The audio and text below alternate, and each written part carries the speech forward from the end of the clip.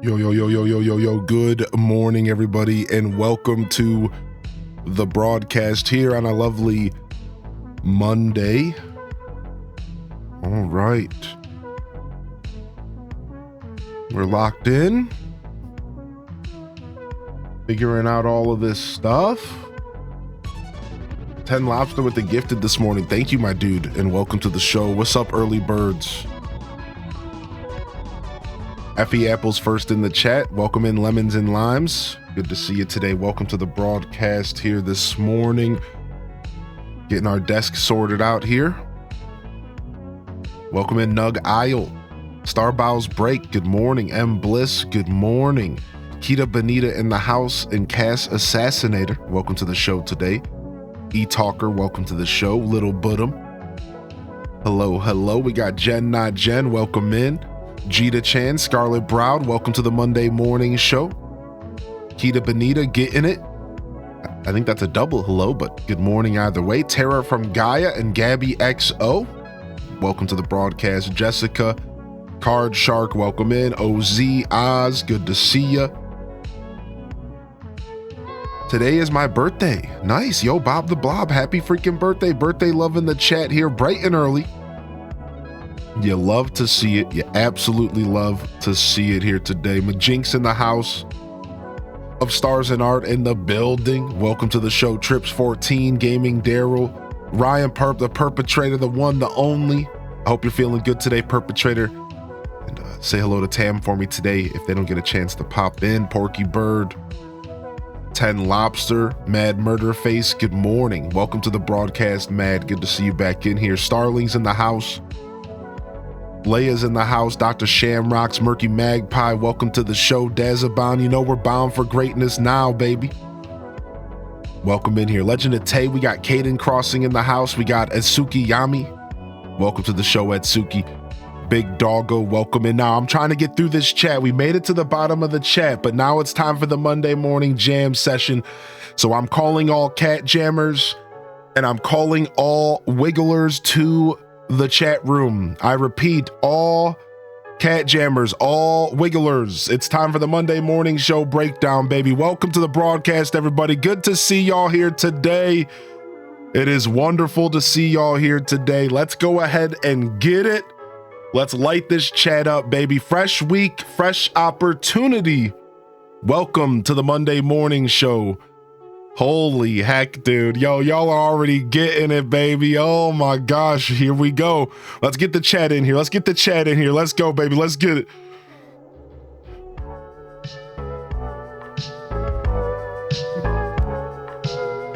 And a wiggle and a cat jam, and a cat jam, and a wiggle and a. There it is, baby. Here's the cat jam. And that's the wiggle.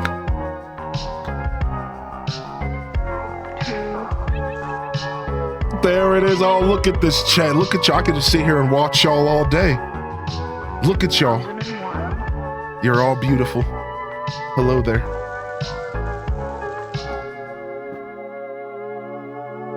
Welcome to the Monday morning show. I'm your host today, Highly in Descent. And if you don't know, then now you know.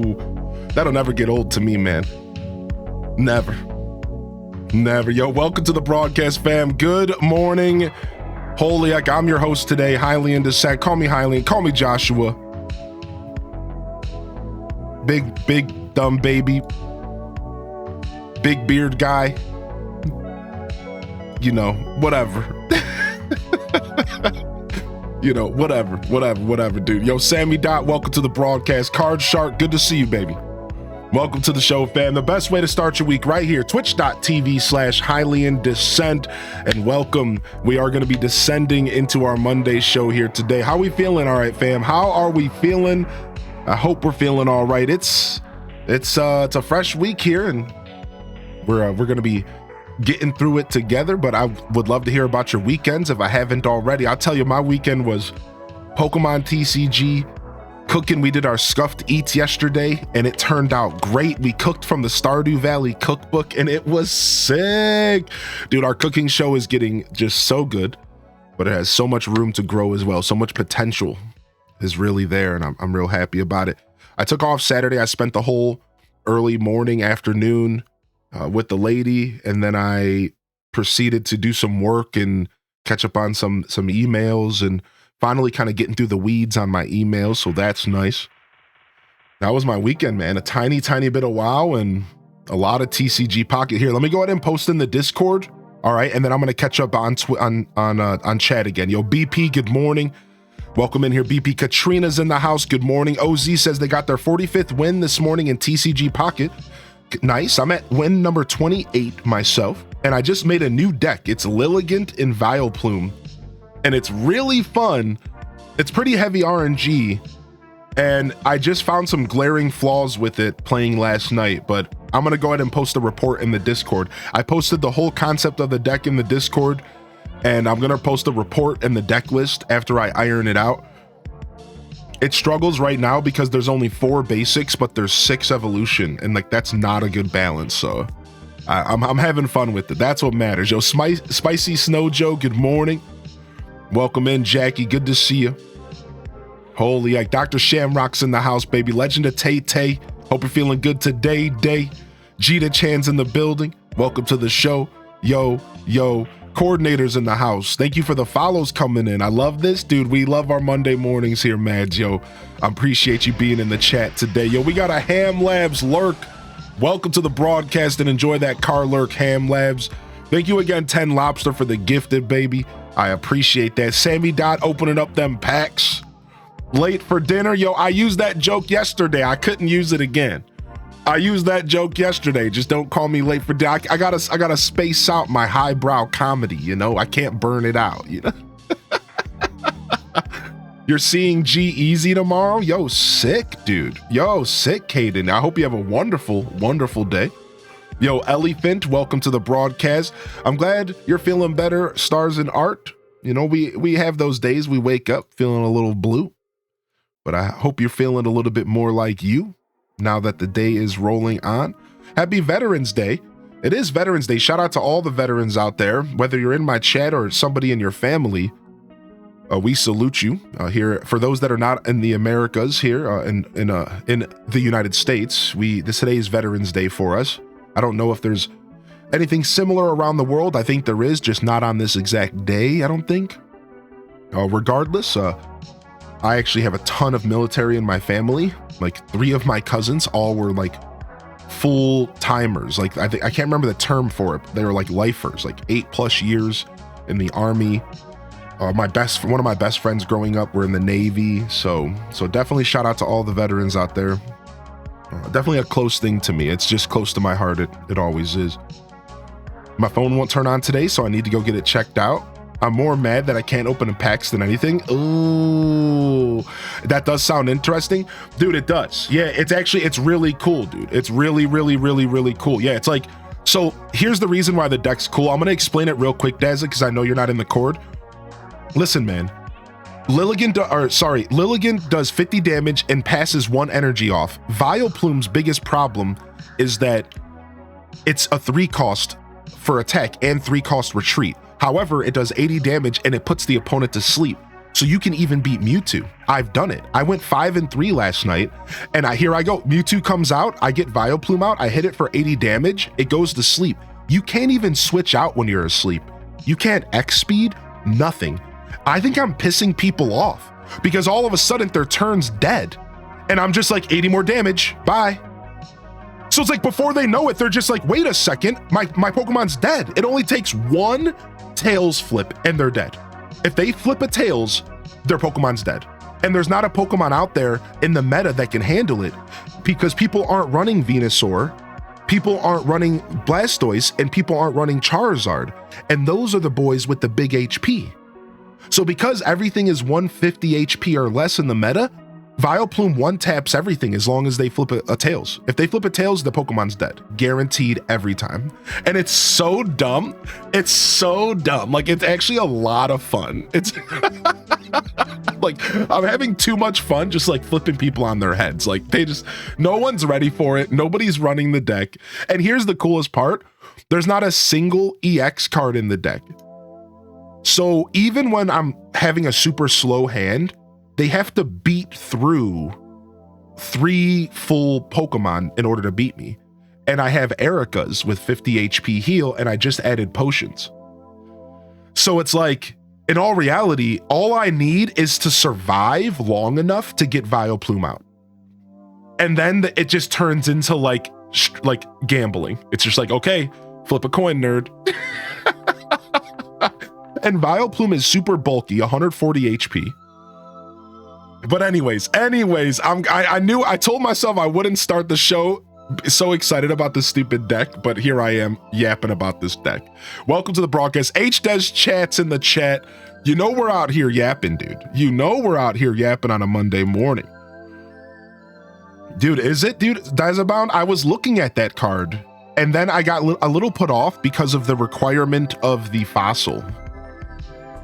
And I just didn't go back to it. But I have a couple test decks in the work. I'm gonna be sharing all my test decks with y'all. I'm really looking at the cards, and I'm gonna make a couple real fun test decks. There's some cool stuff we can do. There's some cool stuff that can be done, I think. So yeah, we're yapping about TCG. You know it, dude. You know it. Yo, what's up, Pylime? Good to see you today. We're professional yappers. That is actually my job. Yeah, at least 50% of it, maybe more. Good morning, Minty. You got an interview in an hour? Yo, can we get some blesses in the chat for Minty and their interview? Yo, we appreciate you. Good luck. Get out there, sell yourself. Remember, that's what it's all about. Talk up yourself, baby. Share your achievements. Don't be coy. Don't be shy. Get out there and get it, baby. Get out there and get it. Thanks for tuning in today, Minty. We got Stratocaster here today. They said they took today off. Gonna run around and get some free food. Thanks for the love and support. Yo, Strato, salute, man. Salute and thank you. No, thank you. Today should be about you. So you get out there and get it. I wish I could do more for you than just saying thanks. Hopefully my words ring true. All right. Thank you, man. Thank you so much, Strato. I love you. Appreciate you. A shout out. I think Neanderthal's a vet in our community. If they're out there this morning, they might not have tuned in yet. There they are. Good morning. And thank you, Neanderthal, for your service. I believe Artifice Nations as well. We have a lot of veterans in our community. I'm just naming the ones off the top of my head. So I really do appreciate all of y'all. And I'll probably say this again later throughout the show. So just if you hear me saying it, you know, I appreciate your patience. It's actually a 2-stage. Well, it takes a while to evolve, but 140 HP, 1 energy cost, and retreat. It does 50 and it heals 50. Oh, I see. I didn't catch the heal. Oh, wow. The heal's actually really dumb. That's dummy. That's mega dummy at a 140 HP. Wow, that's actually real dumb. I need a deck building stream. Yeah, we might be doing that stuff when we get back from our little break. So we are taking a couple days break. For those just tuning in, good morning and welcome to the show. We got a lot to talk about and a lot to unpack here today. We'll be taking our time. As we go. The schedule's up though. Let me go ahead and make sure the schedule is up on Twitch, but it's in the Discord. And let me go ahead and post in the Discord that I'm live. Well, let me do that real quick. I haven't done that yet. We can't be forgetting the Discordians here. Boom, boom, boom. Yo, the Monday morning show is live. All right, sick.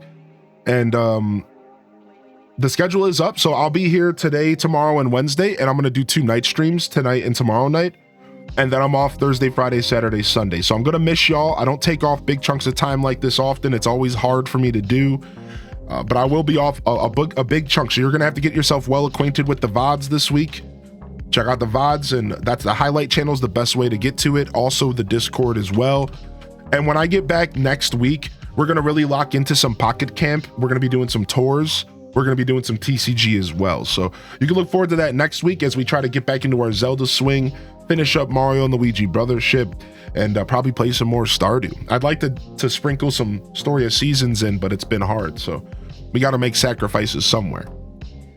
And we also got Disney Dreamlight Valley on the 20th. We will be showcasing the expansion. So you can look forward to that as well. So we got some action-packed stuff. So a little bit of a lighter week, and then we'll come back and we'll really start to kill it as we go into the second half of November. If you can believe it, we're already almost there. We're already almost there. Yeah, the expansion's on the way. Yo, what's up, Mans the King? Good morning in here, Mans. Yo, what's up, Casino Roy? Get those waves in the chat if you got a free hand, and good morning, everybody. I'm technically a veteran, but don't thank me for anything. Oh my gosh. I'm a veteran cheese destroyer. I'm a veteran gamer, I guess. Technically, I am old now. Yo, Mosh, good morning. Mr. Nugs out collecting his freebies. Make sure you give Mr. Nugs some love for us, all right? My godfather was a Marine, if that counts. I think it does. Yeah, I think so. I have uncles and my father-in-law and cousins. One cousin serves in the Navy on nuke subs. Whoa. Oh, that's scary. Yo, Mrs. Will Games, good morning. And salutes to all of those out there. Happy Veterans Day. Yo, Tales from the Fandom, good morning. Welcome to the show. Titus is in the house. Welcome to the show. Holy heck, y'all came out in full force today, and I'm loving it. I'm absolutely loving it, baby. Yo, welcome in here. How was y'all weekend? What did you guys get into this weekend? What do we do this weekend? I shared my journey. I watched the new episode of Great British Bake Off, of course, and I missed the community day and go. Sadly, I didn't do any community day stuff. I just was too, my stream ended and I was just not about doing that. I actually had enough time to maybe get a shiny, like 30 minutes or something. And then I just got distracted by cleaning the kitchen. I had to clean up after the cooking stream. It wasn't too bad of a cleanup, but there was like kind of a lot to do. It wasn't too bad of a cleanup, but it was pretty brutal. The worst part of Scuffs is the cleanup, but you could say that about cooking in general. You know what I mean? Like, the worst part of cooking is the cleanup, clearly. Holy heck. Stardew Valley, and I went to the gym at like 6 a.m. like a crazy person on my day off. I mean, there's nothing wrong with self-care, baby. That's self-care. That's just as much self-care as you potatoing on the couch. So good for you, Calico. I'm sure we all could use some more movement in our lives. And I don't say that hypocritically. I know my current stature, but I'm sure we all could. You know, I do a lot of reading on the internet and stuff, and you know, you just see like the general scope of things, and I'm like, I'm sure we all could use an extra step here and there, you know? Yo, what's up, Trouble Goats? Good to see you, baby. How you doing? Welcome to the show. Started some Stardew Valley, but I finished a book I ghosted in the summer. Felt nice to read again. Plus, you were clearing up that karmic tie, right? We create these karmic ties with these tasks that we don't finish. Going back and finishing things is actually so satisfying, and I think it's actually healthy for our subconscious. You guys know I talk about this stuff all the time. I really do. You know, you don't have to use the word karma. You don't have to apply anything to it that you don't believe in. But the truth is that when you leave a bunch of stuff lingering in your life, you might not notice it on the surface, but that stuff lingers in your subconscious. You know, unfinished tasks, things you said you would do that you don't. So going back and kind of clearing up old to-do lists, finishing up old books, finishing up old TV shows, that stuff is just so dope. Like, I think it's super healthy to sit down sometimes. If you're feeling bogged down and clogged up, if you're feeling like for some reason you're kind of stuck, maybe take a step back and like see what you left on the table. Maybe over the past month or two, you left some stuff on the table. Maybe you left a couple games unfinished. Maybe, you know, you didn't get a chance to reach out to a friend you said you would reach out to. I think that stuff, it really starts to build up and you don't realize it. You really don't. Trouble Goats, get out of here. I need to get back into reading. I've been gaming on high lately. Dude, I've been gaming pretty hard. Well, I actually just got off a gaming binge. I was doing a bunch of WoW for like about a month. I like checked out The War Within and I like really dove in. For the first time since like Pandaria, for those that play the game.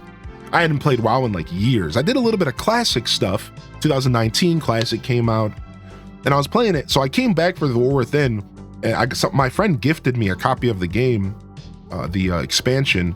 And like, I was having fun with it, dude. Like it was a lot of fun, and it's finally starting to hit the point now where I'm good, I'm satisfied, and I don't want to play anymore. I just really don't. Like, I got my fill.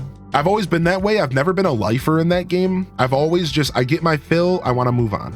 I want to go play something else. So I'm finally at that point to where I'm like loading up my Steam account again, and I'm starting to look at, like, I've been looking at Morrowind, like, hey girl. I've been looking at Morrowind. I think I want to do a Morrowind playthrough off stream and just like, or maybe go pick up my old Morrowind playthrough. So I've been like kind of thinking about that game. Haven't played since near the beginning for the Battle of Azeroth, but the new X-Pax does seem cool. Yeah, it's been pretty good. Yeah, I've been playing the TCG game. Yeah, I opened up a booty pack this morning. Nothing good. Nothing good, baby. Yo, what's up, Random Reject? Welcome to the broadcast. Mr. Will got mad hubby points by keeping the kids away from me Saturday morning.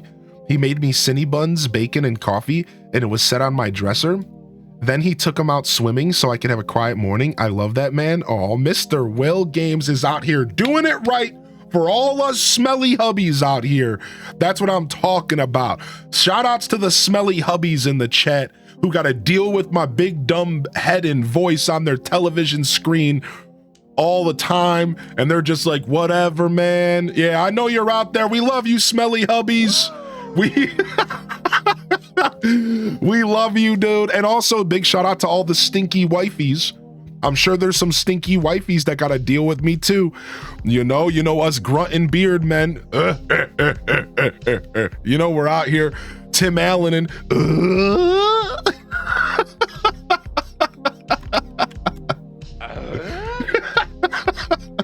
you know, we're out, yo, the stinky wifeys. Thanks for dealing with me too, baby.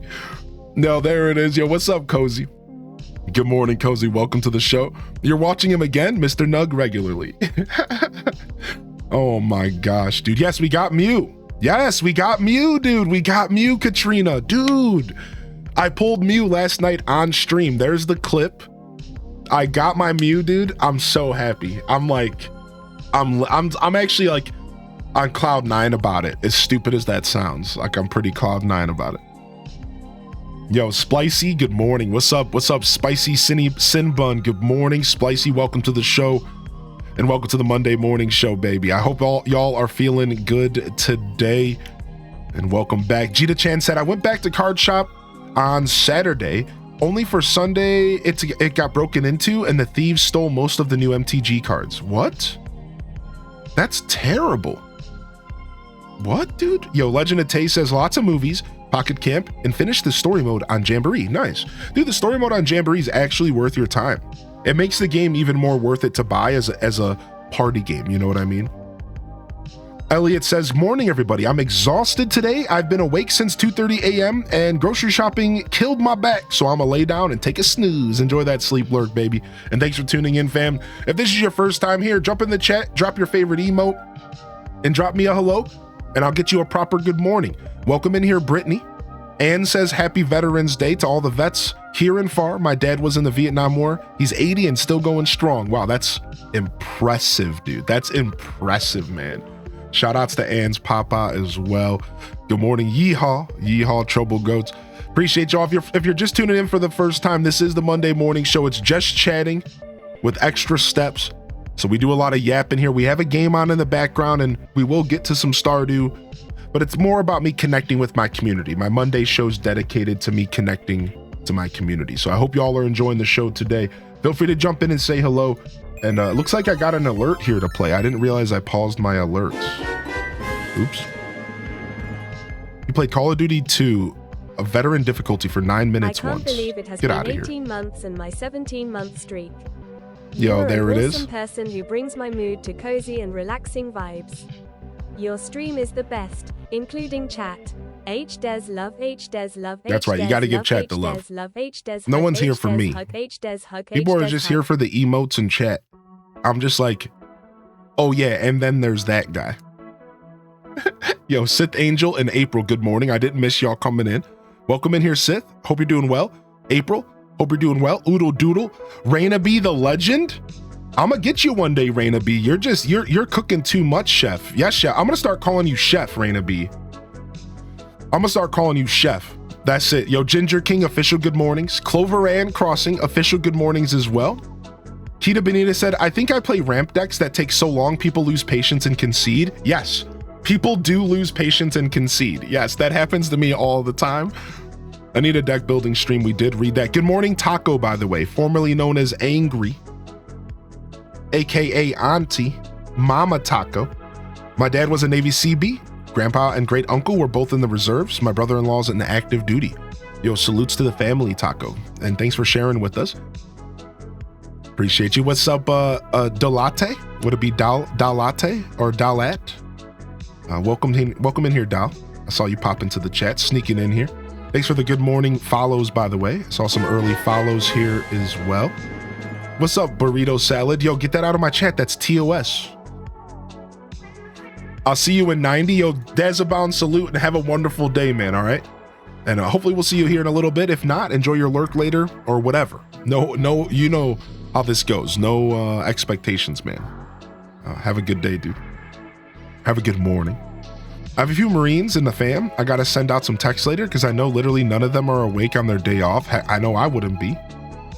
Dr. Shamrocks vanishes in a puff of smoke. Nerdy Nurse, thank you for the lurk today. And Cynical Cow, thank you for the lurk. Best community on Twitch. Yo, Cynical with 19. Those that served, and thank you for your service. Excuse me, Cynical with 16. Knight Rider, thank you again for 18 months and for a beautiful message. Thank you, Cynical, for 16. And thank you, Llama Mama, for 29 months. Killing it, dude. And they said, Happy Veterans Day to all of those that served, and thank you for your service. Thank you, Llama Mama. You've been playing DDV this weekend? Yeah, we got the expansion coming soon. Expansion's on the way. Happiest Monday, sweet April. Holy heck. All right, let's go ahead and jump over to some games here. Did I ever tell you what time I woke up at on TOTK release day? No, I don't think you ever told me. Hylian Hero. What's up? Is there going to be a Long Boy stream or a break? I haven't decided, actually. I think we're going to do a Long Boy today, though. But I haven't decided. Either way, I'm probably going to take a 20-minute break, 30-minute break, and eat some lunch. So there will be some amount of break, but I might not end the stream. What area are the secrets on the front page? I'm not sure what you mean. Are you talking about on Jamboree? What's up, Simply? Simply's mom. Welcome in, Simply Simone. There it is. Good to see you back in here, Simone. Welcome in. Hey.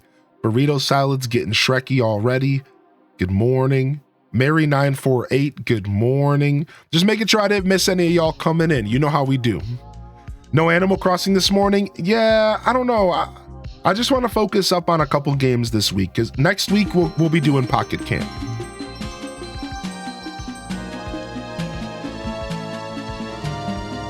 Dude, these alerts clashing is funny.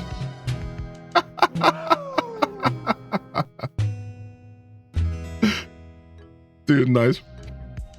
Yo, thank you for the hype train, Cozy. Thank you for the 7 gifted subs, you hooligan. I want to play that alert again. Hopefully it plays. When does Pocket Camp switch over? The 28th. The 28th. The 28th is when Pocket Camp switches over. Yeah, the 28th. Oh, the Stardew Valley secrets on the front page. I can't do them on the Switch, sadly. I don't think there's a way to do them on the Switch. Choo-choo. Yeah, I don't think there's a way to do the secrets on the Switch. I can't. There's no way to pull out the mouse until you get into the game. I don't think so. What's up, Megastic? Yo, thank you for the 100 biddies, Cal. I want to play that alert again. I seriously love that alert. Nintendo. Dang it. Wait, okay, it might replay. No, it's playing them individually. Here is a present for you. No, yeah, the left joystick's not working, sadly. Yeah, we'll do Animal Crossing when I come back after my couple days off. We'll be doing Pocket Camp tours. Here is a present for you. I'm gonna do a couple Pocket Camp tours when I get off my time off. Yo, thank you, Christine, for 100 biddies. Thank you, Bookworm, for 100 biddies as well. Thank you, Calico, for 100 biddies. I appreciate you. And Nicole, thank you for 18 months. Did you not? No, like in the game, you can free up the mouse, but does that work on when you're in the game, you can click a button that makes it to where you can make a mouse with your left stick. But I don't think you can do that on the front page on Switch. I can go check real quick, but I don't think so. Like, I don't, because like the settings are tied to your save file, right? The settings are tied to your save files. So like, why would me going into my settings do anything here? Yeah, I don't know. I don't think it works on the Switch. Like I said, I don't know. I really don't remember. I saw a Reddit post on how to do it on Switch. Yeah, what I might have to do is I might have to go into the game, change the setting, and then save the game, and then go out of the game back to the title screen. And we just can't do that yet because I have to go through a whole day in the game. I don't know. Here, I'll Google search it real quick. How to unlock the mouse on Stardew Switch title screen.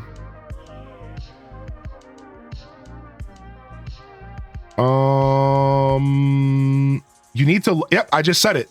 You need to load a save, turn controller style menus off, then go back to the title, and you'll be able to move your cursor free. But again, you have to save the game, and I can't save until I do a day. So you guys have to wait. We'll do it once we start playing. Yeah. So like, because you have to save the game once, and I only want to save when I go to sleep, right? So okay, so we'll do it. We'll do it later. I love all the secrets on the title screen. We do it on PC all the time, so. Yo, what's up, Alto Girl? Enjoy your lurk, and good morning. Thanks for popping in. Yeah, I think I just read the exact Reddit post, Bookworm. Thank you for the 200 biddies, Snez Girl. Thank you, Alpha Vega. Thank you, Cozy, so much for playing one of my favorite alerts, and thank you for the 7 gifted subs. You know you didn't have to do that, Cozy. Thanks for taking care of the community today. I appreciate that. Nicole, thank you for 18-month primer. How are you today, Nicole? Good morning. I've been good though, Mig. How you been, Megastic? I've been pretty well. I'm a little extra tired today. I just didn't get a ton of sleep today. I think that's what's my vibe today. A weird sleep day, but a good one nonetheless. Here's what I do. I think I'm gonna go ahead and turn this down a little bit. What do we have it at? 30%. Let's put this down to 25. So the alert plays louder than the train that plays. And then I'm gonna send a test alert.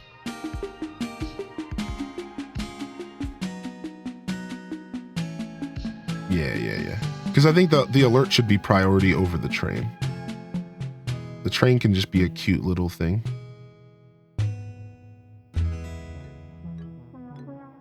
Yeah, I think that's better. I think that's a good way to do that. Because that only happens every once in a while. Every once in a while, there will be a clash with a cool alert and the train sound. And like, as much as I love the train, it's like, I really don't want that to clash like that. Let me send one more test. Yeah, that's good. That's good. So like, it'll play, but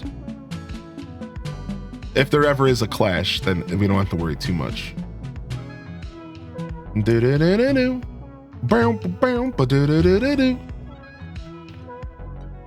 I'm such a fan of my own alerts that sometimes I just feel the need to go in here and play them. That's the one that should have played.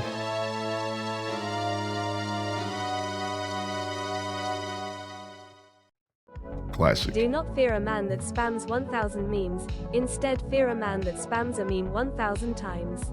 I love the dancing one from Zelda. Yeah, that's good. 6 months. Glad you've been good too. Sorry for the late response. Yeah, you're good, dude. You're good, man. No worries, dude. What's up, Sarah Bear? Welcome back. What's up, Quackastacka? Thanks for popping in to say hello, even for just a minute. What's up, Snez Girl? What's up, Leafeon? Yo, Kingfisher, dude. Good to see you. We're using the river farm. The ocean farm was totally an option that I didn't even consider. Yeah, I guess Ocean Farm would have been super cool too, actually, to do the same playthrough. I'm doing the River Farm, though. The River Farm, I'm having a lot of fun with it. What's up, Christine? Good to see you today. Choo choo. Yo, enjoy that emote, baby. Enjoy that emote. Yo, good to see Kingfisher in the house. I'm doing well this Monday. Yeah, just a little sleepy. Thank you so much for the hype train. Thank you, Alpha Vega, and thank you, Snez Girl, for the biddies as well. I appreciate everybody for the support this morning. Thank you sincerely, and welcome to the broadcast. I hope y'all are feeling good today. And welcome in, welcome in. Holy heck, holy heck. Yeah, we're doing well. Like I said, a little pooped for whatever reason, but feeling good. Still kind of elated by the food that we ate yesterday. The food was actually so good. It was actually so tasty. And I'm happy that we got some meal prep this week so I can do some long streams and I don't have to worry about cooking food, so I can just go up there and jam out on some chicken and some salad. So we can get some longer streams in here. It'll be pretty nice here today and tomorrow. Yo, what's up, Neon but Emo? Welcome to the show today. Terps, what do you do for meal prep? Just lettuce. Right now I did lettuce, cucumbers, tomatoes, and chicken.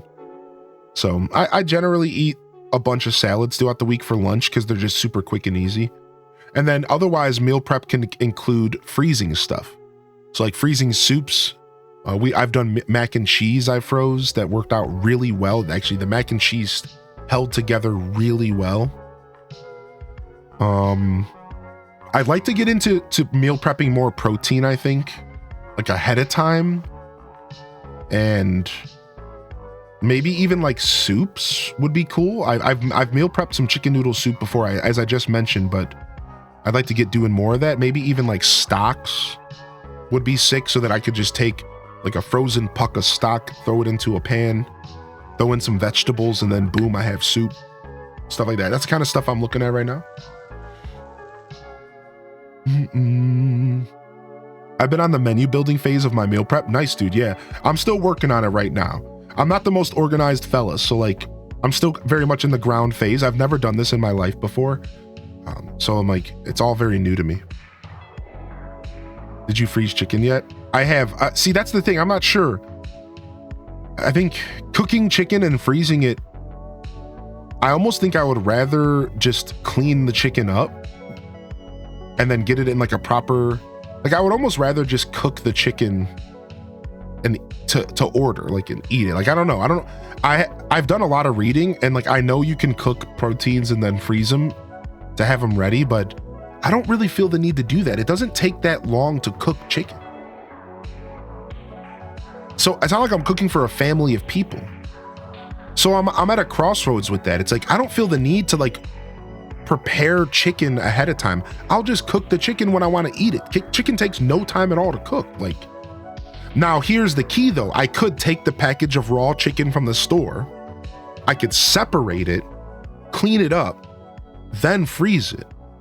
So that when I'm ready to eat chicken, I could take a single portion out of the freezer, put it into the fridge, wait until it thaws a day, then cook it, so that I don't have a huge package of chicken in my fridge and then I have to eat it 3 days in a row. I could just eat it when I want. So there is meal prep for uncooked, but I don't think I'm in the mood, or I don't think I'm really need to like freeze cooked food. Not proteins, at least. Again, I've done soup, I've done mac and cheese. I just don't really feel the need to do that. It takes 20 minutes to cook chicken. I'm not really hurting in that way, like for time. So like, I don't know. I'm like figuring it out. Since COVID, where it affects my taste buds and smell, I can't eat garlic or onions anymore. And that's been challenging because everything has garlic and onions. It's been my life's been like this for 2 years. Dude, that's rough, man. That's really rough. I've heard of other people dealing with that. I don't know what I would do without garlic. I might not even be the same human without garlic. I think I might be like 75% garlic. Like as a human, like I think that's what I'm composed of. That's what I do with my Costco packs of chicken, save so much money. Luckily, my grocery store sells a bag, an individually wrapped boneless chicken breast. Yeah, exactly. Cooks for the family, living that frozen cooked food life. Just buy the bags of chicken at Walmart, 3, 5, 10 individual pieces. Yeah, see, that's what somebody was just saying. That's smart, yeah. So yeah, I'm also at the same point you are, Terps. I'm still kind of learning and figuring it out. Dude, join us, man. Every other Sunday, right now we're doing a Sunday meal prep. And it's currently like every other Sunday, but the end of the year is going to be a little looser than that. But as we get into January, we're going to lock back in. Join us, man. We're doing meal prep Sundays. I'm slowly trying to do more and more meal prep here in my life. And it's a journey I want everyone to join me on it if they're interested in doing so. I think it's going to be really cool. It's financially really, really smart. And I think it's also kind of the healthy option because you're just less tempted to eat bad stuff when you have already prepared good stuff. So the way I see it, it's just a win-win-win. And I'm pretty excited. We won't be doing another meal prep stream anytime too soon, though. The next episode of Scuffed Eats will be Thanksgiving. And after that, we're doing a Christmas special. I don't know if it's going to be on Christmas, but... So the next episode of Scuffed Eats, for those enthusiasts, is the 28th of November. I'll be here all day on Thanksgiving. And then we're going to do a Scuffed Eats episode some point in December. And you can look forward to that as well, some kind of Christmas special. So maybe even like closer to New Year's. So I will be going down to just once a month as we get to the end of the year. And then once January kicks in, we'll see if we can get it back into every 2 weeks or maybe even every week if we can pull it off. So yeah, it'll be fun. Definitely have to find it how to freeze mac and cheese without the noodles turning into mush. Any recommendations? Yeah, I mean, the truth is it was the first time I ever froze mac and cheese, but it turned out really, really good. And I think I just undercooked the noodles a bit more than you normally would. And when I froze it, I put a layer of press and seal plastic wrap. So I took the plastic container that I froze it in, right? And then I put a layer of press and seal plastic wrap on it. Then I locked the bowl lid on top of that. And when I took it out of the oven, or when I took it out of the freezer and thawed it out, I baked it. The way I reheated it was baking it. I put it into my pie dish because I have like 2 dishes that fit in the oven because, you know, Scuffed Eats, Scuffed Life. I put it into a pie dish and I baked it at like 350 or maybe even higher. I think I baked it at like 400. Now, the only problem with the baking was that I dried it out a bunch. So I think like too high of a temperature was stupid. I do remember drying it out and was like, this is real dry, but it was still super tasty. So I didn't care. But I think if you want to avoid the dry out, you probably want to do like 350 and just do like a slower reheat, right? So yeah, the bacon was the answer, I think, for me. It made the noodles like a little bit crispier. So I'll definitely be around a lot more. I was around for the beginning of the food preps. I had some family stuff. Yeah, no worries at all, Terps. Yeah, I just wanted to invite you and anybody else, man. Y'all are welcome to join us on the food prep journey. I'm doing my best to make it consistent and something that we can incorporate into our lives together. Again, I think it's cool. And, you know, I built this platform up and I think it's cool to use it to encourage others to live a healthy life, or to encourage you to, like the Monday morning show, fresh week, fresh opportunity. You know, this is our Monday morning show. And the theme of the show is the idea that every week, and in all reality, every day, there's new opportunities at hand. Sometimes you have to make them. Sometimes you have to go snatch them up, but they're there. So I always like to ask the question, what opportunities are you going to snatch up this week? You know, a lot of times it starts with setting yourself little goals, right? And again, I try not to be too weird. I don't like to step into the territory of like preachy or giving advice. I'm just a dude on Twitch who has enough life experience and wisdom, AKA I'm old, and I can share it with all of y'all. All I do is share my wisdom from my journey. Sometimes I don't even always have the stuff I'm saying figured out, but I know it works because it makes sense to me. So I share those things with you. But I'm far from an individual that's got it all figured out. I'm not trying to give unsolicited advice, but I've identified really early on, I'll never forget. I've sold this story before. I got a message from a guy so early into my stream journey when I was finding my success. I'm streaming to 50 people and I'm really figuring it out. This is 2019, and this guy messages me, and he was a military vet, which is why this is a fitting story for Veterans Day.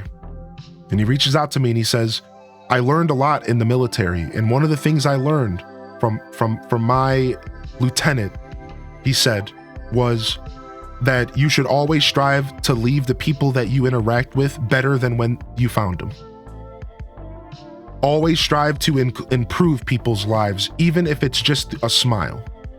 And these are things I've held with me my whole life. My whole life, I've always looked to put a smile on people's faces. But when that individual messaged me and he said, "This is what my lieutenant taught me," and he paused and he said, "And you do that." He's like, "You do that every single day. You show up and you leave people better than when you found them. And it's a beautiful gift you have. And I couldn't be more proud to support you." And this was the first time I ever got a message like this as a streamer. And I kid you not, I broke down in full blown out sobbing tears because it hit me that I was doing something more. Like at that point in time, my journey as a streamer evolved from just being a guy looking to not work a regular job to being a guy who could maybe make an impact on somebody by simply just being myself and like entertaining and like showing up. And I started realizing that there was more to this than just playing games. And from there, I evolved my show slowly. I built myself a mission statement, if you will, and things that I wanted to succeed and achieve. And it all started with this random dude who sent me this super heartfelt message about how I interacted with people. So it was just super cool. So at the end of the day, that's what it's all about for me. You know, in between all the goofiness and the games and the events and all that stuff, it really comes down to just looking to leave people better than the way they found the channel. You know, you show up, I want you to leave for the day feeling maybe a little bit better. Whether you're more entertained, whether you're more relaxed, whether you're you know, maybe you pull some other kind of value from it. I think people pull a lot of different value from the show. Educational, comforting, distraction, whatever it is. You know what I mean? You don't even have to tell me. You know, I get it. You know, I look inward and I ask myself pretty critical questions, and I can sum up some of the value of my broadcast, right? But without sharing it out loud, I know what's going on. So I appreciate y'all. Yo, Bad Wolf, thank you for 26, dude. And good morning. So yeah, either way, I just wanted to share that, man. Yo, appreciate you, Terps, and thanks for vibing. No worries. Come and hang out as much as you want, and yeah, hopefully we can make the meal prep thing pretty cool. Hopefully we can make that a big part of our show and our journey. It'll be sick. Reheating baked mac and cheese is easy enough for me. I never thought of refreezing the basic mac and cheese because it finishes so quickly. Yeah, really, the only reason I even froze it at the time was because I wasn't trying to eat so much cheese all in one sitting, because I was all by myself when I made that mac and cheese. So I was sitting here like, I can't be eating this much mac and cheese for a couple days straight. Like, that's just not good. So I froze a bunch of it. Oh my gosh. Yo, what's up, Sinza? Good to see you today, Sin. Welcome in, baby. What's up, Lady of the Light? Good morning. That sound advice. Yeah, that was a pretty cool dude. Yeah, he was a pretty cool dude. Like Full Metal Alchemist, we give a little extra of ourselves into the equivalent exchange. Yeah, exactly. You hear me talk about all the time. The pot, I call it the pot of life. There's a big pot of life. I visualize it all the time. And sometimes the pot giveth, and sometimes you should be giveth-ing to the pot. That got weird, but you get what I'm saying. You know, I think it's about a balance in life and in giving and taking. And I think I'm blessed that people like to support my show. So I do everything I can to give back in every way possible. I really do. Yeah, it is kind of a karma thing. Yeah, you could sum it up. I kind of use different wording because for me, it's less about like good deeds, bad deeds or whatever, and more just about the idea that of always balancing out how much you're taking from the life of pot, the pot of life, like the life of pot. That was a funny slip. The life of pot, bro. No, but like, yeah, I think to explain my little silly philosophy, like, all I'm saying is like, it comes down to, we all have to take from the pot of life sometimes. Like, that's just how it is. Most of us at some point in time, you know, we have to take a little bit of assistance. Life is tough. Whether that assistance is leaning on someone's shoulder, you know, getting help. Like, I grew up in a poor family. Like, we used to get help from the from the food bank. We got big bags of food given to us. The church would come give us food, you know, like that kind of stuff. Like a lot of times we take from that pot of life in different ways. And I think it's just important to give back to it in ways, whether it be lending somebody else a shoulder or like in my case, providing a space for people to relax or whatever, or, you know, gifting subs. As silly as that is, sometimes a gifty poo will make somebody's day, you know.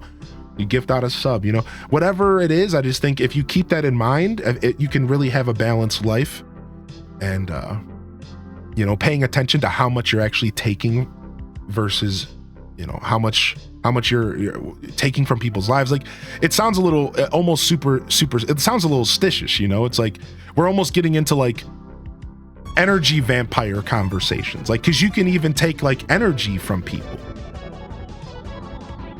You know what I'm like, so it's deep. It goes like super deep. Like, you can take from the pot of life from all sorts of different ways. And there's all sorts of different ways to give back into it as well.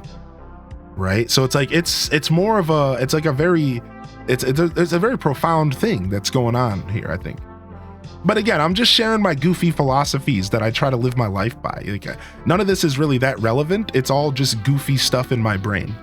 If you could see what's going on in here, you know, it's all over the place. Yeah, it has layers.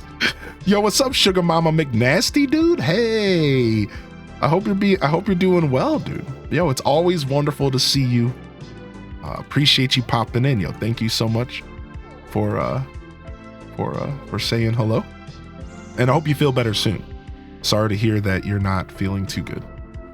Yeah. I got sick in October and it was brutal. I was big baby mode for days. I was HDES baby mode for days, dude. I know, man. I know.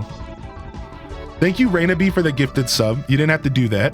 Chef Raina, did I get your permission? Can I call you Chef? Is that all right? If that's cringe, I won't do it. Everyone should eat cereal out of the pot. Oh my gosh, Life of Pot is a video game. Your laugh with it, oh my gosh, dude. Shout out to Witchbrook, a game that may or may not actually exist. Dude, I really want to play Witchbrook.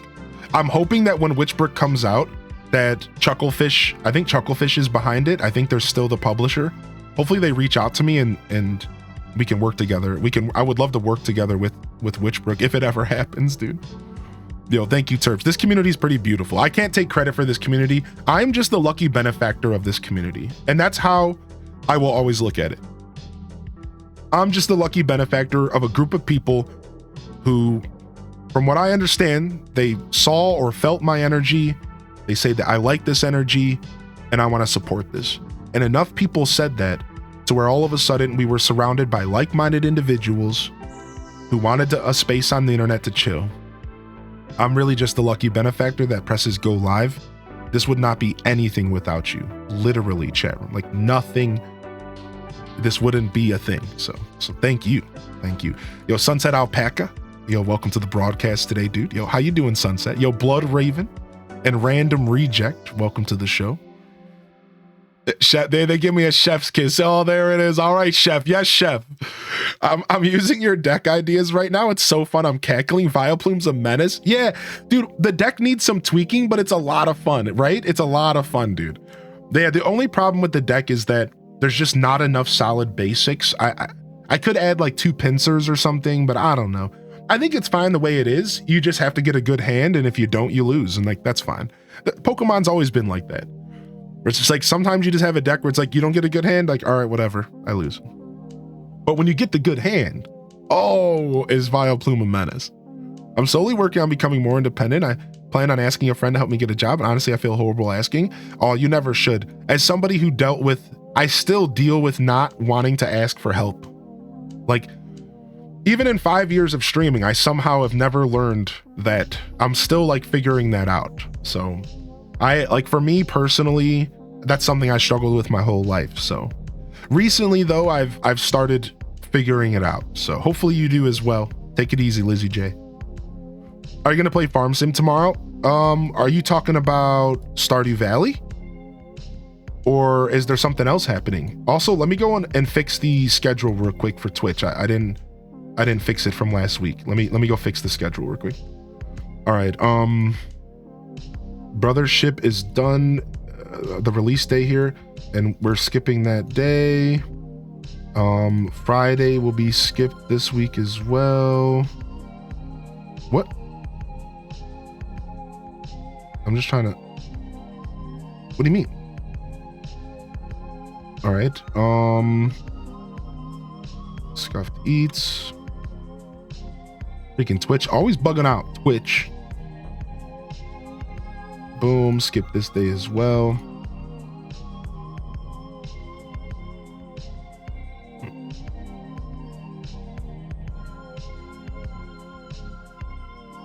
Okay, cool. And yeah, we'll be here Monday, Tuesday, Wednesday. We're gonna be doing a blend of Stardew and Zelda and the new Mario Luigi game this week. Oh, Farm Sim 25 comes out. What's up, Dingo, by the way? You know, I've actually never played a farming sim game, so I'm not like terribly sure about it, but I will consider playing it in the future, sure. But you have to give me some time on that, Dingo, just because I was not even aware. I kind of let that one slip through the cracks. Again, I wouldn't mind checking it out, but I definitely don't have it on the schedule for this week. Y'all might have to wait until next week for that one. Yo, welcome back, Sith Angel. Welcome back, welcome back. Thank you for bringing it to my attention, though, and thanks for asking. I love when y'all ask about what games you'd like to see and stuff like that, so that means a lot to me. Stardew not a farming sim? Stardew is a farming sim, yeah, that's why I was confused. Any Jamboree? I think so. I'm thinking maybe we'll do some Jamboree Tuesday night. I really want to play some Zelda as well, but yeah, I think some Jamboree Tuesday night sounds like the play, maybe. I don't know, maybe even tonight, I guess. I guess we could do some tonight. I'm not too burnt out of Jamboree. Yeah, I think we might do some Jamboree. We'll see. Yeah, we'll see, Tokyo-chan. I'll try to let you know beforehand, but I'm not sure.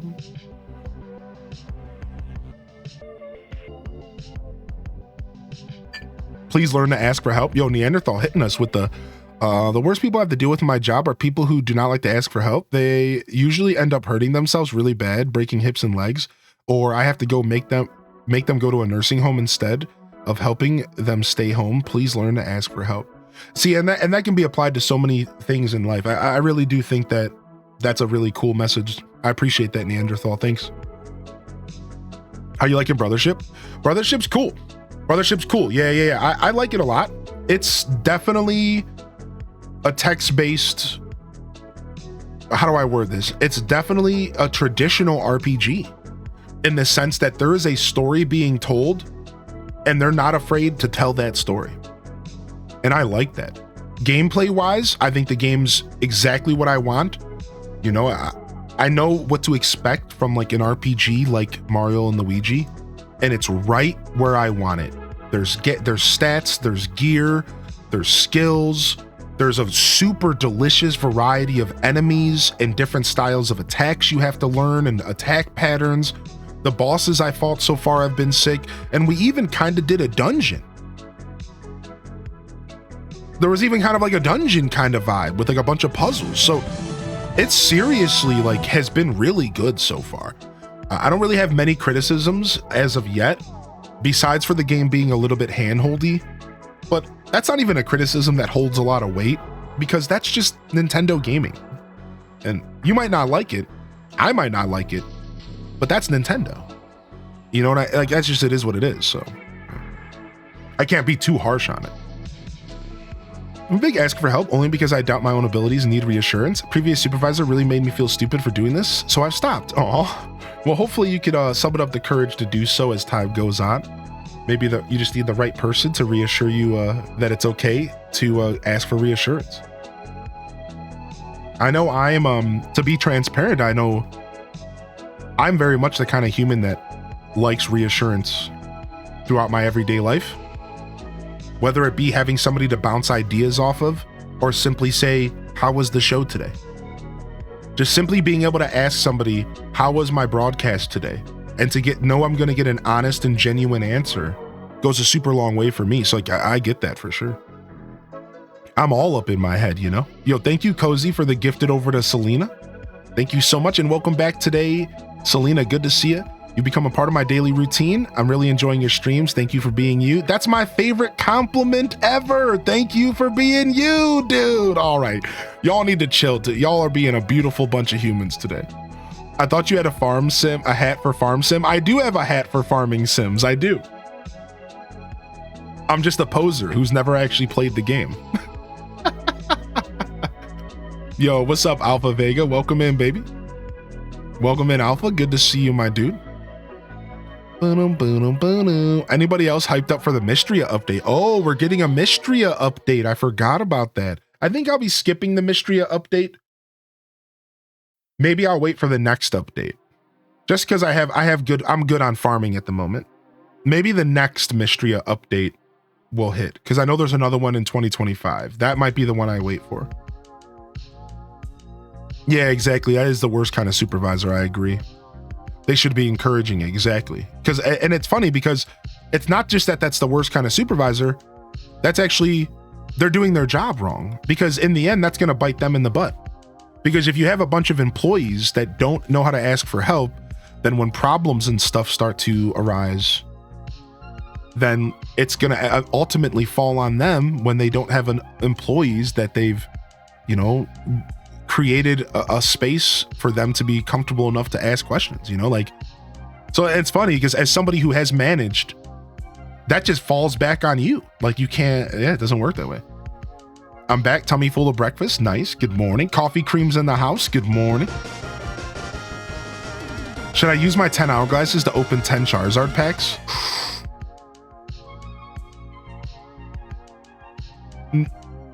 No, you shouldn't. No, you shouldn't. No, not today. Today's not a 10-pack day. Hylian for president? Nah, get out of here. No. Don't you have to be 45 years old? You guys have to wait 10 years. Don't you have to be 45 in America? You guys have to wait 10 years. Yeah, I think it is. I think you have to be 45. Oh, is it 35? Oh, shit. Hylian for president? No. Hey, yo. Anyways. Yo, Gilwen, good morning. Yo, Nerd Papa, good morning as well. I think in America it's 85. You would think that, wouldn't you? That's why I was confused. You would think that. Somebody start the campaign. You should play some Dead by Daylight. I've never played that game, but I might consider it one day. Yo, Snowstorm, welcome to the show, baby. I would put a sign in my town. Stop, Chad. Stop. No. You're an awesome human being. Oh, thank you. Thank you, Knight Rider. Stop it. Y'all are making me blush, dude. I had a spinach cheese omelet with toast on the side. There it is. You just opened 10 Charizard packs. What'd you get, Ike? What'd you get out of your packs, dude? Tangy BVP. Tangy for VP. I got graphics taken care of for your campaign. Thank you, Coffee. DBD is so rage-inducing. I think the strategy of DBD is pretty cool. Thank you, Go For It Pats, for the tier 2. The tier 2 for 52 months. Thank you, Go For It Pats, for the tier 2 for 52 months. I appreciate that, my dude. Thank you. Hope you're doing well. What's the slogan for the campaign? I got the slogan right here. You guys ready? Let me play this clip real quick for y'all. All right, hold on. I'm going to play this clip. I got the slogan right here. All right, hold on.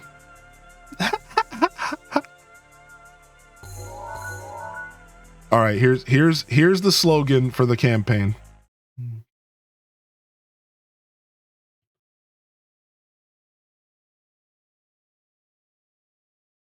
Oh, I have Twitch muted. Oops.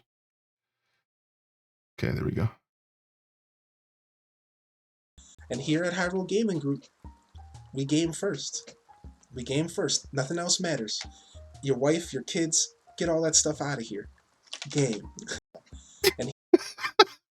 There, that's it. Your wife, your kids, your husband. No one gives a play video games. Shut your mouth.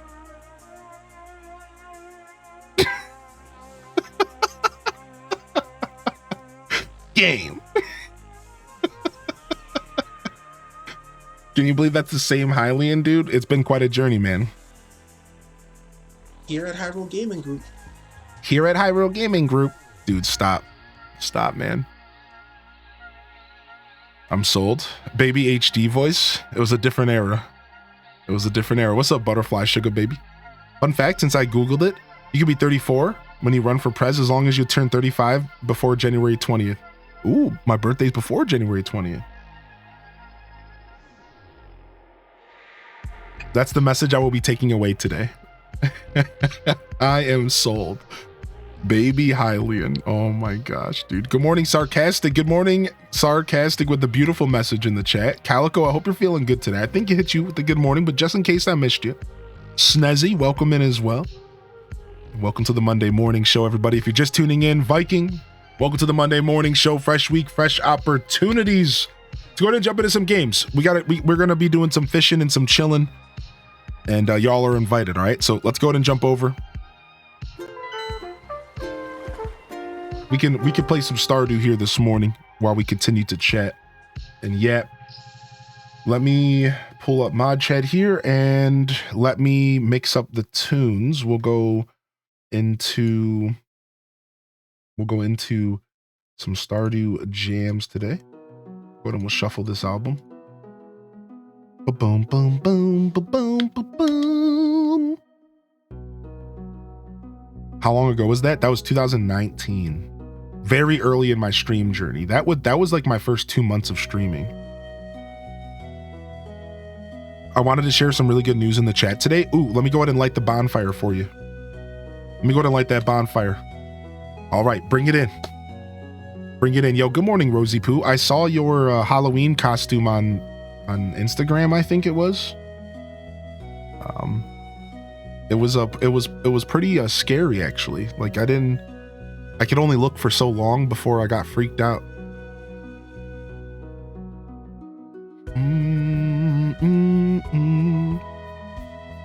Oh, the message is above. I see. My mom got really good news about her liver cancer. Her first procedure went really well, and she's queued up for her second procedure, and then should be on her way to recovery. Aw. Aw, that's such a beautiful thing. I appreciate you taking the time to share that with us, but more importantly, I hope that things continue to go in that direction, and I'm happy and also excited to hear about the future of that situation, and I'll be reserving a space in my heart for you and your mama, and take it easy, all right? Yo, that's super cool. That's super cool.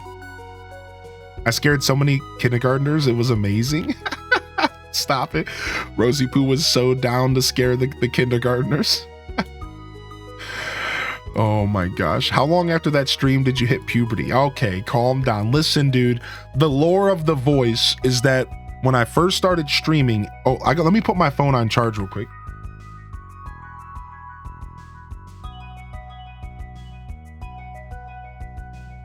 Okay, the lore of the voice is that when I first started streaming, I had a roommate that was always angry. We called him the angry neighbor. We actually still have an emote on BTTV. It was our first ever emote on the channel. It was called the angry neighbor. And it's just Wilson from Tim the Toolman Taylor with laser eyes. And this guy, so I had to always speak really quiet and really calm. So when I first started streaming, I thought I would lean into it. And I decided to go with like a very calming, like Bob Ross approach on my broadcast.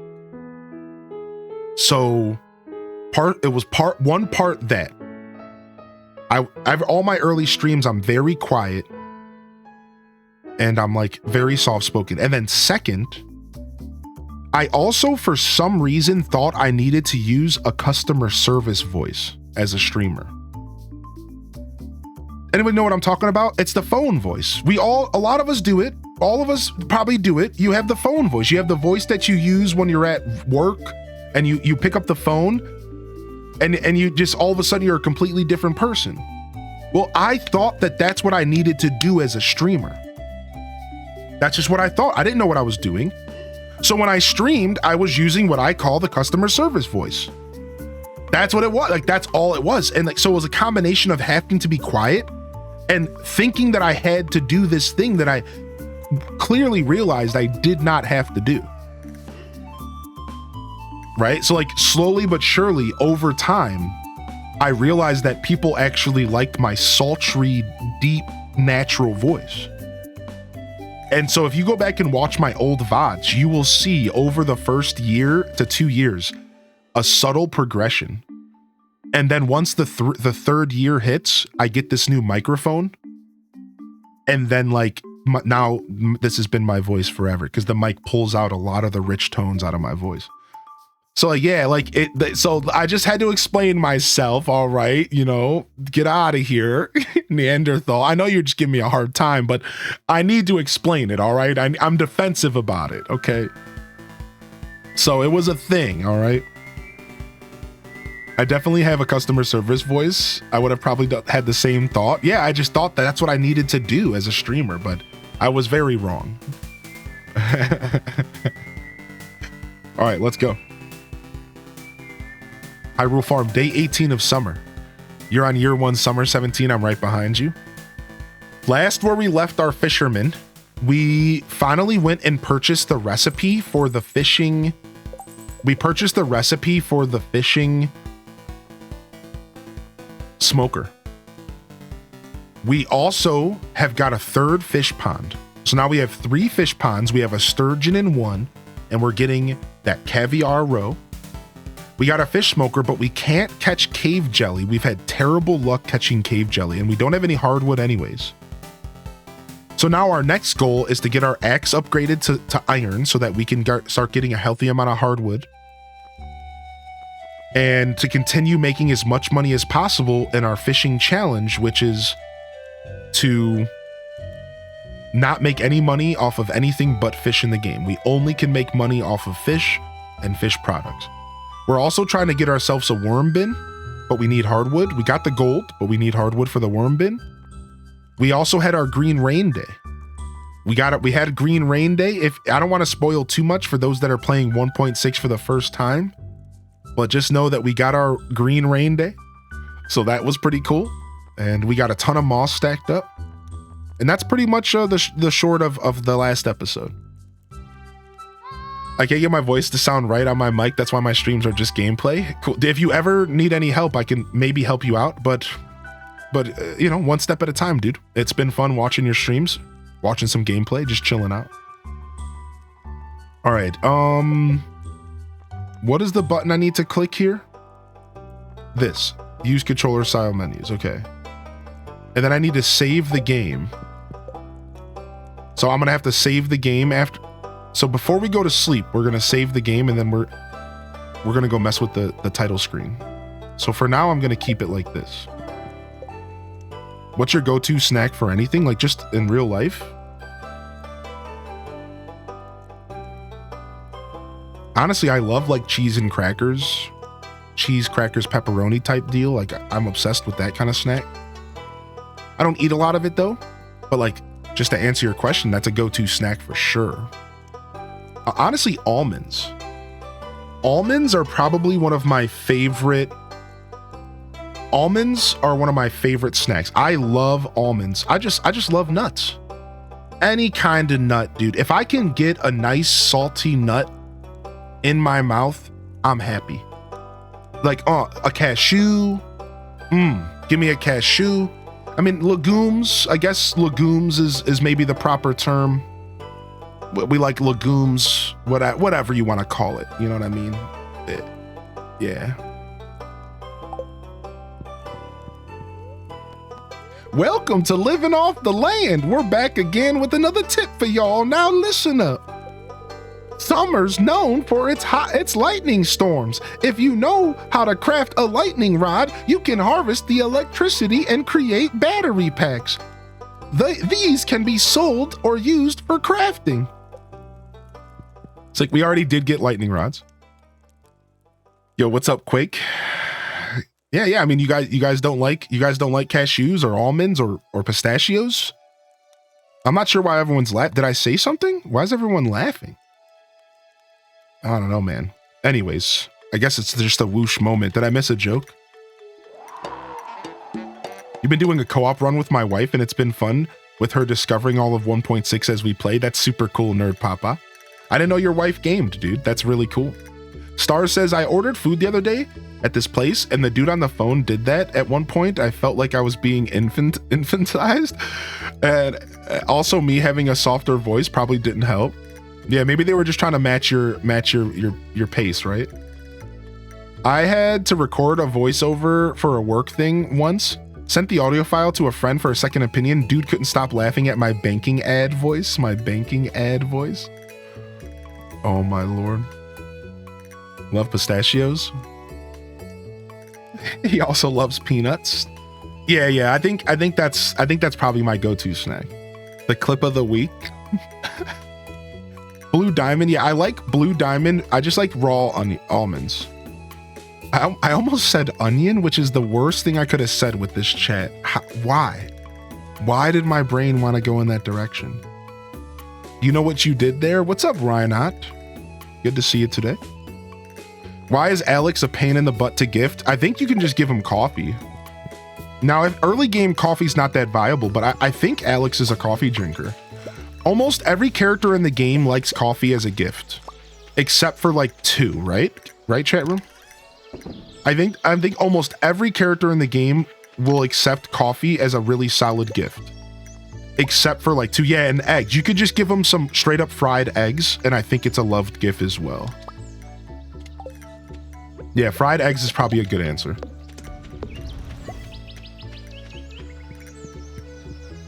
Raw onions, #1 snack. Get out of here, chat room. That's the worst slip up I could have ever made here. I'm not gonna live that one down.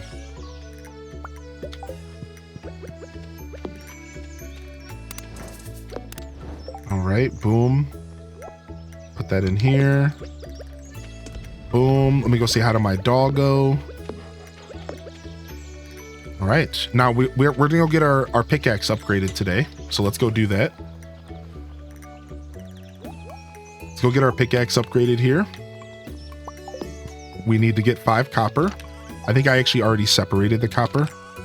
I did. All right.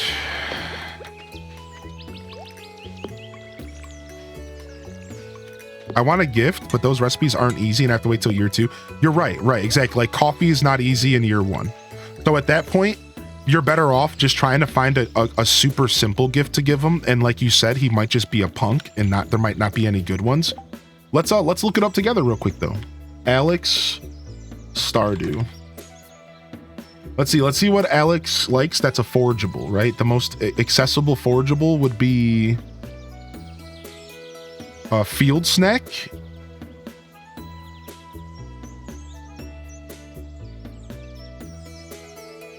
It looks like field snacks are a good option for him. And he just likes the field snacks. It's not a love gift, but field snacks are pretty. And then he has a bunch of neutral options. You could just gift him like a daffodil or a dandelion. It's just neutral, but it's still something. You're still gonna get some points, right? So, can you bring your doggo into your house? The doggo goes into your house automatically on rainy days and at nighttime, but you don't have any control yourself. You can get like. No, I'm thinking of Coral Island. I almost said you get a doghouse. That's Coral Island.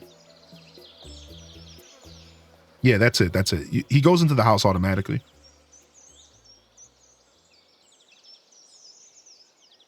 Storybook Vale. What's Storybook Vale? Is that a game?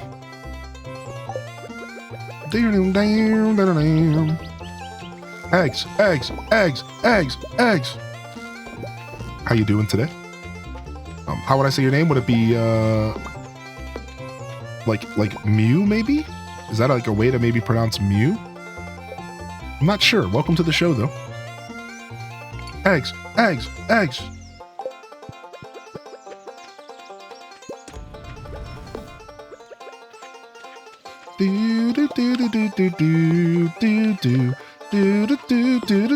Oh, the DDV expansion. Yeah, we're playing it on release. Hold on. Oh my gosh, talk about a whoosh. Yeah, we'll be playing on release. I'll be here celebrating with y'all.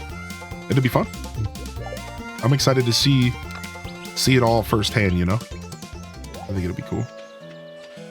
What's this Stardew song? So At one point in the game, Sam creates a band, and Sam will ask you to choose what type of song to play for him to play. And that was the bluegrass song. Maybe the country song. I think that was the bluegrass song. He also does a metal version. HD, SCP, HD, let's go ahead and do our geodes. SCP, HD, SCP. He also has like a metal version as well. And a country version. Yo, thank you, Ollie Wolf, for the 10-month primer, dude. How you doing today, man? Enjoy another month of some of the best emotes on Twitch.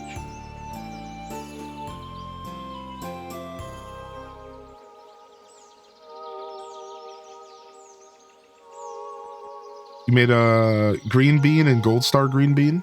I have 4 strawberries and a gold star pepper. Should I keep them or sell them? I would keep it all early game for now. I think in the first year, it's probably good to sit on most of your loot and just only sell stuff when like you need money. Kind of like if you need some cash, sell it. But I think that's the rule of thumb for early game. I would hold on to it. And then once you get into year 2, you'll have a better idea of like what you need to save and what you don't want to save. And then you can proceed to like kind of make some exceptions. Okay, we need a frozen geode.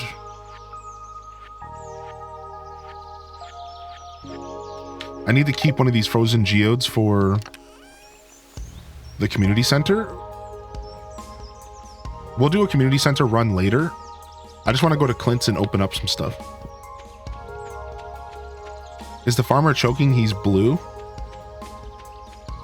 He just wants to live his blue life. In his blue car. In his blue house. And his blue wife. Or he's perpetually choking. I haven't quite figured out the lore yet. I'll get back to you on that. What's up, Gleeman? Have you ever played The Sims? I played The Sims 2 growing up. And I also played The Sims 4 on stream once. Maybe twice. I think it was once. But that's about as far as my Sims journey has gone. I played a good amount of Sims 2 as a kid. My whole goal was to make them have whoopee. What do they call it in that game? That was like my whole goal as a kid. I was like a little nerdy kid, like I just want my character to bone. Yeah, woohoo. And that was like all I did in the game. And then like I just turned it off. I never played it again. Your character's constantly thinking about Leia, and it hasn't been a chokehold, literally. The cutscene for Woohoo's so funny.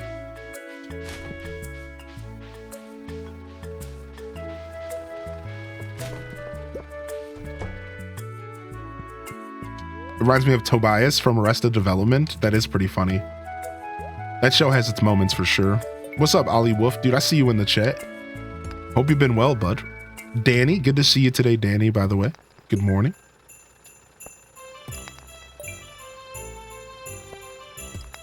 Oh, we got a Christmas song. Fitting. The one time a year playing Stardew and this song comes on and I don't feel the need to skip it. All right, we're gonna dump this stuff in here.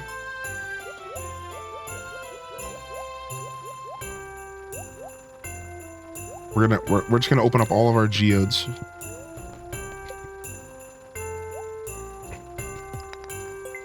Good morning, Celestial Ray. I like your Twitch hat. Thanks, Hordsack. How you doing, dude?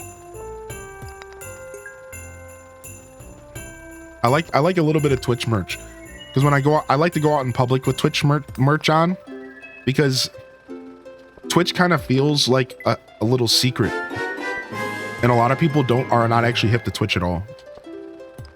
So when I go out in public wearing Twitch merch, it's super cool because every once in a while somebody acknowledges it. Like rarely somebody's like, wait a second. Oh, you know Twitch? And then like I get to have like a conversation. It's usually pretty cool.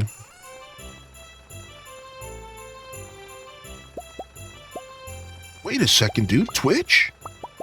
But again, like It actually doesn't happen often at all. Copper axe. Yeah, surprisingly enough, Twitch is just super under the radar. Thank you, Elizabeth, for 23-month Prime. Appreciate you. The DDV DLC will have 5k moonstones for anybody needing them. You surprise a lot of people. You have no idea what Twitch is. Yeah. Twitch is actually super under the radar. It's nuts. Like, even for people like my age. Like, I meet younger people that you would expect, like, are more hip to the times. Nope. I meet older people. Or, sorry, people my age. Nope. No clue what Twitch is. And then you would assume that people older than me have no clue either. Again, we're talking generally. I know that here in my chat, we have a pretty diverse audience. So, you know, shout out to all my older viewers, you know, not trying to call you out, but just in general, you would think that they would be less in the know. So, like, I don't have a big expectation on their end, but still, like, it's just super shocking sometimes how very little Twitch is on anybody's radar.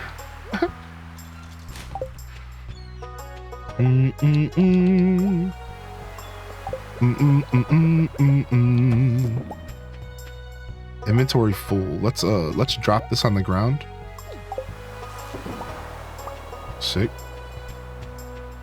We know Hylian needs more moonstones. I was waiting for somebody to say that, actually. I was kind of waiting for somebody to say that. Yeah, I need all the moonstones I can get. All right, we have to buy more bait. I'm getting sick of this bait purchasing, but it's a necessary evil right now. Someday we'll stop buying bait. Someday.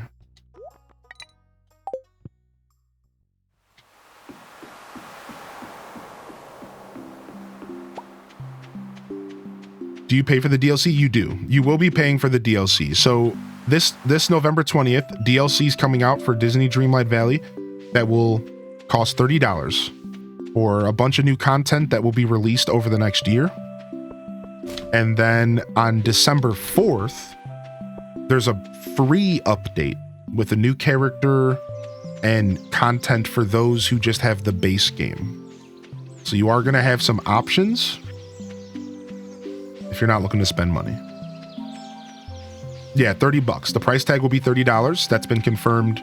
It's not going to be too bad. They're going in the exact same direction they did last time. So I'm going to try to look into a giveaway for it, but giveaways for that is really hard because everybody plays on different consoles. But I'm going to try to see if I can like pull something together for us. Maybe we can do something nice for the community. Maybe not everyone can afford to play it or whatever. But we'll see. We'll see if I can pull anything together. Again, it's kind of a hard game, I think, to do giveaways for because we're all playing on different consoles and stuff. And nice. We got ourselves a lobster. Bring in the dancing lobsters. Bring them in. Steam is worldwide, right? Steam is international. Yeah, Steam's always the answer. Give them a gift card on the platform they play, right? Like, and I've done those types of giveaways before, and that's totally an option, right? I've done like giveaways where I waited until the winter, then I went to, there's a website called, I think it's like called Asia Plays or something, and you can get international cards for every type of system. Like, I can get like German Nintendo Switch gift cards and stuff, and I've used that website. You pay like a slight premium, and then you get the code. Like, we've done that stuff before on the channel, and we might do it again. Yeah, Play Asia, I use that website a lot, actually, for the channel. I've done all sorts of international giveaways using that website. You rang? Yo, what's up? What's up, 10 Lobster? You rang?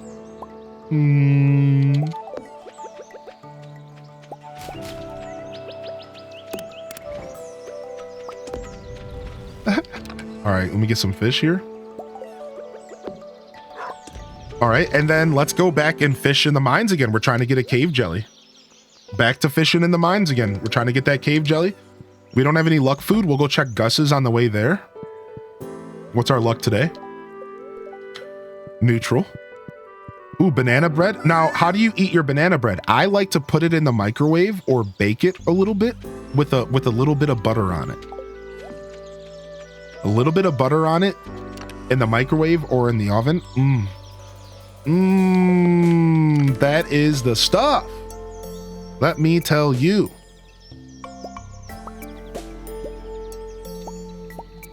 All this stuff is going to the community center. I think these slime parts can go. And this geode. All right, let's roll. Let's go fishing.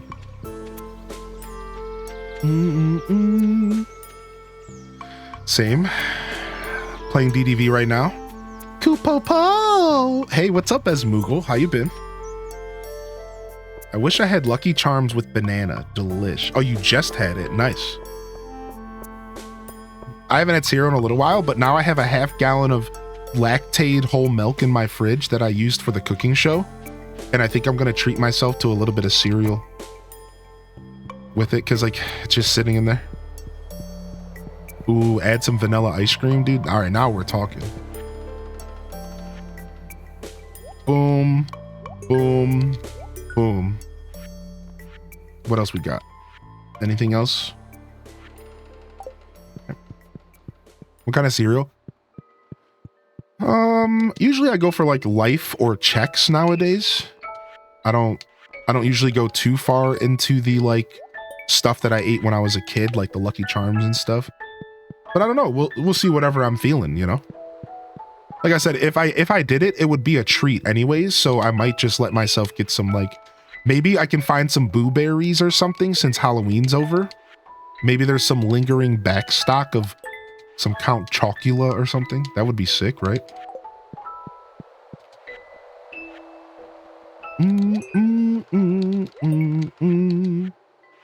All right.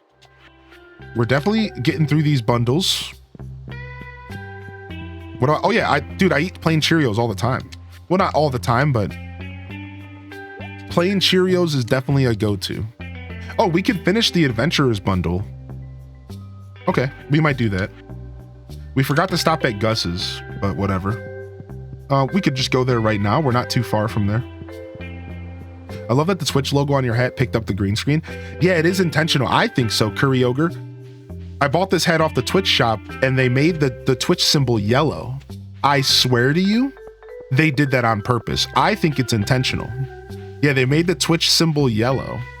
I think it's very much intentional, if you ask me. I don't know though, but you know, I think they know that people who buy their merchandise tend to be streamers. Like, I think that's a pretty common thing.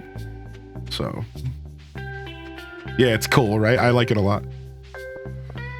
Just remember, when you make cereal, milk first and warm it in the microwave. Shut up. And the fact that you remember that story, dude, I can't believe you remember that story. Stop.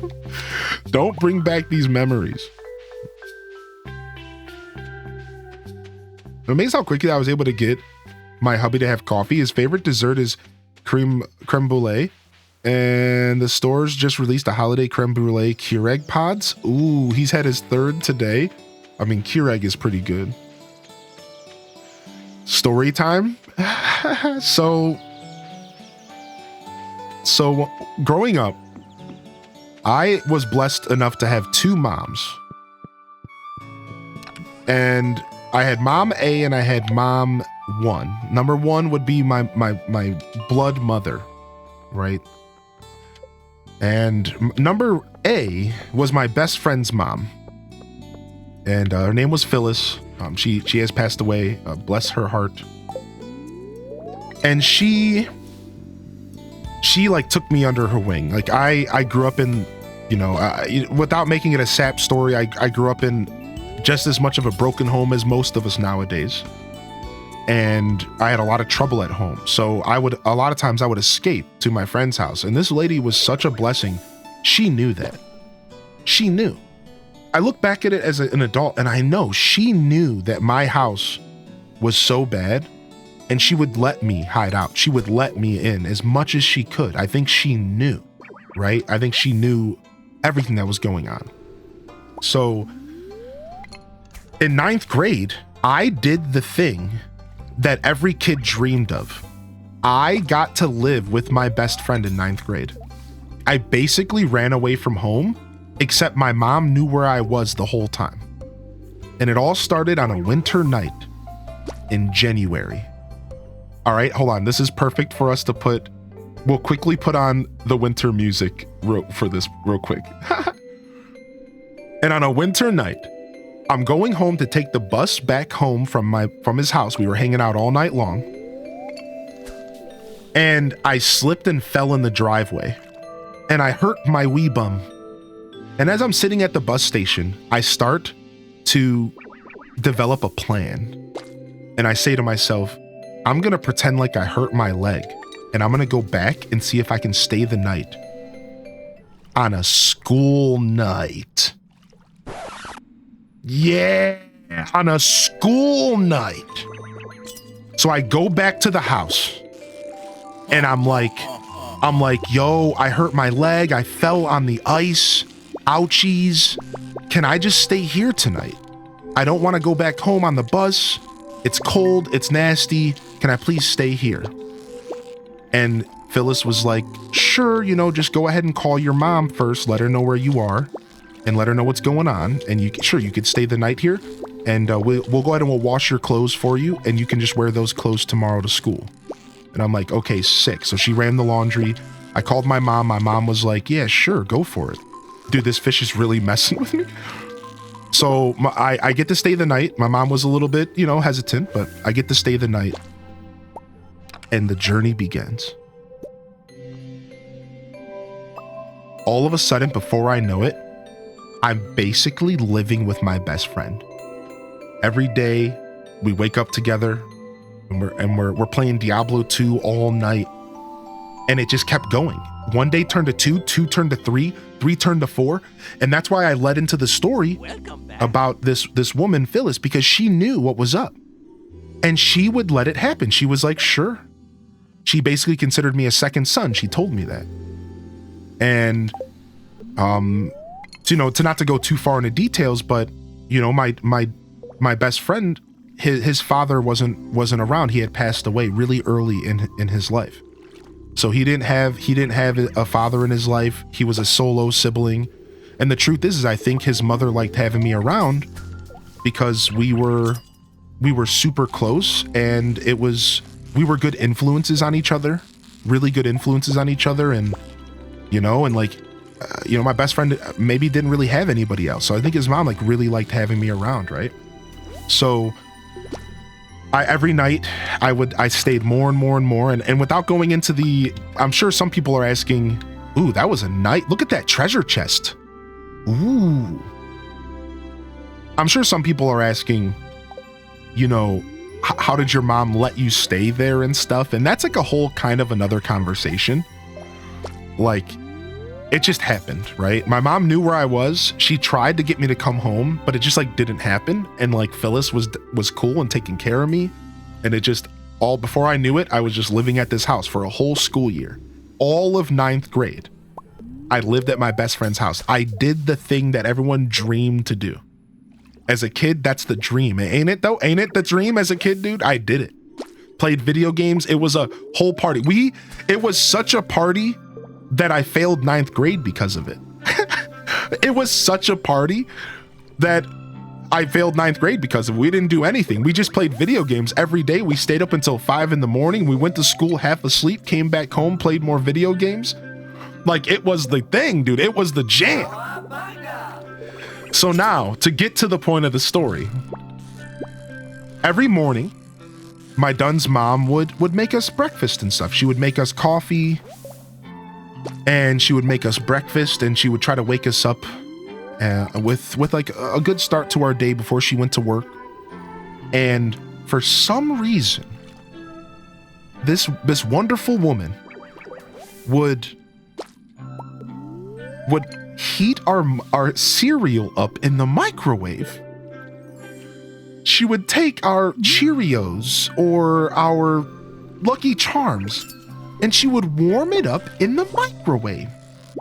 So I'd wake up every morning to this weird, warm like squishy, soft cereal. And like, I hated it. Like, I was like, dude, cereal's supposed to be crunchy and cold.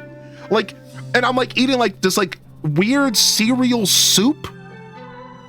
And she would like heat up in the microwave, dude. And we dealt with this for like weeks because like my best friend didn't want to say anything to his mom. Maybe she had been doing that forever. I don't know. And I didn't want to say anything because like she was doing it out of she thought that this was a thing that people wanted.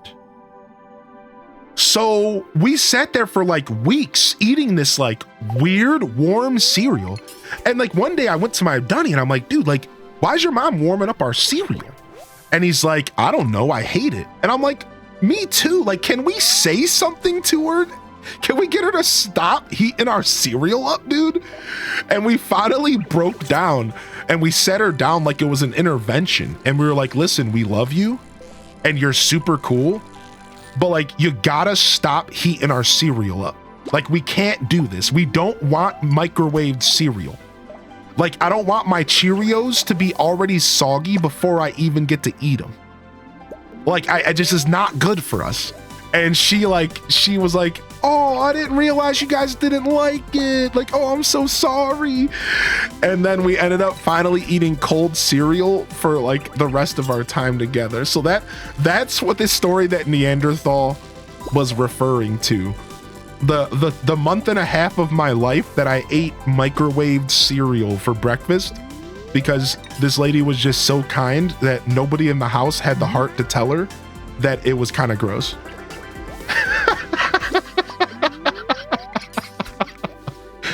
And that's the story of the microwaved cereal. There you go. Yeah, she was trying to keep us warm. She wasn't being like nasty or anything. I know Quake was joking, but she genuinely thought, and I think that's just an old school thing. I think it's just an old school thing. A couple people even in the chat said warm cereal is good.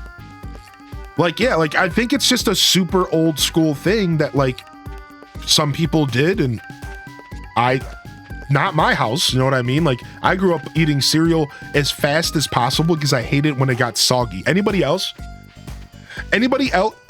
eat their cornflakes as fast as humanly possible so that they didn't get soggy? Like, yeah, like I was the complete opposite. Like, I hated soggy cereal as a kid. So I would sit there and eat my cereal as fast as possible. I wanted it to be as crunchy as possible. I didn't want soggy cereal. I actually hated it. So it wasn't even a conversation of like I was so far on the opposite spectrum that like it was really uncomfortable. Like, it was not fun for me as a person who like that was just not on my radar. Like, warm cereal wasn't on my radar. Like, now I do like oatmeal, and I do understand that oatmeal gets used as a term for cereal. I like grits as well. Cream of wheat, I'm down for cream of wheat, you know? So like, again, it wasn't even like, it's not like I don't like to eat warm stuff for breakfast. What she was doing made sense, but it was just not good. Like, it made sense. Well, I understood what she was trying to do, but it just like wasn't good. It just wasn't good with boxed cereal that's like advertised on the TV with like a fresh, you know, glass of milk, ice cold from the refrigerator. Like, that's the cereal I grew up on, you know? Like, I don't know, dude. I'm gonna catch up on chat in just a second. Give me just a moment to catch up on chat. I just want to get some trash in this machine here. I know I missed some comments. I'll get to it in just a moment. Oh wait, hold on. Before we go to sleep, we have to switch the controller menu real quick.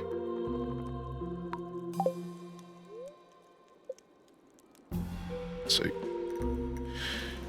Erica, good morning. My partner eats cornflakes soggy, warm with evaporated milk.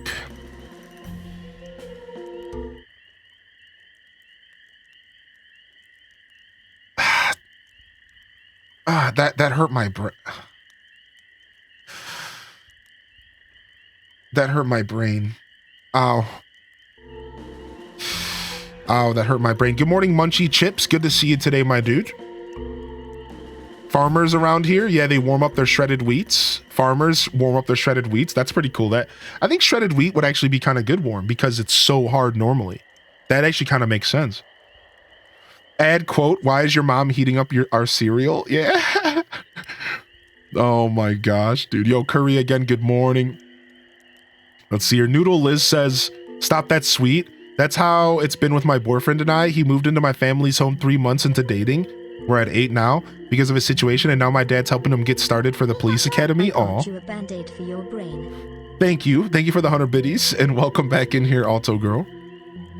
Have you ever made homemade cereal? No, I've never had homemade cereal before. Good question, though. Same thing happened with my cousin. He spent the night with my 2 cousins and never went home. My aunt made a room for him, and he never left until he got married.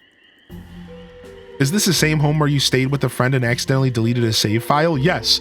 This is the same house where I accidentally deleted my friend's save file. Yes. Yes, yes, yes. Yo, what's up, Madeline? Good morning. Welcome in, Madeline. Pinkle, good to see you today, Pinkle. Welcome in.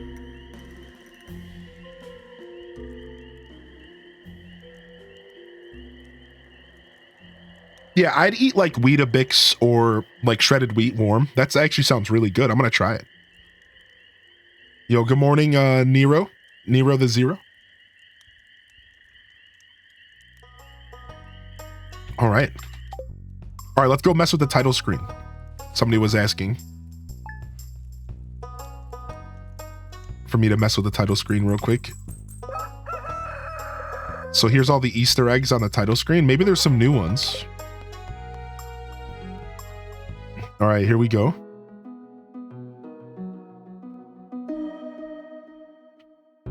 So the first Easter egg, we'll go to the E here. All right, you guys have to watch this one. You have to watch this one. All right, you're watching. Boom. Next is the leaves. Junimos. Next is the corner, and then you put it in the R. And there's one more, I believe. Yeah, here.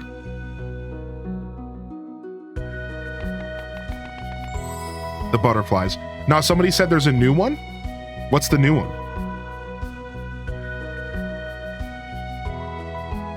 A little bit of DDV Star Path advice for everyone. There's 2 quests that involve picking up memories, and there's 5, and then 10. Later one is 10. It's advised to just leave the memories you leave on the ground. Oh, that's smart, Blood Raven. Yeah. Yo, what's up, Squirtle? What's up? What's up? How you doing today? I love your tag. Wait, is this the friend who you got caught doing the green stuff with? No. That's a different friend. That dude's name was Dustin. Oh, E-Talker, I'm glad you got some laughs. I can't remember the details, but it involves the Konami code. What? Up, up, down, down, left, right, BA start? What?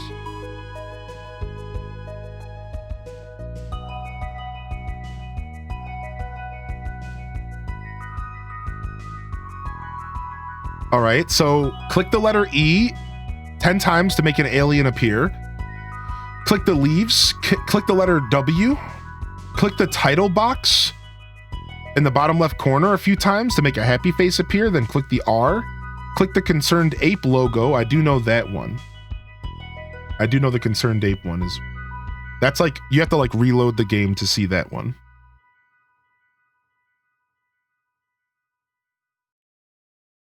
I thought that was just to get multiplayer on mobile. Oh, there's a Konami code to get multiplayer on mobile. I read about that. I didn't know it was a Konami code though. I read about that actually. Yeah. Okay, cool. There you guys go though. For those that never saw that stuff, there you guys go. All the best to everyone. I started playing this game a few days ago after I didn't really think it was a good game. It's calm, man. This game really does have a lot going on. I hope you enjoy it so far. All right, let me go ahead and put my controller back to the way I like it for Switch. Nice. Yo, welcome in, Ramirez. Thank you for 27 months, dude. Thanks, dude. Thank you so much, man. All right, fortune teller, feeling neutral today, and it's going to be sunny tomorrow. We got to bring some of the food inside. We have a bunch of food that we need to bring inside in the game. Sell this. Drop this off. Drop off this sonar bobber. Let me clear up the cooking chests. Get this stuff inside. Bum bum bum bum bum bum bum bum bum bum bum bum bum. This is our future cooking chest. So we're just putting that stuff in the house for now. Doing good. Thank you for asking. How's the stream going? Streams are going good. Things are going good. I appreciate you. Yeah, things are very good. We had a wonderful episode of Scuffed Eats. So for those that are new around here, I do a cooking show every Sunday, or sorry, right now it's every other Sunday, but just in general, I do a cooking show. Better to just word it that way. And we did an episode yesterday, and it turned out real good. We actually cooked from the official Stardew Valley cookbook. We actually cooked from the official Stardew Valley cookbook that came out about 6 months ago. And it turned out amazing. It was really cool. I can't wait to do more recipes from that cookbook. It's gonna be a blast.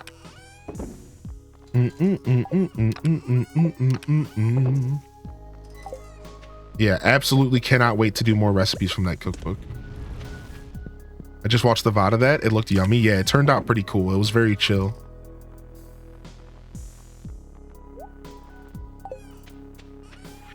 Yo, what's up, Susha? Hey, how you been, Susha? What you been gaming on? All right, and where's my watering can? There you are.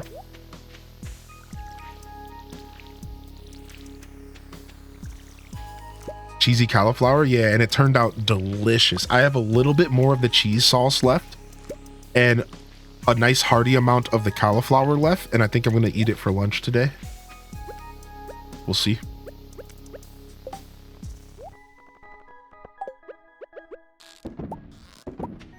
What? Should I upgrade my items, weapons, and keep them the same? So my recommendation is that you start off upgrading your axe or your watering can. Watering can so that your farm is more efficient. The axe because you can get access, no pun intended, to a place called the Secret Woods when you have a level 2 or an iron axe. This is important because the Secret Woods has a ton of hardwood, and you're going to need hardwood to get some of the best crafting stuff throughout the game.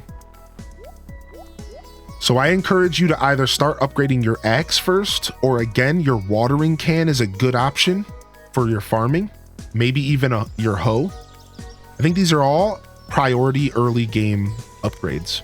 Personally, I think the axe is the first one. I think you always upgrade that first because then you get hardwood and then you get your horse. I think your horse should be your priority in every playthrough. Axe to level 2, collect 100 hardwood, 10,000 gold, get your stable. The horse is just so important for the time management in the game. So that's how I play the game. That doesn't mean that there's not different ways to play the game.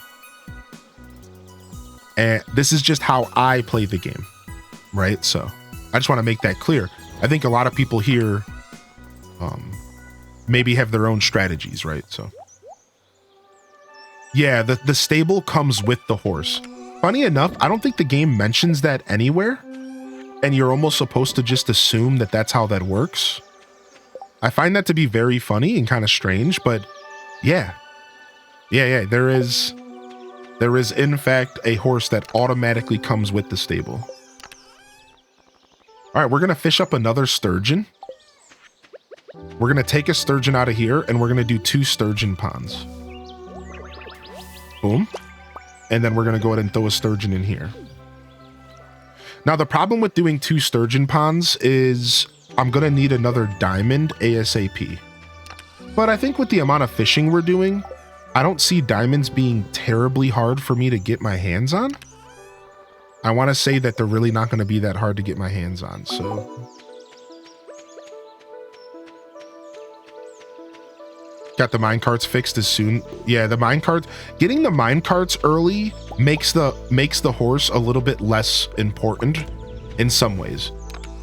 So you can go in that direction if you would like. I think that's actually a really good point. Like if you're somebody who does avoid the stables, then you probably want to try to get those minecarts done ASAP.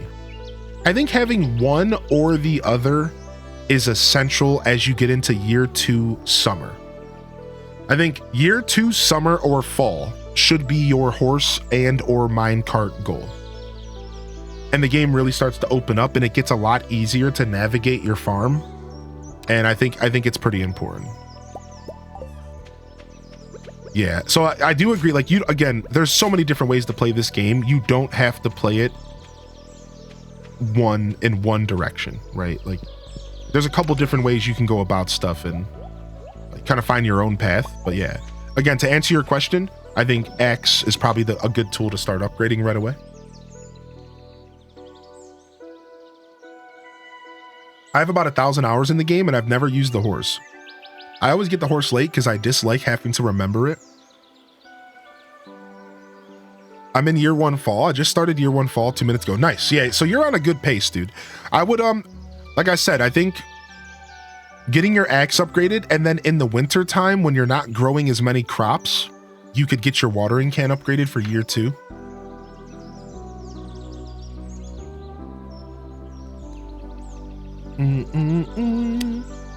I always forget where I leave my horse and end up walking home. I mean, yeah, me too. I always do the copper pick. Now, welcome to the show today, Pizza. Good to see you back. Now, I think that the copper pick is a totally valid way, a first tool. Now, why do I say that? Because the pickaxe makes your mining experience better, and your mining experience being better and more efficient is a pretty big deal. So again, there is different philosophies when it comes to like what tools to upgrade first.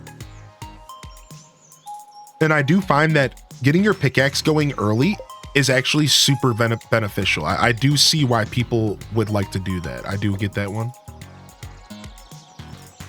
All right, what are we doing today? Let's go check Gus's. Let's go to the beach and fish. Honestly, we just need to keep fishing in the mines, or we just need to try to progress through the mines. Let me see what my luck is like.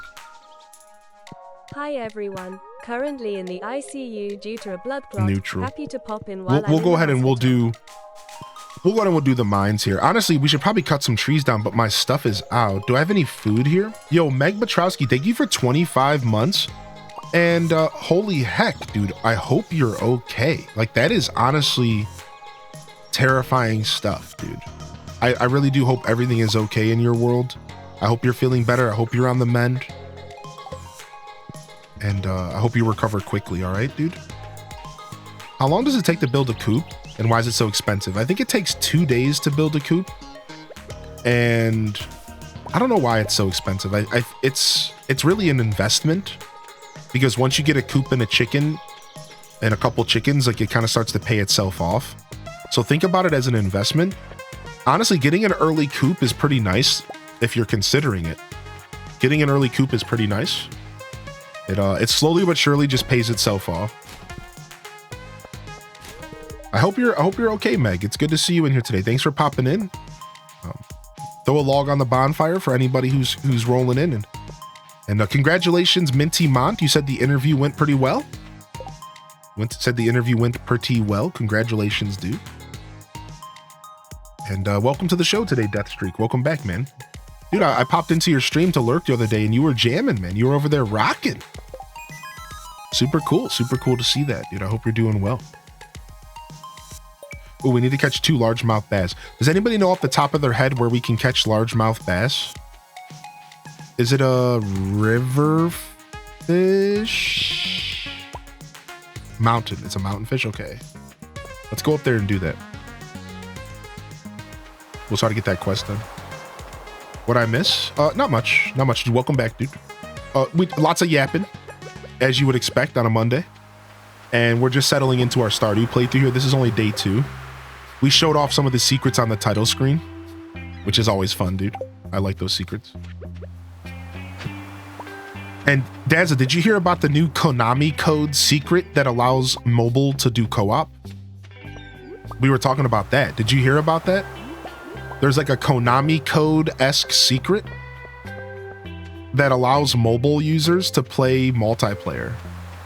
I don't know the details myself. I just stumbled across the article. Trouble Goats actually posted it in our Discord, like right when it was released, like right when people found out about it. Trouble Goats was on it. So the article is in the Stardew Valley channel in our Discord if you guys want to check it out. I don't think our axe is ready. I think it takes 2 days, right? 1 day of downtime and then I didn't see the sign. Oh, wow, I forgot. You can actually still shop with Clint now. Isn't that a part of the update that you can shop with Clint even though he's upgrading your tool? Or was it always like that? Maybe it was just geodes I'm thinking of. Yes, exactly, Squirtle. And I didn't want to restart the whole game. That was a part of the update. Yeah, I think that was a part of the update, which what a beautiful quality of life thing to do. All right, we checked our beach crab pots. We should probably get some more beach crab pots going soon. We want to get more crab pots going in there. Yeah, it was a really nice quality of life thing as Moogle, yeah. Something I didn't realize about this particular challenge playthrough is you'll have so many interesting stuff you can't sell that can be used as gifts. Yes, I think our gifting game is going to be strong in this playthrough. I didn't consider that myself. That's actually a really good point. We're definitely going to have some strong gifting game in this playthrough. And we're going to be doing, we're going to be able to do a lot more cooking, I think, because like I'm going to just have so many crops just like laying around that I'm not doing anything with. The Marnie catalog was for sure the best thing they added in 1.6. Nerdmob was so happy. The Marnie catalog is really nice. Linus. All right, let's see if we can get ourselves some largemouth bass and we can finish this quest. That'd be kind of nice, actually. This will be our first fishing quest we finish if we actually do it. I just hit level 5 farming. Should I do rancher or tiller? So I usually do tiller, but I recommend rancher if you're playing on the Meadowlands farm. If you're playing on Meadowlands, I recommend you try rancher because I think rancher could be really fun. Even though artisan is down the tiller path and artisan goods come from animals, so like it's a really hard decision to make, but rancher was a lot of fun on my last playthrough. You got the garbage hat? Nice. What's up, Blue Phoenix? A nice chill Stardew stream is exactly what I need after a long morning. Good to have you back in here, Death Street. Ah, I was looking away for a second.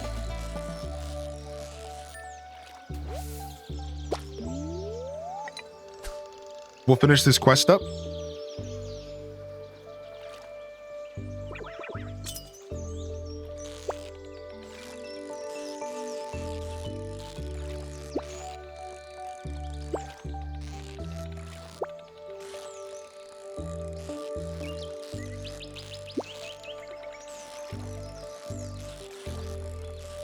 Oh yeah, excuse me. I muted for my cough, but this fish got me battling. Sorry. I knew I was muted, but like I'm trying to battle as well. I was just cursing this fish out. Like I was literally just cursing this fish out. Stop!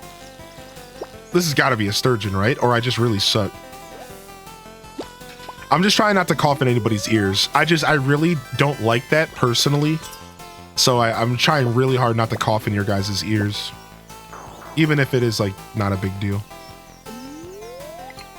I got this little respiratory thing going on.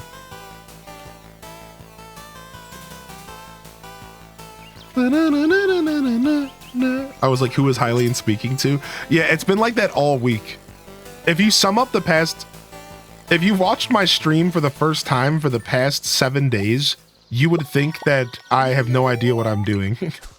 The amount of times I've left my microphone muted this week, it's because of these stupid coughs, man. I'm trying so hard not to be sniffly and coughy in my microphone.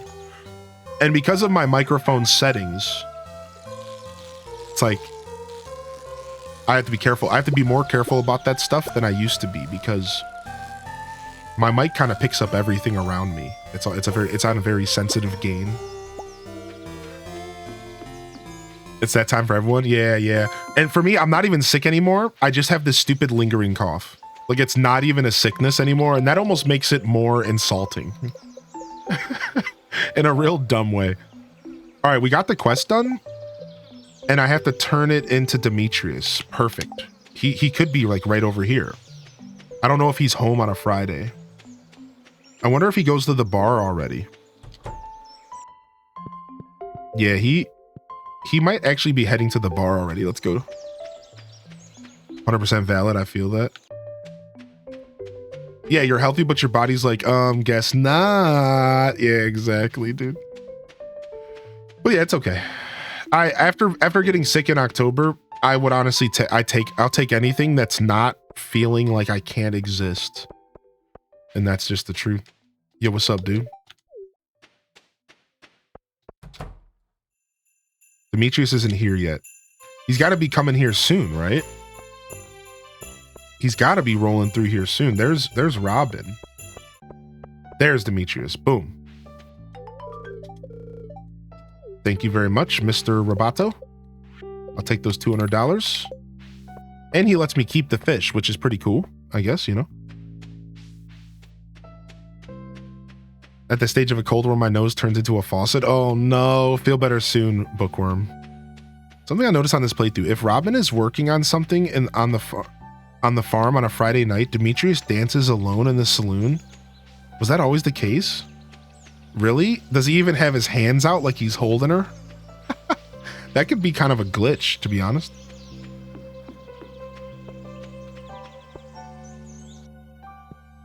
Yeah, this soundtrack is top tier. I've learned over my years of gaming that sound design is kind of everything for a video game. And that's just a personal thing. Like, for me, gameplay is king, right? I'll play a video game on silent. I'll play a video game on mute if the gameplay is good enough. So gameplay is always king. But I feel like when it comes to the experience, the music in the sound design is so important. It's so integral to everything when it comes to gaming. And I think the reason I bring this up is because I wanted to share that, like, I think the music in video games is what I truly connected with first as a kid. And I think being a Nintendo kid, that makes sense. Like, right? Like, Nintendo has prided themselves on their sound design and music, especially with Zelda, over years. Like, one of the most iconic things about Mario, besides for "It's a me," is the music, right? Like, when you think of Mario, you think of the music, dude. I can't fight this stuff with this dagger. I suck. Dude, I threw away my hammer and this dagger blows. I really, really need to get a new weapon from, like, I need to go, like, grind the lower floors. I need to grind the lower floors and get myself, like, a weapon that's not this dagger, man. This dagger's brutal, dude. I refuse to play on mute. I also refuse to play on mute. Same. But I do agree with that statement. I also refuse. I think I can buy one. I'm thinking about buying one. I was really trying to be stingy about my cash, but I might just have to buy a weapon, dude. I actually might have to buy a weapon. All right. I'm hoping that I just get Poseidon's sword from fishing. It would just be so fitting for this run. I would be really happy if I managed to get Poseidon's sword from what is not his sword, his trident. I think it's his trident. Grind 70 to 75 for a bone whip from the Skellies. Okay, I'll do that, dude. Sick. A bone whip? You can grind bugs for bait and get a weapon from the guilds. Oh, you're right. You can get the stupid bug. Yeah. Oh, I honestly could use bait. That's also smart. Okay, so we got some options. Chat's coming through with some good options here. Yo, get away from me. No. Get away from me. Get away from me. I don't want to fight you right now. I'm just trying to find a staircase without fighting these goons. These guys suck. Bone whip sounds painful and fun. What's up, Bailey B? How you living today? Good morning. Do I need to throw another log on the fire? Yo, I think we need another log on the bonfire for sure. I think we could get a little cozier in here. I hope you do as well as EJ. I hope you do as well. I was recently thinking about how video game music really resonated with me when I was younger, and I get so nostalgic when listening to old songs. Yesterday, I threw on the Spyro 2 soundtrack while I was working, and it was beautiful, dude. Why is Spyro 2 such a good soundtrack? Oh, gotta go. See you later, Shadow Man. Spyro 2 has such an iconic soundtrack, dude. Some of the music in Spyro 2 is actually really good. And here's a fun fact. I didn't type this in the Discord last night, but I wanted to say this to 10 Lobster. Fun fact, the drummer from the band The Police is the composer of all the music in Stardew in Spyro the Dragon. Spyro the Dragon 1, 2, and 3 was actually composed by the drummer from The Police. Just by the way, that's just a fun little factoid for y'all. Yeah, he composed all the first 3 games. And some say that you can hear some of his work.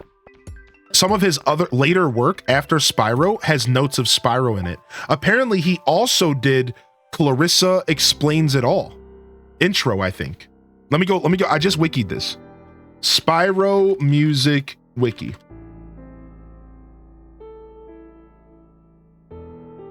Spyro the Dragon. Yeah. Hold on. Let me pull it up real quick. So his name is Stuart Copeland.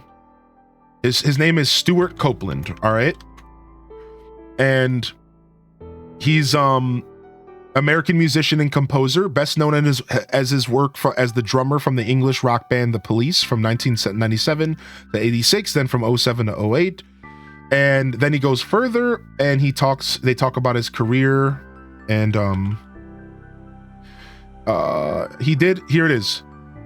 His work includes scores for the films Wall Street, Men at Work, Good Burger, and We Are Your Friends, and theme music for television shows The Equalizer, The Amanda Show, and Dead Like Me, and scores for video games like the Spyro series, Alone in the Dark, The New Nightmare. And he also wrote pieces for ballet, opera, and orchestra. This guy's all over the place. Anyways, as I said, randomly, the drummer from The Police made the music for Spyro the Dragon. And they say if you go listen to his music, you'll hear little bits of Spyro here and there. And apparently the Amanda Show also has some Spyro in it. I have to go back and listen to the Amanda Show now to find out, but like, wouldn't that be like, I believe it. I do believe it. The Amanda Show and Spyro sound so similar. Yeah, like, isn't that kind of funny? Like, isn't that wild? So I brought this up because 10 Lobster commented on my post in the new thread. So we have a new thread in the Discord. There's a new thread in the Discord called Currently Listening To, a music thread. And I'm encouraging people to share what they're listening to throughout your journey. So I'm going to try to share a song in there or a play. You could share playlist, songs, video game music, albums, Spotify, whatever you want. And I'm in there. I'm sharing maybe once a day or maybe once every couple days. I'm going to be in there sharing music that on my journey. I'm going to try to get back into my music journey, and it's a big part of my personal life, and I want to share more of my music journey with you all. And I haven't fully ever like leaned into it the way I would like. Like I said, in the past, I wanted to maybe use my Spotify account as a place where people could follow me and listen to my playlist and my music. But the Spotify account gets kind of muddied because I use it for stream. So it's not really a full reflection of me. It's a hodgepodge of me and Highly in Descent in our show. And I think you understand, like, it's not quite it's not quite all my music taste in a sense, right? Believe I love all the stuff we play on stream. That's why I play it, but it's just not the same. So I'm thinking maybe this thread in the Discord is a way that I could truly share my music with all of you, and I can share that journey, that part of my life with the community. So join the Discord and check out the currently listening to thread. And the cool part about this is I can go and listen to all your stuff. Y'all have been sharing some bangers. I'm getting introduced to new music. I'm gonna drop my first playlist in there soon, I think. So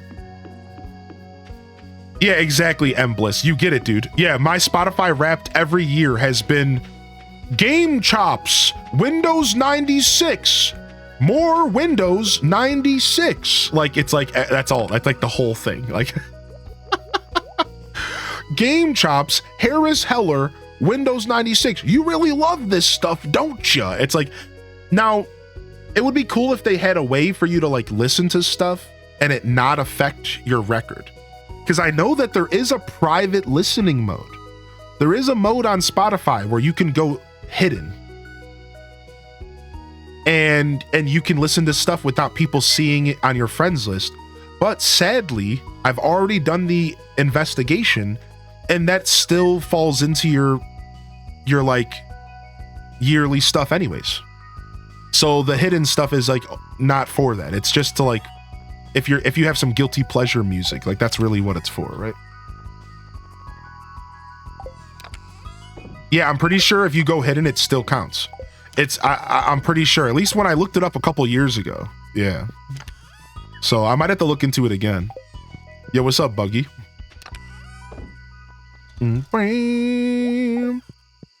Because then maybe I could go hidden during stream and like, that would kind of solve my problem. Oh, it's 1:20. We have to be careful. I almost passed out. I wasn't paying attention. All right. Where's my coal at? Thank goodness for the Nintendo Music app. Dude, I love the Nintendo Music app. I was just jamming out to more Ocarina the other morning. I need to sit down on the Nintendo Music app and actually make some solid playlist. They just released Diddy Kong's Quest, DKC 2, which is a beautiful addition.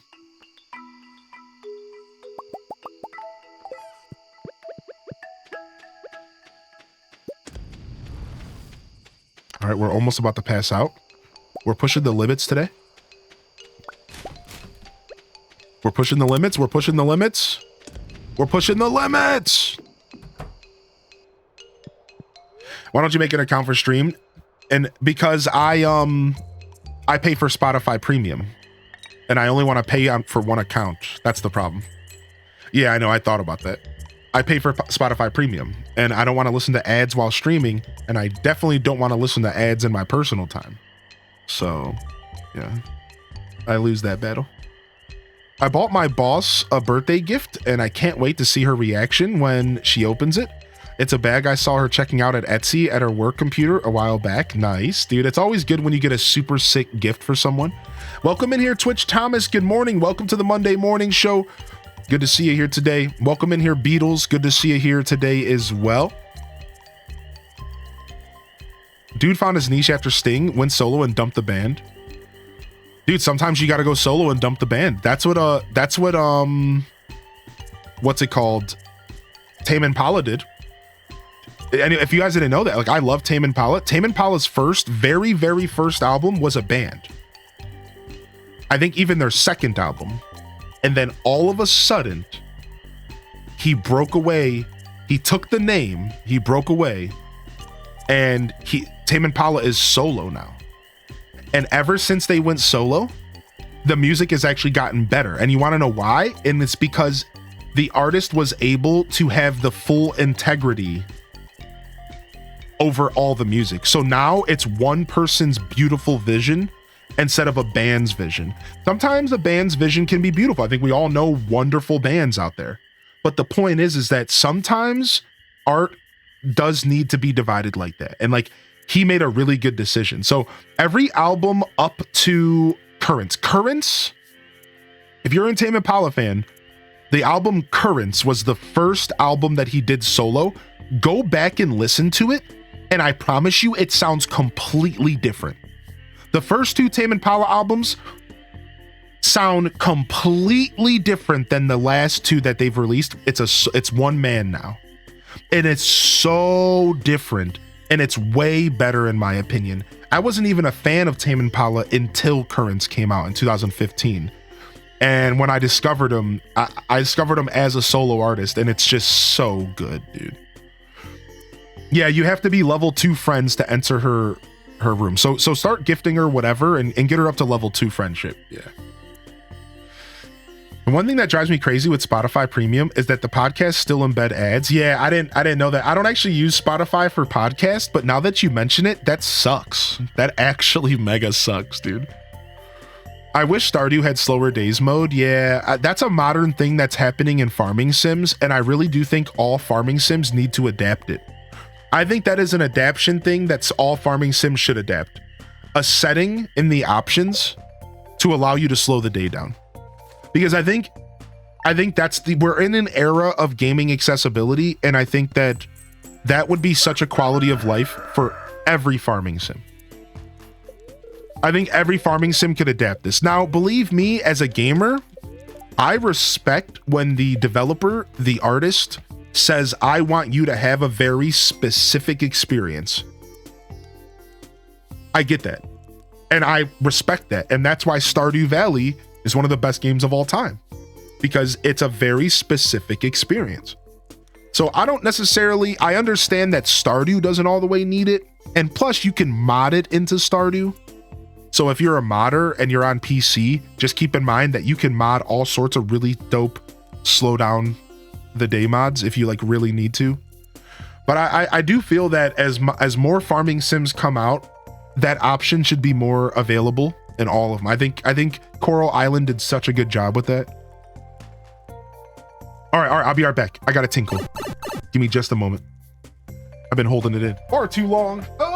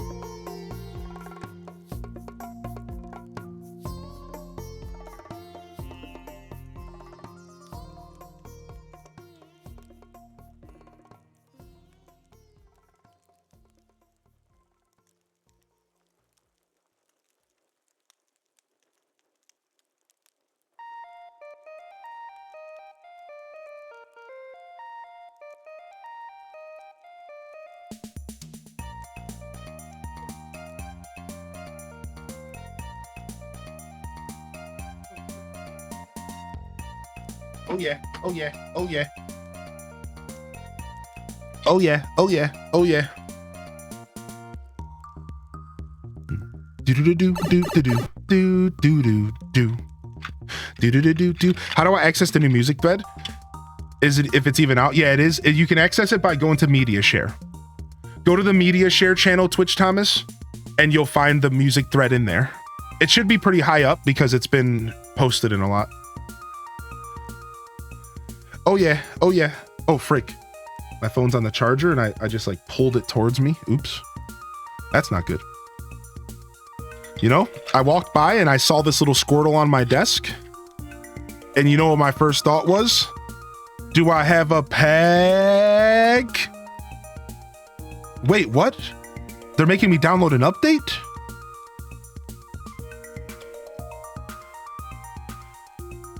I have 17 hourglasses, 3 hours and 1 minute on my premium timer, and 8 hours and 44 minutes on my other timer.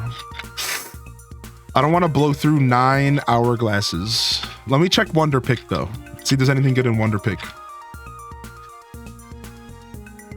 Empanada.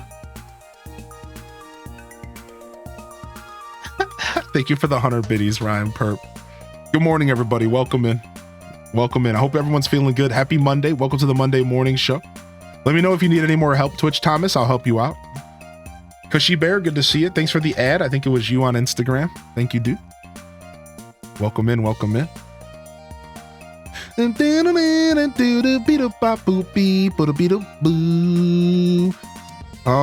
Full art Meowth. Full art Porygon.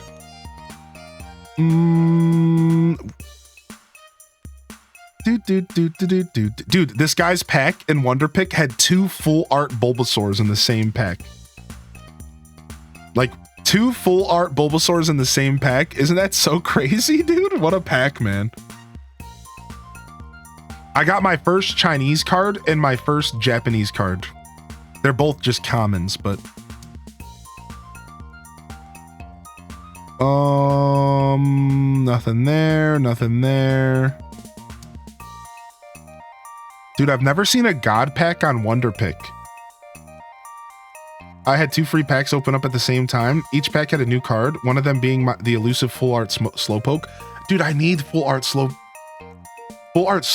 Wait, you're talking about the cuties. Yeah, the cutie one, yeah. I got a couple Japanese cards, thanks to my 2 Japanese friends. Once training's a thing, I'm gonna work on getting all Alakazam full arts in each language. That's sick. That's such a cool goal. I'm gonna have to create some of my own goals like that. Checking the expired packs real quick. Nothing in here today for me in Wonder Pick, so we're gonna hold off. I'll wait. I don't want to. I'm trying to save up my hourglasses. I'm trying to be more patient. Now that I got my Mew, I'm trying to chill a little bit. Exclamation point chill. I'm trying to chill a little bit now that I got my Mew, man. You pulled a full art Lapras this morning? Nice. Yeah, I'm trying to chill a little bit, dude. I'm trying to save up more of my hourglasses and just open my hourly packs or my daily. I say that even though this morning I used like 4 hourglasses to open up a quick pack, which is why I have to wait so long. I'd like to use the hourglasses to just cut off a couple hours. My strategy with hourglasses is to save them until the timer's at like 4 hours. And then you just have to drop like 4 hourglasses instead of the whole 12. That's my strategy. So I tend to save them until the timer's like a little bit lower, and then I'll just use a couple at a time, because then instead of waiting 12 hours, basically I'm just opening a pack every like 8 hours. And like I think that's way better, you know what I mean? Yeah, it's like I'll open one like every 8 instead of like every 12. Like it feels good that way. I should save hourglasses to open 10 packs. I mean, it's very satisfying to do that. Fortune teller spirits are somewhat annoyed today, so we can go and get the annual trout derby. Oh, the fishing derby.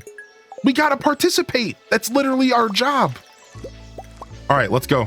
We gotta go get our pickaxe. We gotta go get our axe real quick. We gotta go get our axe real quick. What does it cost to make one of these specific fish bait things? We can make one of these right now. Okay, let's do that. All right, so we have to grab 3 of this. All right, boom. This pepper needs to go in here. And then we need to grab some sea urchins and some of this stuff. And we're gonna bring some trout home, and then tomorrow, because the trout derby's multiple days, we'll be able to make a bunch of trout bait. We'll be able to make some trout bait here, and then that'll make our life easier on day 2 of the derby. So that's dope. I'm glad we got that recipe. All right, do we got some fish in here we could cook up real quick?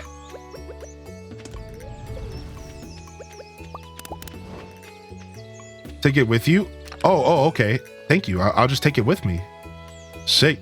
Ooh, and we have a sonar bobber to use, so we could just skip fish that aren't trout. Wow, this is turning out to be sick. All right, drop all this stuff off. Quickly run over here. Grab myself some iron to cook up. Dump this fish off. Boom shakalaka. Oh, let me grab a piece of coal real quick. And do we have any trash in here? Besides for Joja Cola, no. No, we're good. Okay.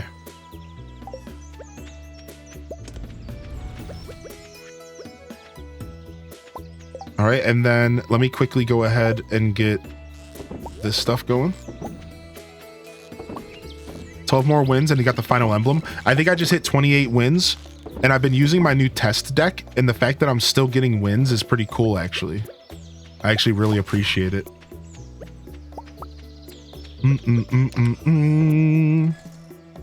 Yeah, my new test. I'm gonna make a couple decks and share them with the community.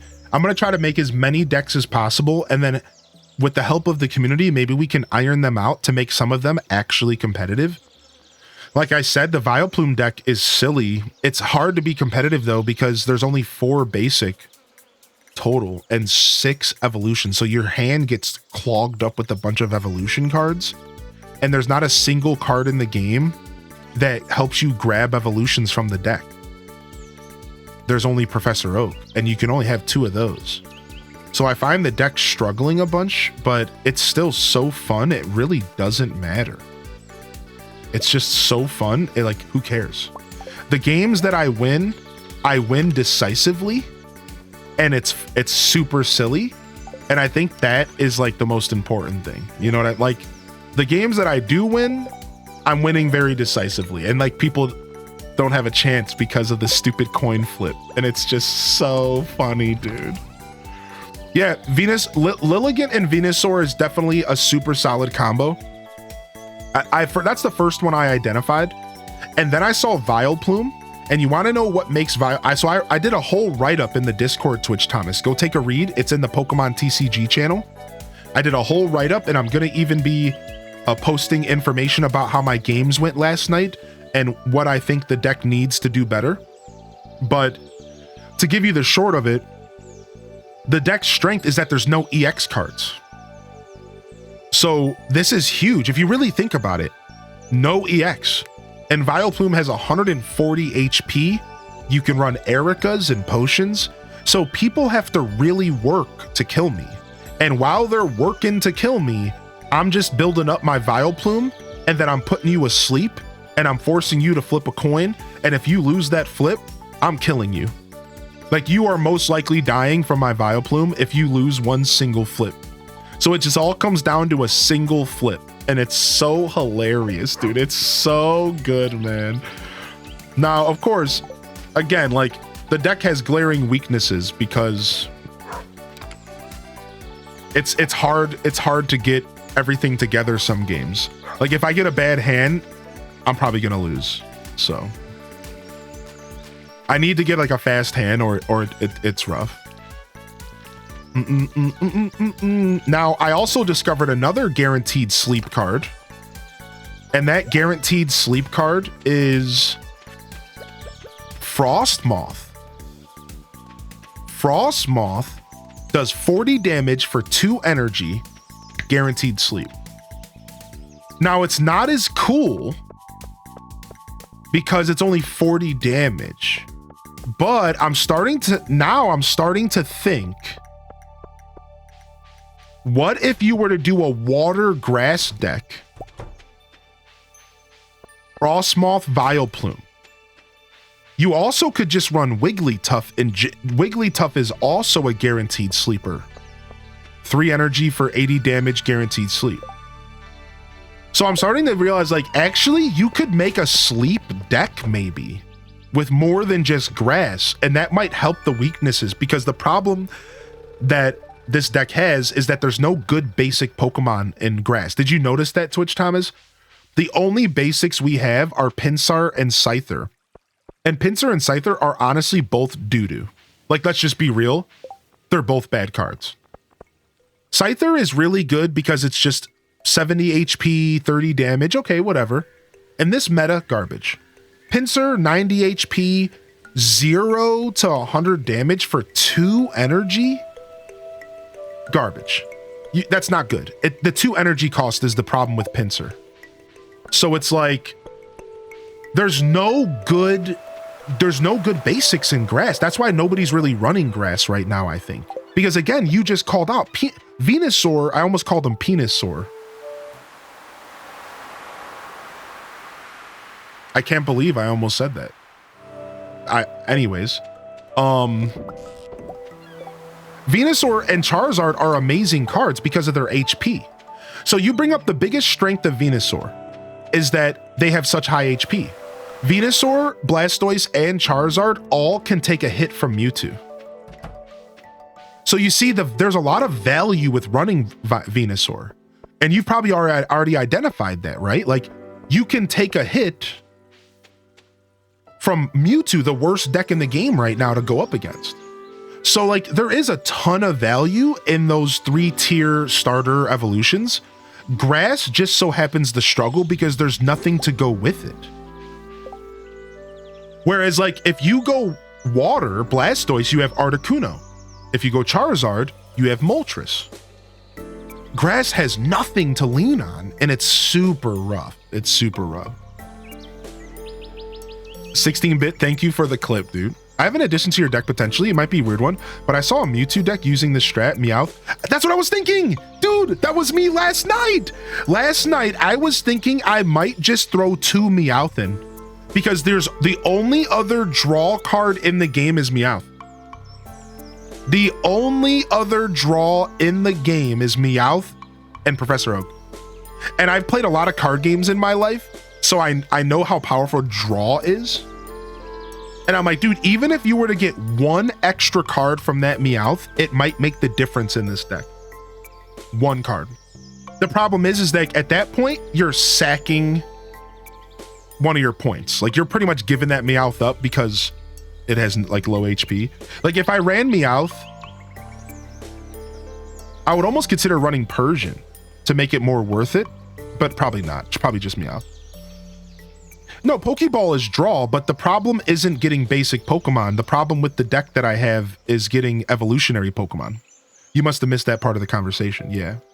Yeah, we're talking about the problem with the deck is that there's only 4 basics and there's 6 evolution, and there's no way to pull an evolution out of your deck right now. So you have to rely on draw. And there's no draw in the game besides for what we just mentioned. So yeah, Pokeballs are great, but not in this deck because they don't help me with the main problem with the deck, which again is the curve is bad. The curve is just not good. It's not a good curve. It should be high basics, low evolution. You know that. You play Magic.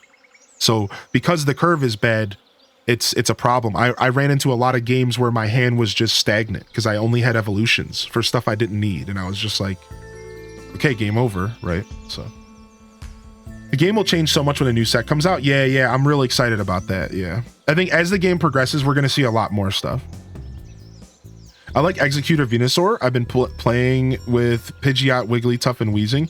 Yeah. Executor has a ton of potential. Executor might be the best low-cost card in Grass right now. 1 mana for a potential of 80 damage. Is that what it is? 40 or 80? That's like huge. I think Executor is the best card in the game right now. But I would consider Pokeball draw, to answer your question, Beats. Yeah, you might have just missed that very first part. But I mean, regardless, your question still is good. And yeah, Pokeball's draw for sure, man. Again, and especially if you're running a deck like Pikachu EX, because Pikachu's a basic. If you're running Mewtwo, Mewtwo's a basic. Moltres is a basic. Zapdos is a basic. You see how powerful Pokeball can be?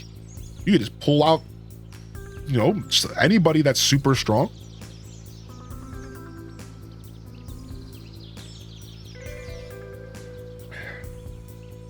I miss playing Magic the Gathering with my brother. Pidgeot is fun, but it's awful to play against. Yeah. That's how my Vileplume deck is. Did you see my Vileplume deck in the Discord? Like, it's horrible to play against because I don't know how much you know about sleep in the game, but sleep makes it to where you can't switch out.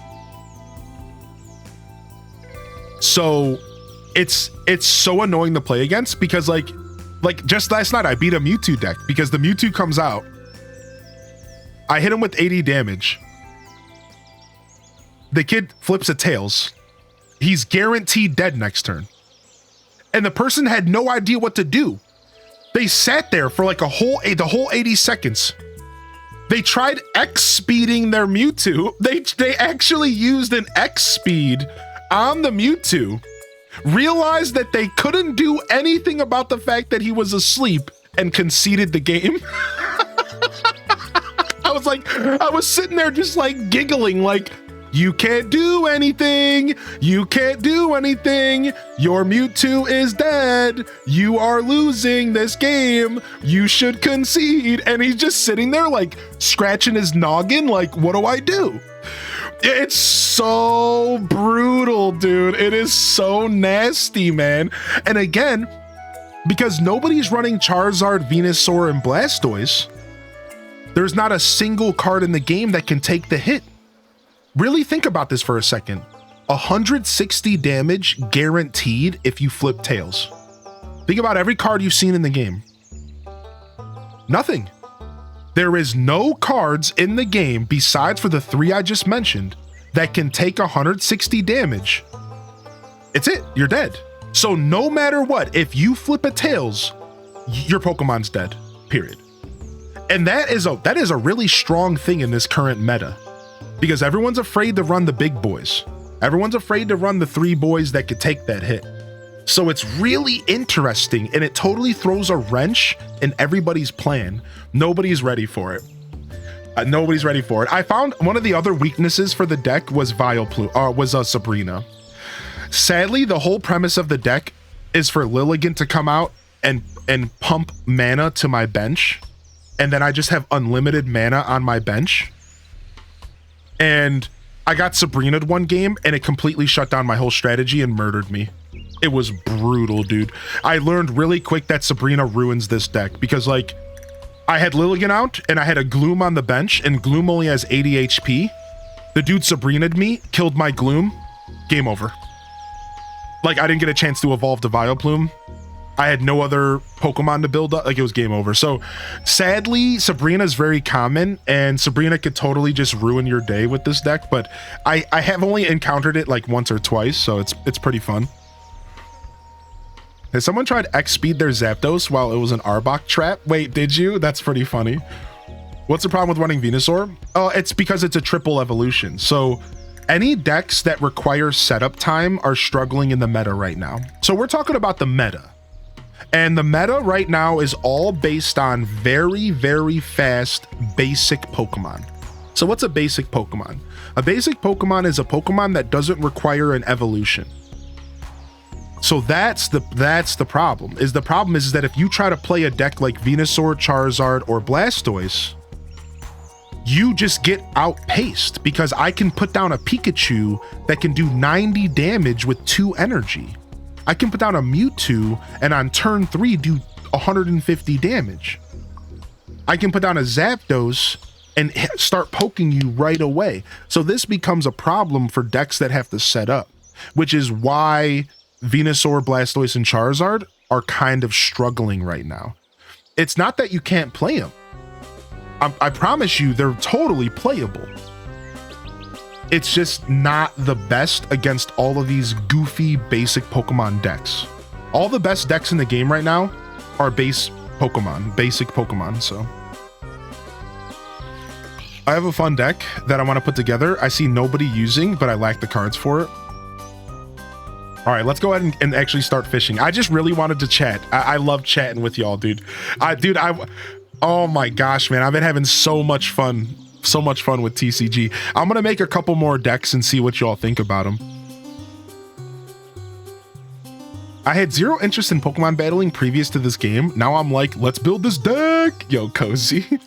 Yo, thank you for the lurks coming in, by the way. Thank you, Coco Winning and Dancing Pearls and Snowstorm. I appreciate y'all sincerely for the lurks. Good morning, Jess, and welcome back. Bender, welcome to the show today. Little Moonbeam, welcome to the show as well. Moonbeam, are you by chance just straight up Moonbeam in TCG? Is that you? You're on my friends list. I just saw your card this morning, your pack this morning. And yeah, Beatles, dude, I hope you're having fun, man. Beatles, I want to sit down with you and talk decks, because for those that don't know, Beatles and I have been playing Magic the Gathering together for the better half of 20 years. And him and I will bounce deck ideas off each other from MTG always. Like, we've been doing this for a really long time. We'll bounce deck ideas and we'll build like really good decks. Him and I both are like master deck builders in MTG. We understand the game on such an analytical level, like down to the probability of getting cards. We're very deep in the sauce. And this game has been something that like has really piqued our interest because 20 cards is such an interesting number for competitive play.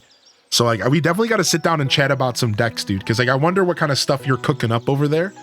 Sadly, like if you don't have access to certain cards, it makes deck building a lot harder, which is why I actually kind of waited to build decks until I had enough like cards. Like my goal was I wanted to wait until I had cards to like really experiment. So now that I've got the cards, I'm pretty excited about building decks and like messing around. Yo, what's up, Rage Gamer? I also missed a couple people coming in and saying good morning, so let me go ahead and check. So this, what is this? This is a rainbow trout. A remix, good morning, by the way. Flower Child, good morning. Did they get rid of Fairy? No, I think we're gonna get stuff later, chat. Chat, I think they're gonna add typings later. They're gonna add more typings to the game later. I think so. I think we'll get more typings over time. For sure. Almost certainly. I missed a good morning from Mishikins. Hey, there they are. I knew I missed a good morning from someone. Yo, Mishikins, how are you today? And I'm doing well. How are you? How are you? Thank you for your patience. I know once I get on a yap, dude, I might be missing some chat. I'm trying to catch this with one hand right now. I'm literally playing like this, and my other hand's on my mouse. I'm literally playing this like a heathen right now. Nice, got it. Sick.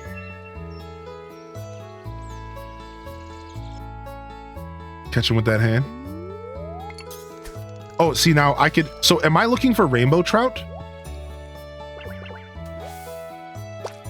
Is that what I'm looking for? So I can put this trout in here and get some bait? Wow, it's instant. You weren't joking. What? Only because it was an easy fish? Yeah. Oh, you got a Rog Ally. Nice, man. I've heard really good things about the Rog Ally. I've heard really good things. Yo, good morning, Aelith. I hope you're well out there, Mishikins. Thanks for your patience, bud. I appreciate you being here.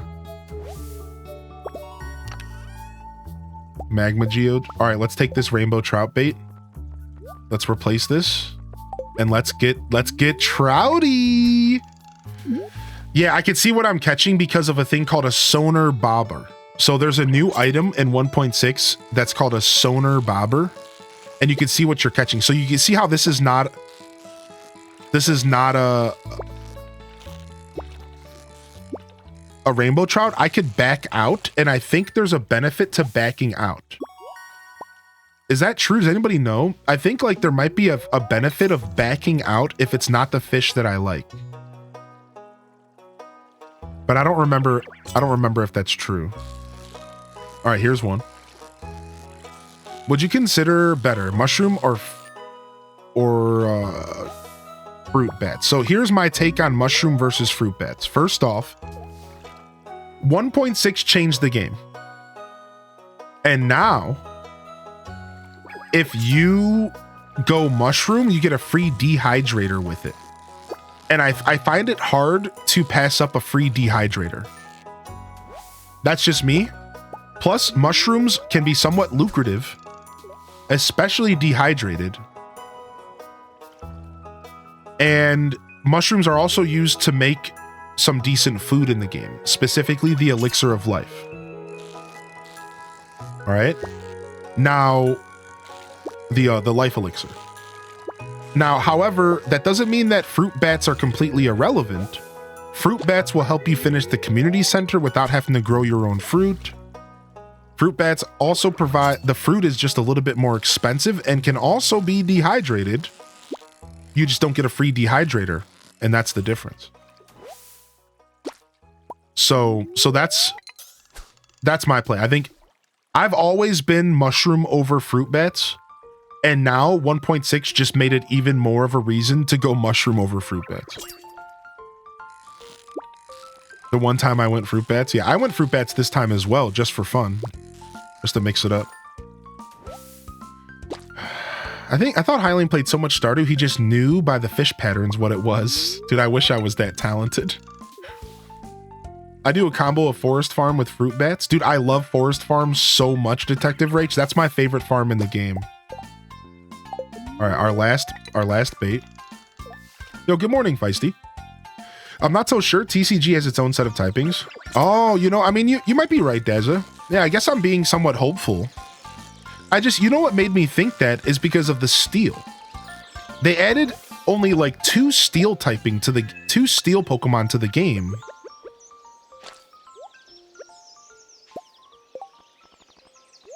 And I don't know, just for some reason my brain said, well, if they're willing to add just like two steel typing and do a whole typing set just for steel in this set, and it doesn't even feel like it matters, what's to stop them from doing like a couple fairy Pokemon? But I mean, I guess you're right. I mean, it really is all about balance, right?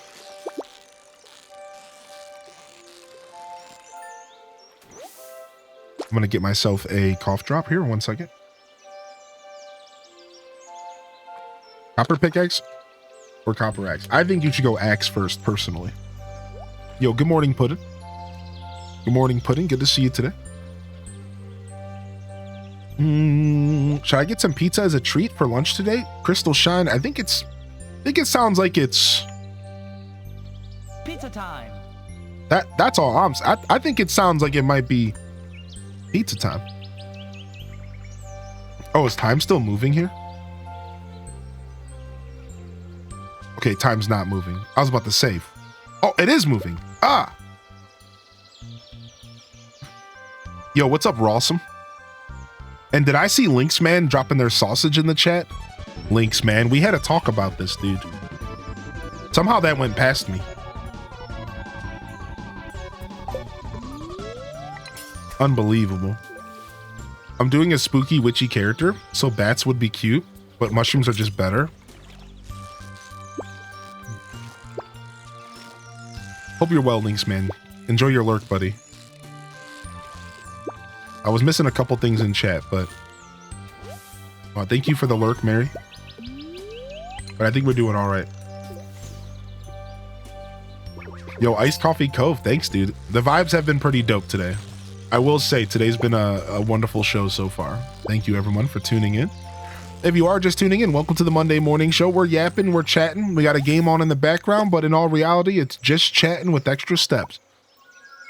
I do hope y'all are enjoying the show as we do our fishing challenge here and try to avoid turning the whole show into a Pokemon conversation. I really don't mind, but I'm trying real hard. I know some people are here for some Stardew commentary, and my commentary over this game the past week has been so much Pokemon. It's been ridiculous, dude. Like, people are going to go back and watch these VODs. They're going to go back and watch these VODs, and they're all going to be me yapping about Pokemon. It's so funny to me, dude. Yo, thanks for the follows and good morning. Yeah, Lynx Man. I had a feeling that's when you dropped it, yeah. Yo, much love to you as well, dude. Thank you. Thank you so much. River Farm got a huge buff with the fresh fish smoke. Dude, the free fish smoker on River Farm is everything. It's such a buff. It's making this whole playthrough worth it.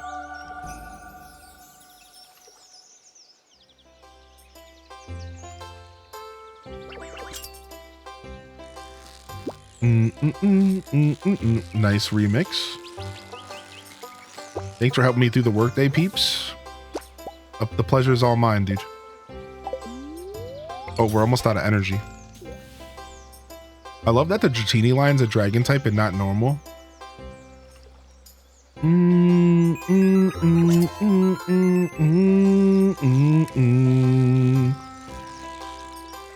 So I believe the Trout Derby is 2 days long. I believe it's 2 days long.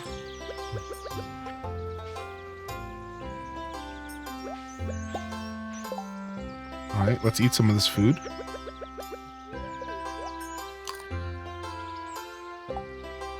We should have brought more food with us. But we could eat this algae as well. Back from my walk, I started a new file with the farm. Not as far as you, but it's relaxing. Nice, Delore. What else you been gaming on, chat room? Well, how did y'all spend your weekend? For those just tuning in today, how did everyone spend their weekend? How was your weekend, chat room? Did you go on any adventures? Did you play any good video games? What did we get into?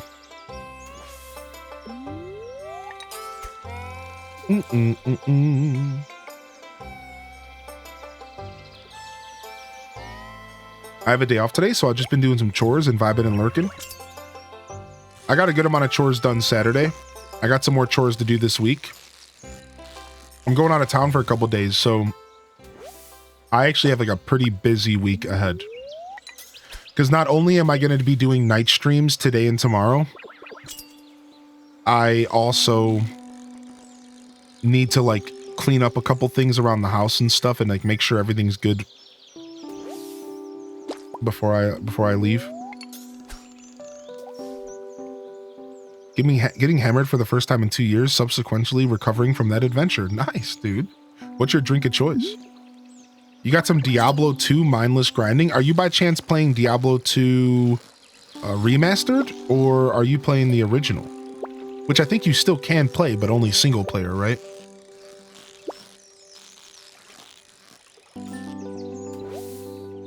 Some cheesesteaks this weekend? No, nothing like that. I'm just going to see some family.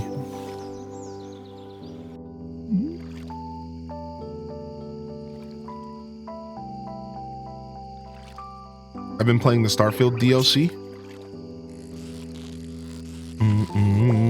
Oh, dude, I actually haven't gotten to the Starfield DLC yet. I actually have not gotten to the Starfield DLC yet. How much bait do we have left? 3? I really want to play that DLC, but I just have to be in the mood to load the game up again.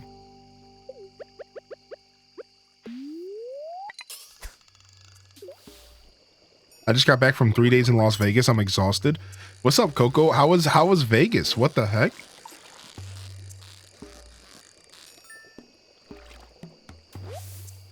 It was a crafty Radler, a fruity beer, only took 1.5 cans. Lightweight is an understatement. I mean, when you don't drink a lot, you don't need to drink a lot. Working sadly, but it's the last week of my busy season, so we're almost there. Nice. Serpentina, good luck with the rest of your busy season. You've been playing Spiritfarer, adventuring and fishing in Skyrim, mostly playing Minecraft and Stardew. Yo, Minecraft mentioned! Exclamation point Minecraft in the chat. We actually have a Minecraft server, and y'all are invited to join it. Don't be shy. Crochet in Pokemon TCG. Work mostly, but stuck in 20 wins in the Pocket event. Nice. You've been enjoying Pokemon Pocket Bender? Yeah, I'm at like 28 wins. I think I went 5-3 last night with my test deck, which was pretty cool. The fact that I went positive at all with the test deck was so cool.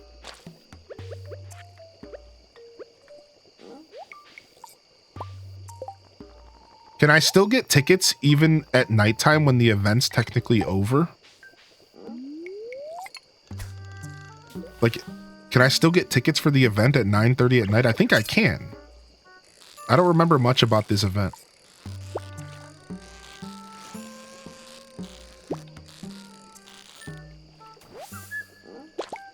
Well, that just answered my question. Golden tag. I've got the golden ticket. Counting down to the next hour and a half to get my next 2 packs.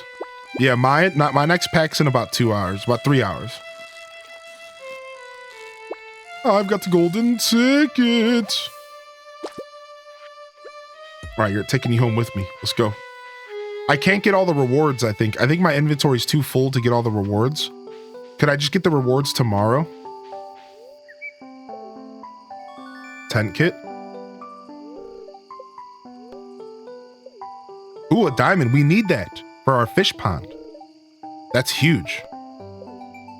A mounted trout. Sick. 20 deluxe bait. This just keeps getting better, dude. What sick rewards. Let's throw these away. 2 shots of triple espresso? Dude, this is so good early game. This is clutch, dude. Dude, early game. That is so nice. 2 triple espresso shots. I got a tent even. I could just sleep out here.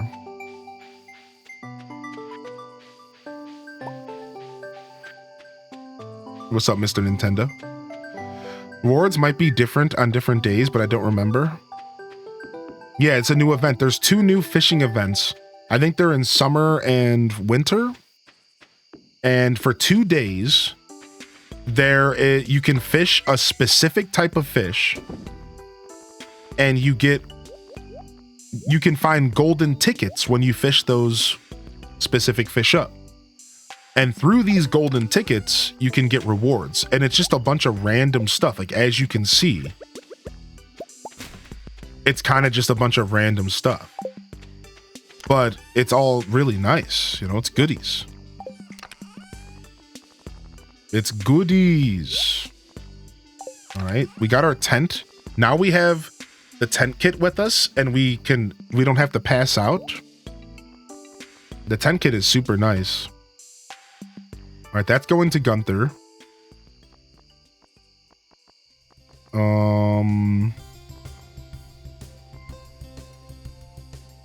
I'm just trying to organize my inventory. We'll hoard some clams. Oh, the rewards are different on different days. Really? I didn't know that. Wow. The rewards are different on different days. All right, let's go ahead and cook up some fish. We have some time to kill here. Let's go ahead and grab some pike. Let's cook up these pike. Actually, I might need some of these fish for the...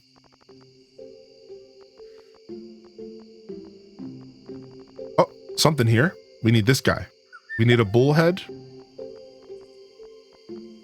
We need a sturgeon.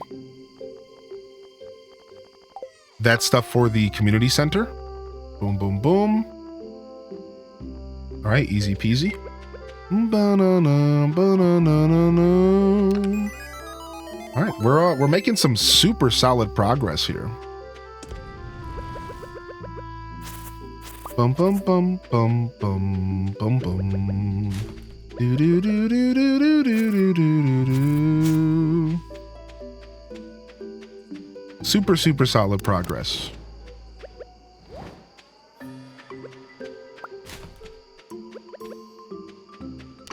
Getting some moss off my trees. Take some more trash out of here. And we'll just sit here and smoke some fish before the end of the day. We can get one more in before the end of the day here.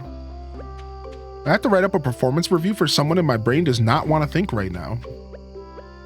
That's like me every day. I've been recently having a bunch of days like that where I'm just sitting there staring at like work that I need to do and my brain just does not want to compete, like to do it. It just doesn't want to do it, man. I have definitely been on that struggle bus a lot recently.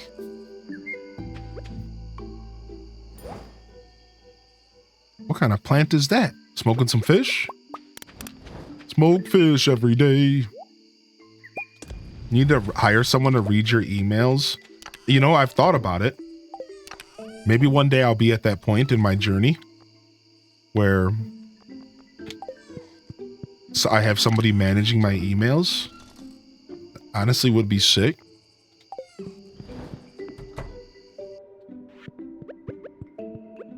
Dang, I can't fit this big... Oh, we can put it right here. Oop.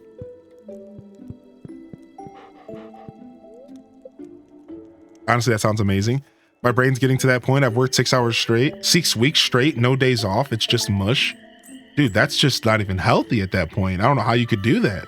Thanks for the follows coming in and good morning. How are you today, Mr. Nintendo?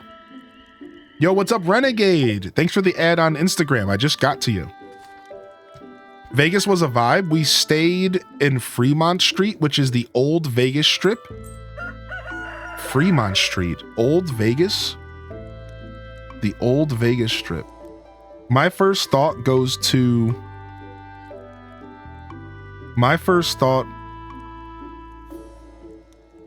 Dude, I'm so mad I pulled on my phone while it was in the charging port. That's such a no-no. My first thought was New Vegas and Fallout. That was my first thought there. All right, nice. Greetings, it is I, the Queen of Sauce, here to teach you a new mouth-watering recipe from my secret cookbook. This week's dish is the maki roll, the delicate flavor of the ocean sealed within a pillowy cloud of rice. Maybe a bit of wasabi for the adventurous. My mouth is watering as we speak. Oh, how I love sushi. I really do love sushi. Sushi's actually so good. My sushi journey didn't really start until recently. Anybody else? Like, I really didn't eat sushi at all until like a couple years ago.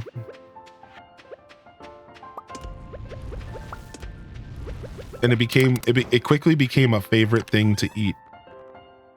It's super good. All right, my fish are all doing their thing. Let me grab my watering can here and take care of this stuff.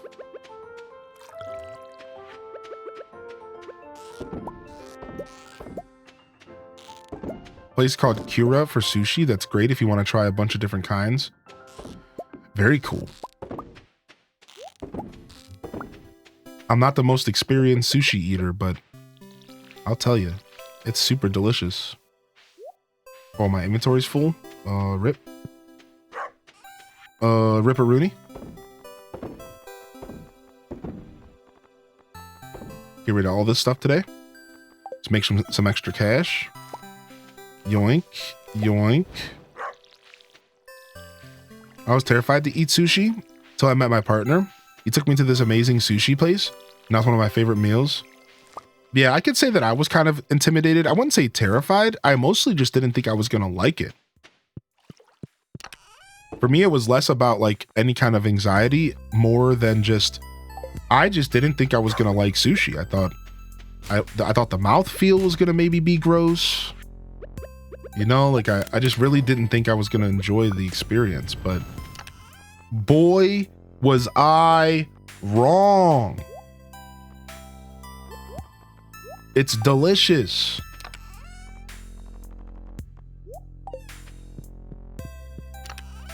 All right, we'll drop off this wood here.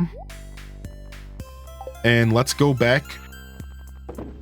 Let's go back to the fishing tournament. Let's go. We did everything we had to do here. We can make a quick stop at the ocean and do our crab pots there. But like otherwise, let's go. Does anybody off the top of their head, do you know how much does it cost to do iron tools? Is it 5K or is it 10? It's 5K. It's not 10K. There's no way it's 10K. There's no way it's 10K. Rare seed, tulip. Because I want to get my iron axe ASAP. I got to get into the secret woods. Yeah, 10K for gold. That's what I thought. Who's feeling skibidi today?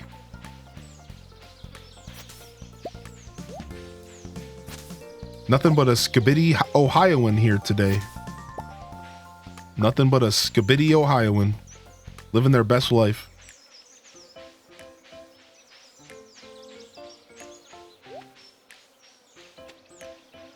What's up, Randy?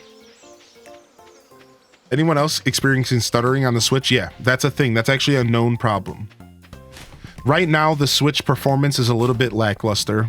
And the Concerned Ape actually put a PSA out and to take all animals off your pets. Or sorry, all animals off your pets. All hats off your pets.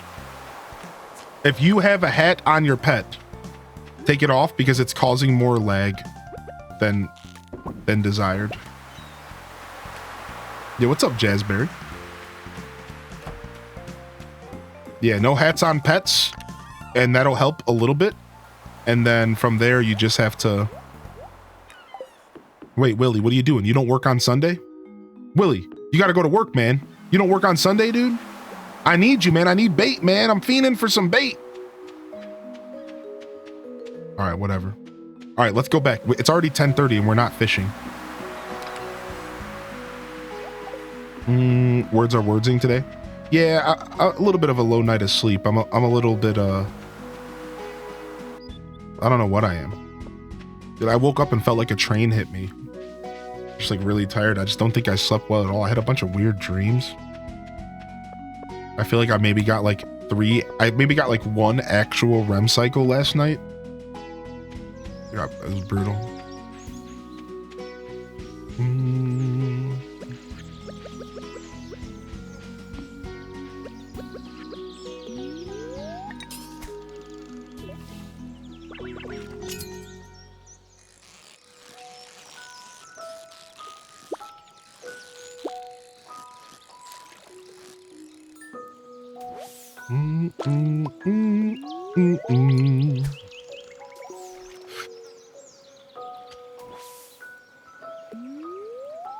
Hope you're feeling good today, Jazzy. Thanks for tuning in.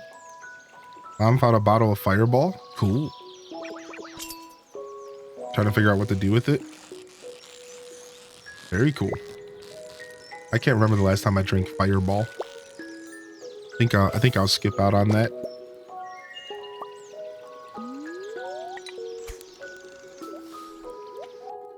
At this point, if I'm gonna drink liquor, just give me like a rum and coke. It could even be like well rum. It could just be some Bacardi Superior. Just give me like a rum and coke, dude. I'm fine. I don't need anything fancy. Kept thinking about how Green Ranger had a dagger that was a flute and sounded like a synthesizer. Now that's some middle of the night thoughts right there.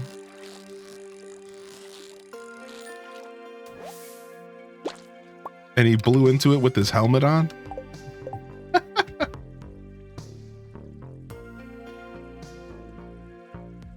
But I'm not much of a drinker. So. Catch me out here ordering the fruitiest drink on the menu. Catch me out here ordering the fruitiest possible drink on the menu. I don't even care. Give me the passion fruit mango smoothie with tequila. Like, catch me, like if I'm at a restaurant, dude, I'm like, whatever, man. Yeah, give me whatever you got. I'll take whatever kind of weird cocktail you got.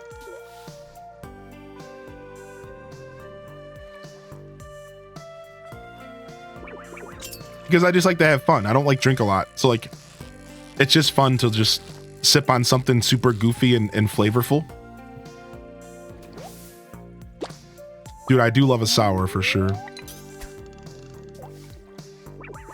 I indulge in other activities for sure. Mudslides.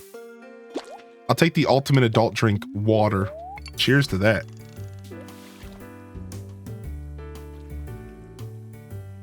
Went to the mines to get copper ore and got 133. That's insane. So you want to know a drink that I recently got introduced to that I'm in love with now? What is the name of that drink?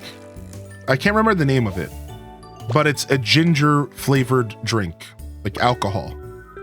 And it usually goes in like a bronze mug. It usually goes in like a super fancy bronze mug, a Moscow Mule. I have recently discovered Moscow Mule for the first time like in my life, like 2 years ago. If a mule is on the menu, I'm drinking it. 100%. If they have any variation of a Moscow Mule on the menu, give it to me. I had a peanut butter and J one, dude. A straight up peanut butter and jelly Moscow Mule. Fire. I like the traditional ginger stuff though. All day. I had a blackberry one. Fire. Like, That I am full send on the Moscow mules, dude. I am full send on those drinks, the mules, whatever they're called. I love them, dude. And again, because I'm a huge ginger fan, so I just like the traditional ginger more than anything. Holy heck. It's so tasty. You like beer? Hey, heck yeah, I do. I'm not a big fan of IPAs. I'm not a big fan of really heavy hoppy beers. I like a dark, rich stout. And I also like a nice light-hearted, you know, like a Yingling is totally, Yingling on tap is actually great. Way better than anything like Coors or anything. So like, but I like a nice thick beer. I honestly really like a flavorful, thick, like craft beer. And I'll take like a nice golden brown, like amber. They call them like amber stout. I like a good amber stout. So I'm honestly very well rounded with beer. I'll try a sour. The only beer I don't like, so it's honestly easier for me to say what I don't like. The only beer I do not like is IPAs, actually. I'm not a big fan of overly hoppy tasting beers. Miss me with an IPA. And I know that's rough because a lot of people love IPAs. Miss me with the IPA. I do not want hop. I don't want to taste hops like that. That's the one beer I cannot do. I'm not a big fan of overly hoppy stuff like that, dude. It's not my bag at all. Yeah, but otherwise, catch me drinking kind of any beer. I'm very experimental with beer. I'm very experimental. I'll do whatever. I'll try something new. I'll grab something I've never tried before. I like doing that. I prefer it all on tap, but I think everybody does. But every once in a while, you get a nice frosted mug and you get a bottle of something specialty at a place that you've never heard of. Like, here's a good one. You guys ever had Flat Tire? I can't remember the name of it. It's like something Flat Tire. It might be like Belgium Flat Tire. I think it's just called Flat Tire. Flat Tire is good. Flat Tire is real good, especially in a cold glass, dude.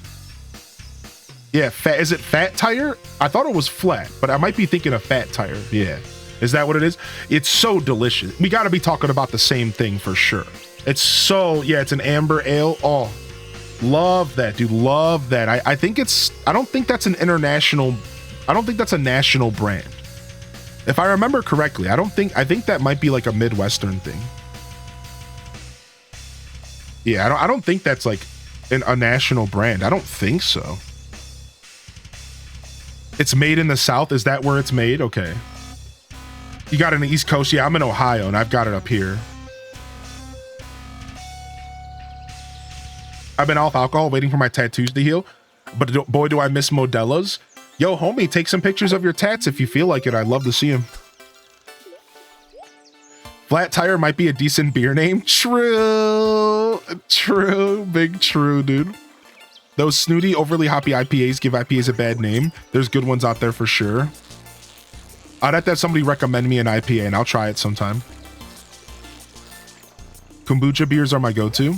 I love the Blue Point Toasted Lager, but much preferred in a bottle over draft. Not sure why. See, that's exactly what I was trying to say. It's like, that's not what I was trying to say. Thank you. Because I prefer most beer on tap, but every once in a while, you run into a brew that belongs out of a bottle in a frosted mug. I don't know what it is. Some beers actually do hit out of the bottle. Like a good example of that for me is Commodore Perry. Commodore Perry is a Great Lakes beer. And Commodore Perry, for some reason, it just hits better out of the bottle.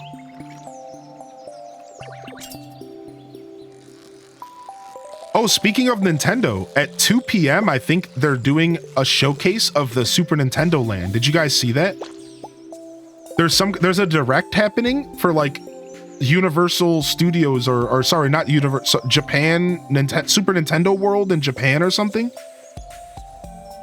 Yeah, we might have to watch that today. I think it's at 2 p.m.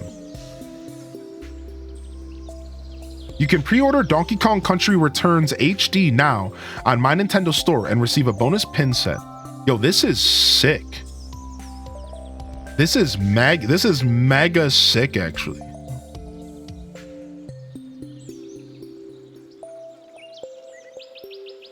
boo, boo. They're showcasing the Donkey Kong Zone. Yeah, I think it's at 2 p.m. today. We can watch it. I think it's at 2 p.m. my time today. If anybody can take the time to confirm, that would be cool. But we will totally watch that on stream if y'all want. Like I said, I'm probably going to be here for the long haul today. I'm doing a night stream, and I might just be here all day. I might just take myself a couple pretty long breaks. Like one long enough to eat some lunch. One long enough to maybe like stretch my legs and go step outside. But I'll probably just be here throughout the day today.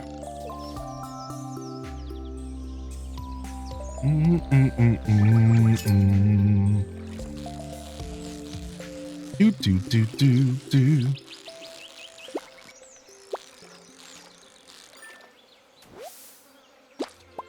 All right, we need food. We might have to eat raw fish. I didn't bring food with me. Oops.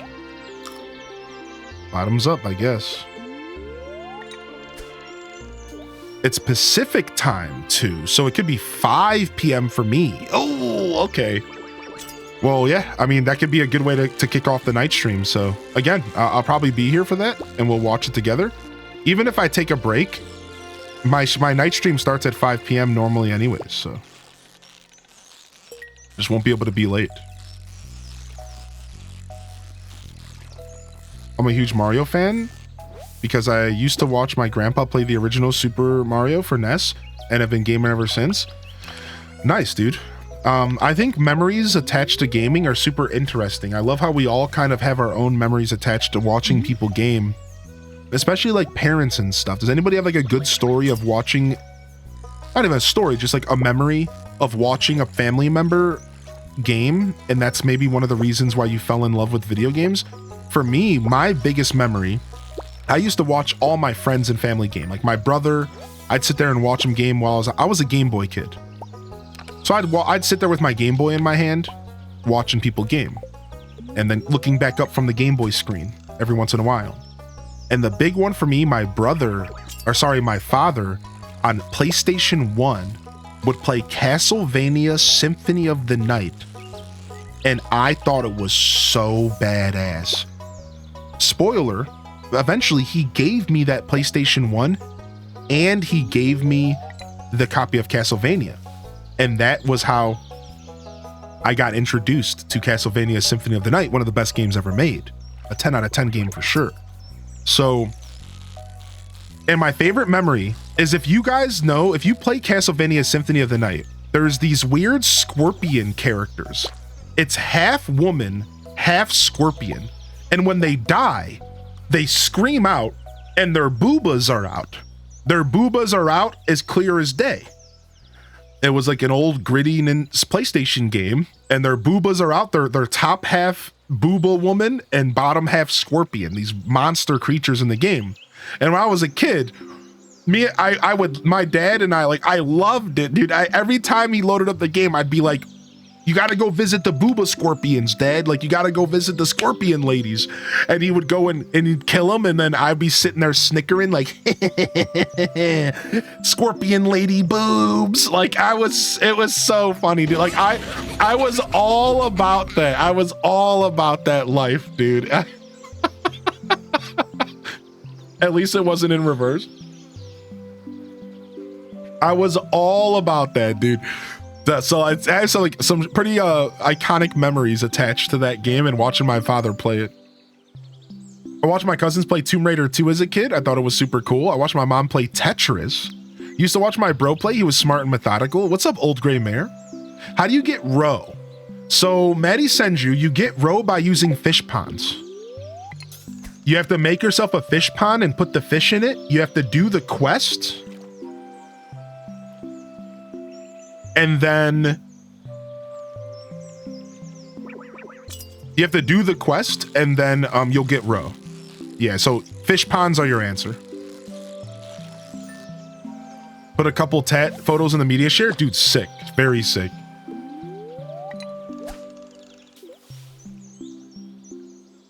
This better not awaken anything in me meme comes in mind. Yo, good to see you, Old Gray Mare.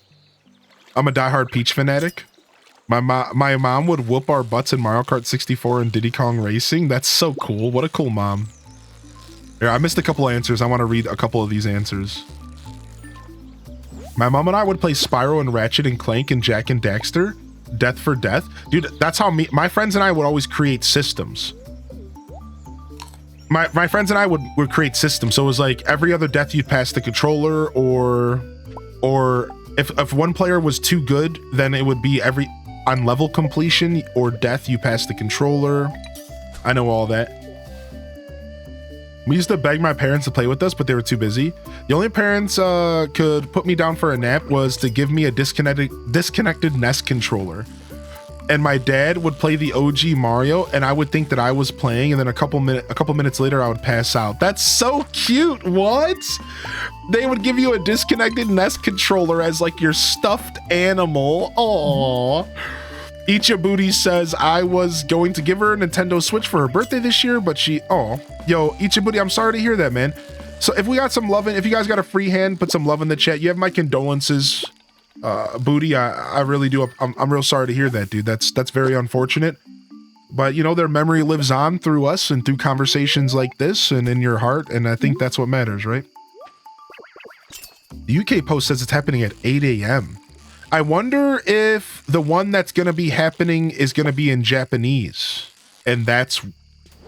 Like, I wonder if the one happening today is going to be in full-on Japanese. And we're not going to get the English one till tomorrow. That actually kind of makes sense. I don't know.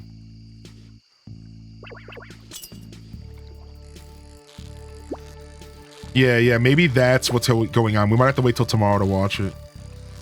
Yo, Kaden, I appreciate that. Thanks for getting some love out there. Never let anyone in a Mario Kart. If you do, they won't shut up about it. It sounds like you're speaking from experience. Used to play Spyro with the neighborhood kids and Mario Kart with my aunts and uncles. The only games my dad would ever touch were Crash Bandicoot and Wii Bowling.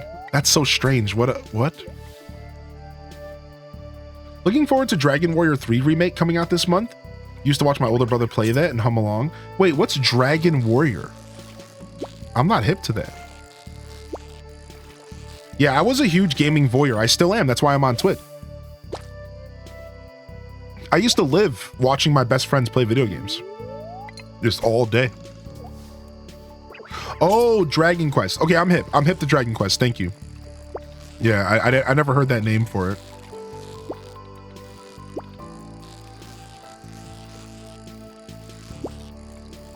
I'm very competitive, which, I mean, Mario Kart is a great game to be that way with, I think. Before I was born, my brother, sister, and dad would play Ocarina of Time. It was a short time period when my brother and sister and dad all got along. My brother passed earlier this year, and my sister's working on a Zelda tattoo sleeve. Sandra, you have my condolences. I'm sorry to hear about your brother. Yeah, loving the chat. You know, a lot of times when we connect in these streams, we share those types of moments in our life. And I think it is special, though. I think it's a checkpoint style thing. And, you know, it's our bonfire. So thanks for coming around the bonfire and sharing with us today. And to anybody out there who needs to hear this, even if you're not typing in the chat, my heart goes out to you, and you have my condolences. That kind of stuff is probably tough, you know. So I haven't experienced a lot of that in my life, so I can't speak for more than just through sympathy and understanding. So. And I missed something in the chat. Oh, Emo Eyes. Hey, welcome to the show, Emo. Okay, I got a quality sprinkler. Sick. What else we got? 3 farm totems. Sick. 3 Omni Geodes. Sick. Oh, my first hat. It's a bucket hat. Sick. A free crab pot. Sick. Dude, mega sick. We got a bucket hat. Now I can live my best b-boy life. I'm about to be throwing up all the b-boy stances.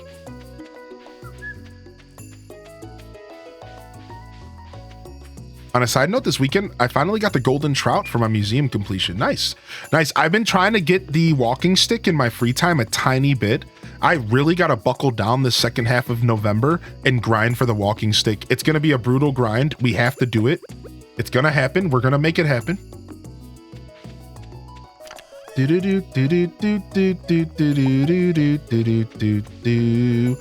So we don't have to water that stuff.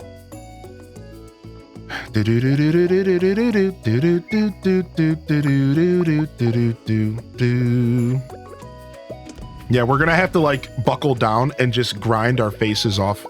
We can't let this walking stick be the reason we don't finish the museum this year. How do you get roe? Yo, so Maddie sends you, it's all based off of fish ponds. You need to make a fish pond in order to get roe. Yeah, the only thing we need is the walking stick. It sucks. It's the only thing holding us back. Thank you. Yeah. Get yourself a fish pond. Get yourself some fish ponds, and then you put fish in it, and you have to do like these little quests for the fish, which just means give them like certain items, and they will give you roe slowly, and then you can age the roe in preserving jars, and if you put a sturgeon in it, you can age the sturgeon roe to make caviar. The only fish that makes caviar is sturgeons. So keep that in mind. If you make a sturgeon fish pond, you'll get roe, and if you age it, it turns to caviar. Whereas every other fish, it just turns into what's called aged roe. And it's just worth a little bit more. It's not as valuable as caviar is, as you would like, you know, assume. That there for now. You can get roe from the fishing book as well. Fishing book? Oh, there's a special power later that makes it to where you can find roe when you straight up just fish. Old man, thank you so much and welcome to the show today. Yeah, when you fish, you'll just get roe out of the special chest as well. So if you're somebody who doesn't want to lean into the fish pond stuff, you can go ahead and do it that way. But that's like a little bit later in the game because you got to get that book. Yeah, Flower Child, thank you for the suggestion. I'll definitely consider that as we go forward. I completely forgot about it. There's all these new features in the game now. All these new little features in the game. We really need a preserve jar. Can we make them yet? We can. Oh, nice, dude. How long have we been able to make preserve jars? What the frick? Stone. Oh, yeah. I'll make 2 of them. Dude, very nice. Dude, how long have I been able to make these?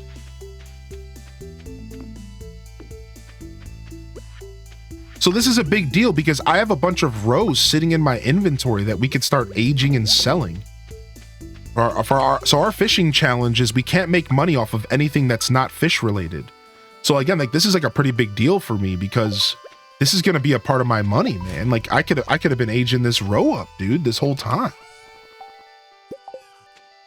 I think I just got level 4 fishing or farming. I just got level 4 farming not too long ago. I think that's where it comes from. So I don't think it's been too long that we've been sitting on this.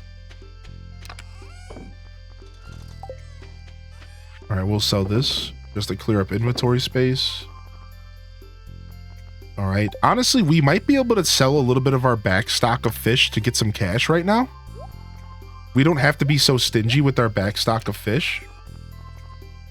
So let's go see what's in our back stock and what we want to sell. Like we can clear a little bit of our back stock up. Let's sell the 24 crayfish and the 30 snails. That's it. That's all we need to sell. Beautiful. And then that'll be a little bit of extra cash in our pocket. Like it's actually going to be a lot of bit of extra cash because the crayfish are 75 each and the snails are like 50 each. So that'll be like a little bit of pocket change to kind of keep our flow going here.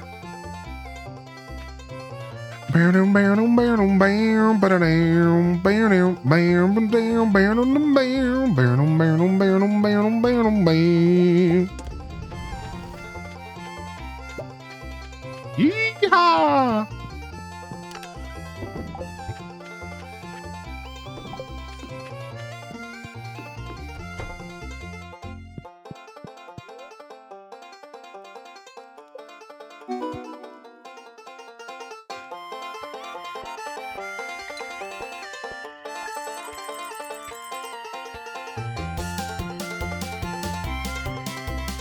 This song is so good.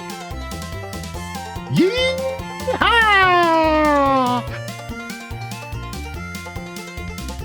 Thanks for the stream today. Gonna head to the gym, but I'm gonna leave the stream on for the kitty. Thank you, Squirtle. Lurking actually goes a super long way, dude. Thank you so much for the lurks, dude. Thank you so much for the lurks. I appreciate that. Yo, look at this. We just made 1,500 off the smoked pike. Wow, the smoked pike is worth a lot. Wow, pike is worth a ton. And we made 2,000 off the crayfish and 2,000 off the snails. Beautiful. So now we just got enough to get our iron axe. We're gonna go do that right now. Let's go get our iron axe right now. Yo, thank you for the lurk, Louise. Have a great day. Have a great day. Thank you, lurkers. I really do appreciate y'all. Thank you, Prismatic. Nice, we made our first 50,000 gold, cowpokes. Welcome to Living Off the Land. We're back again for another tip for y'all. Now listen up. Most towns have a seasonal calendar in front of the general store. It's a good idea to check on that now and then to get a feel for what's going on in the community. Make sure to check for any job postings as well. Thanks, dude. Mildly perturbed. Beautiful sunny day. Somebody grew up with a family that clogged and danced to that music. My inner hillbilly is doing a little boogie. My inner hillbilly. Beautiful. Take this with us. Put this here.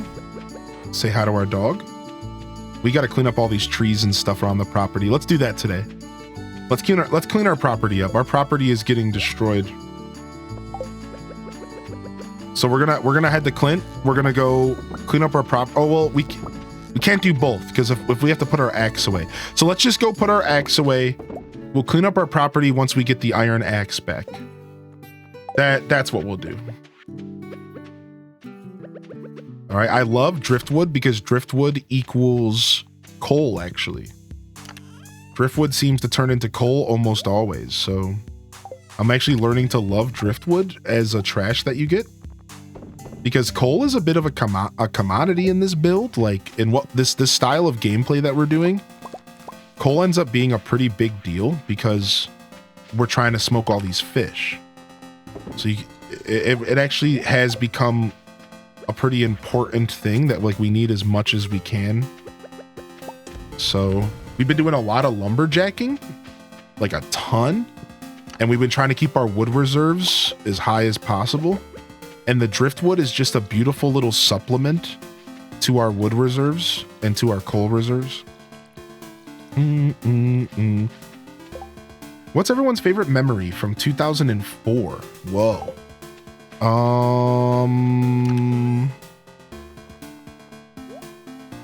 That was right around when I discovered Animal Crossing. It might have been the year before. 2004 was when Wind Waker came out, right? Let me check. Wind Waker release day. 2003 again. What's a memory from 2004? I really don't know if I have anything solid that stands out. I think all my memories was 03. I'm trying to think what was going on in 2004. All right, so I would have had my 16th birthday. So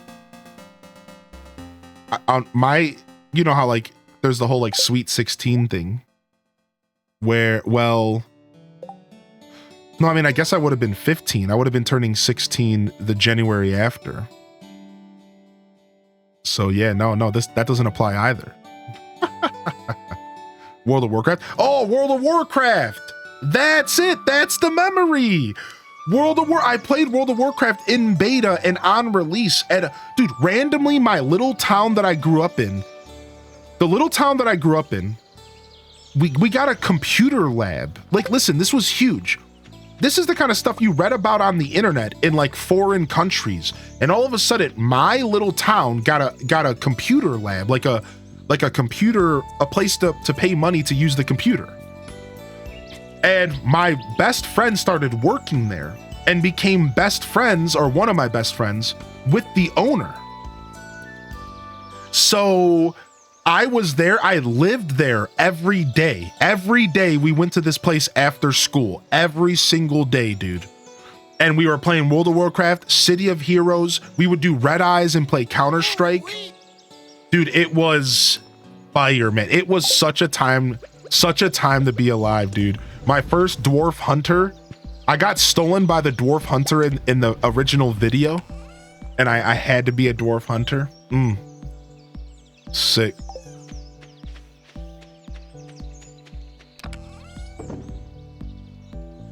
Computer lab, time to bring out some cheat codes. Yeah, it was sick. All right, let's drop all this stuff off and let's go ahead and take a leave from the farm for now. Drop this stuff off. We'll bring some deluxe bait with us.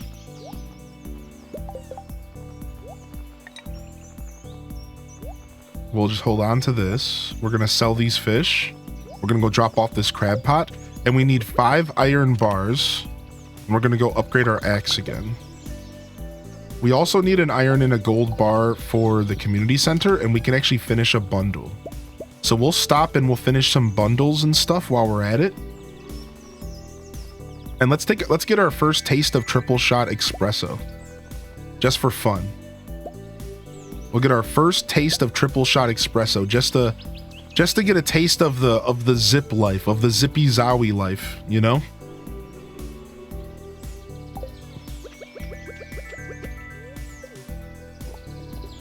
Woohoo, dude, I missed this. I missed this so much. Dude, oh, the coffee. Our first coffee of this playthrough. We've only had Joja Cola at this point.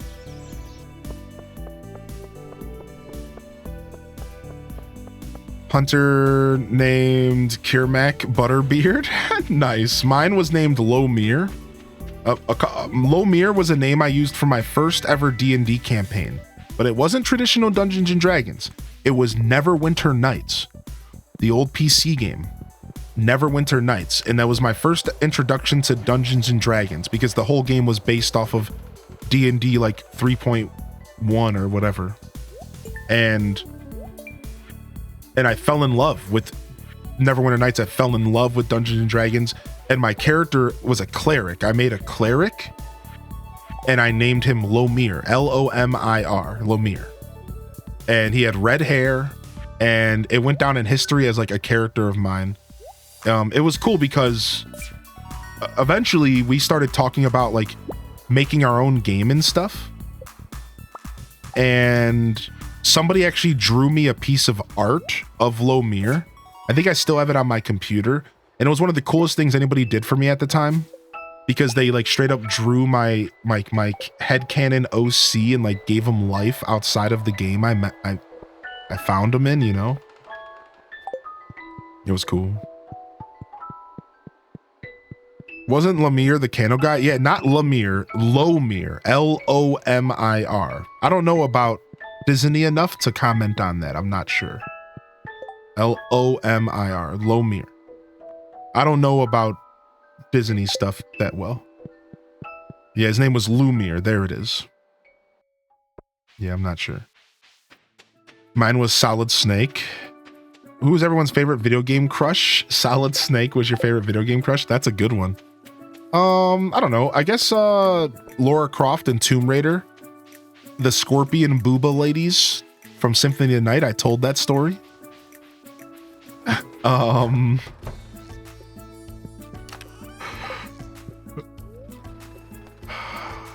Oh, actually, Potpourri from Friends of Mineral Town.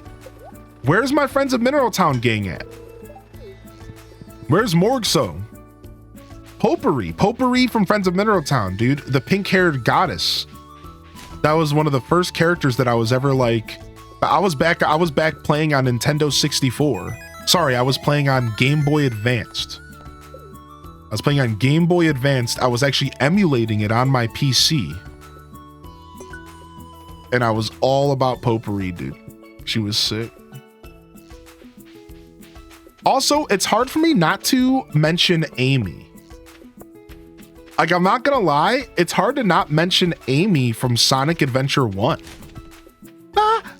Baya.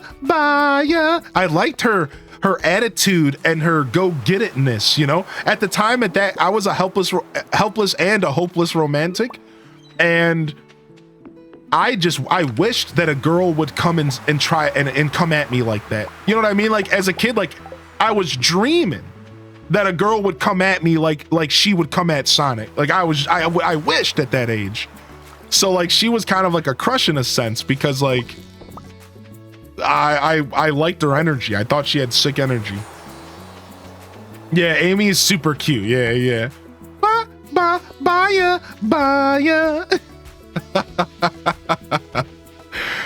So someone stalkerish? Well, no, but I guess yes.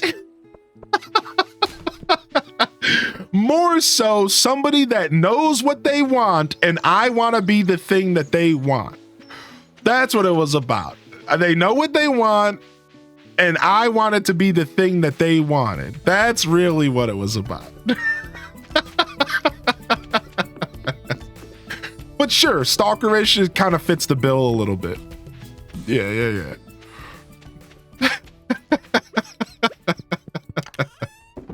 What's up? How you doing, Ashley? Welcome in.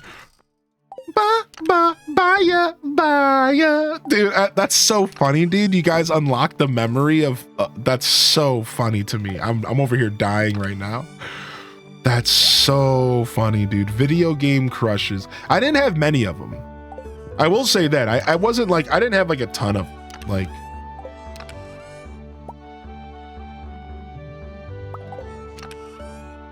to like some extent, I think there was something about Zelda from Ocarina of Time that felt kind of like that, but not really at all. I think I was able to interpret that game from the perspective of Link.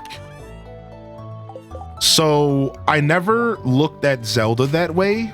I always looked at Zelda as Link's lady, not as mine.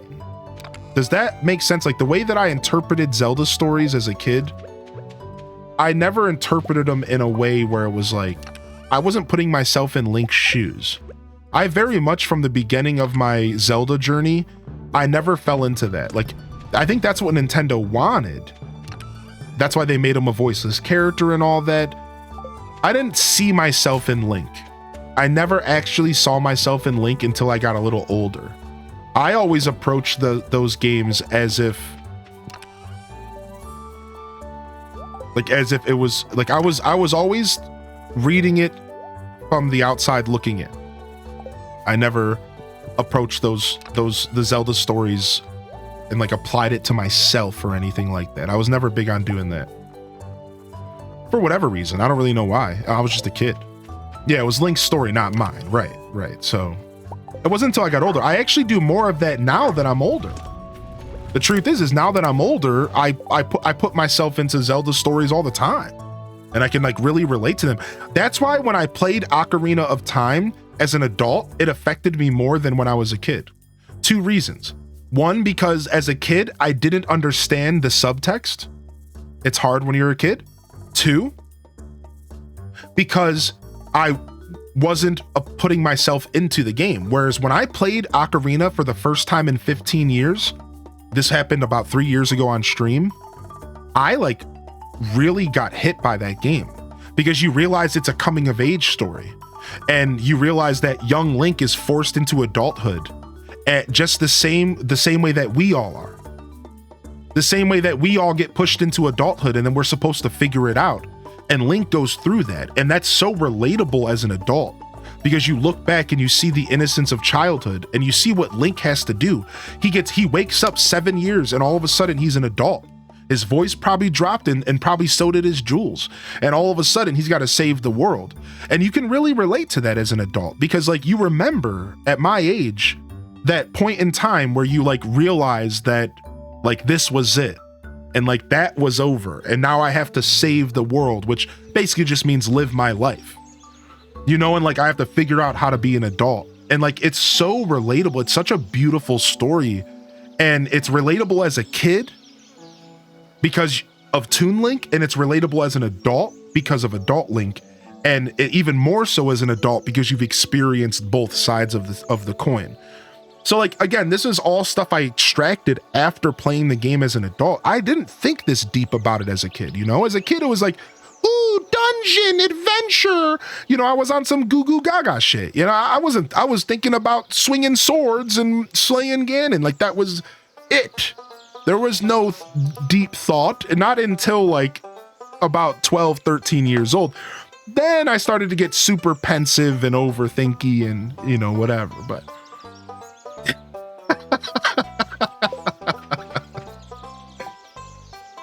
The Malin from Ocarina of Time, that was for sure a crush of mine. That's a good... Now, see, I said I wasn't about Zelda.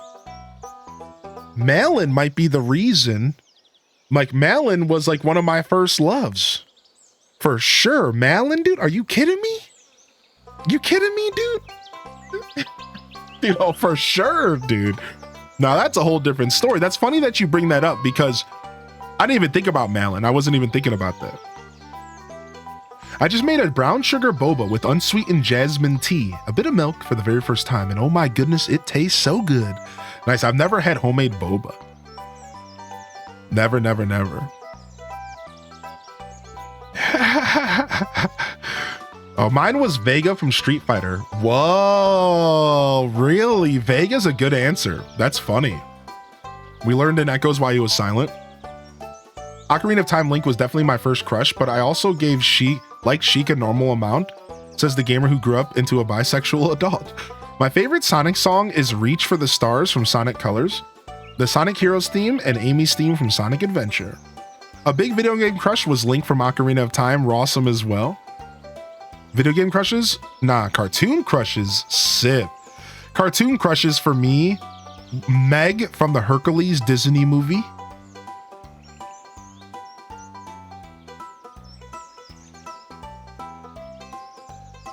That's like the only one that's really standing out. I think I was more about Topanga and real life girls at that point. I watched a lot of zany cartoons like Ed, Ed and Eddie and Dexter's Lab, and there was nothing really to crush on in those cartoons.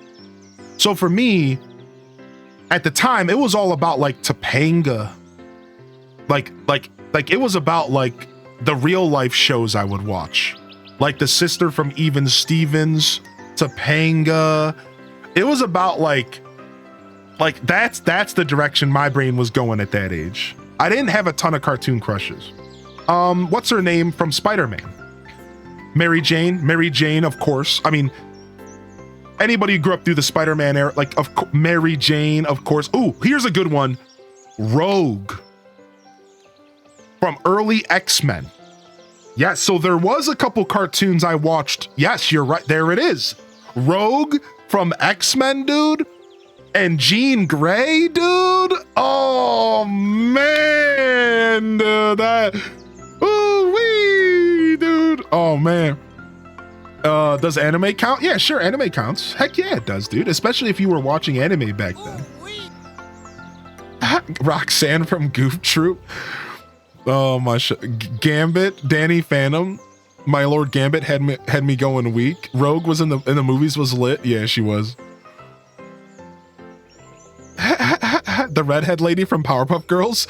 Yeah, Mrs. What was her name? That's a funny answer. That's a really funny answer. The redhead lady from Powerpuff Girls. Yes. That's actually such a good answer. Why is that such a good answer, dude? Wow, that's too good, actually. Yeah, Miss Bellum. That's super funny. All right, 1:30 p.m. What were we doing? I got completely lost. We went and dropped off our axe. So we could just go fishing, or we could try to go mining for cave jelly again. Let's do that.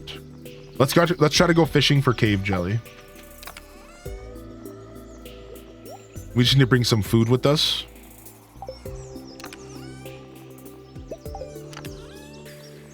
Which we don't have a ton of. We'll bring 15 of this. All right, let's go try to get some cave jelly, man. We'll stop at Gus's and see if he got lucky food.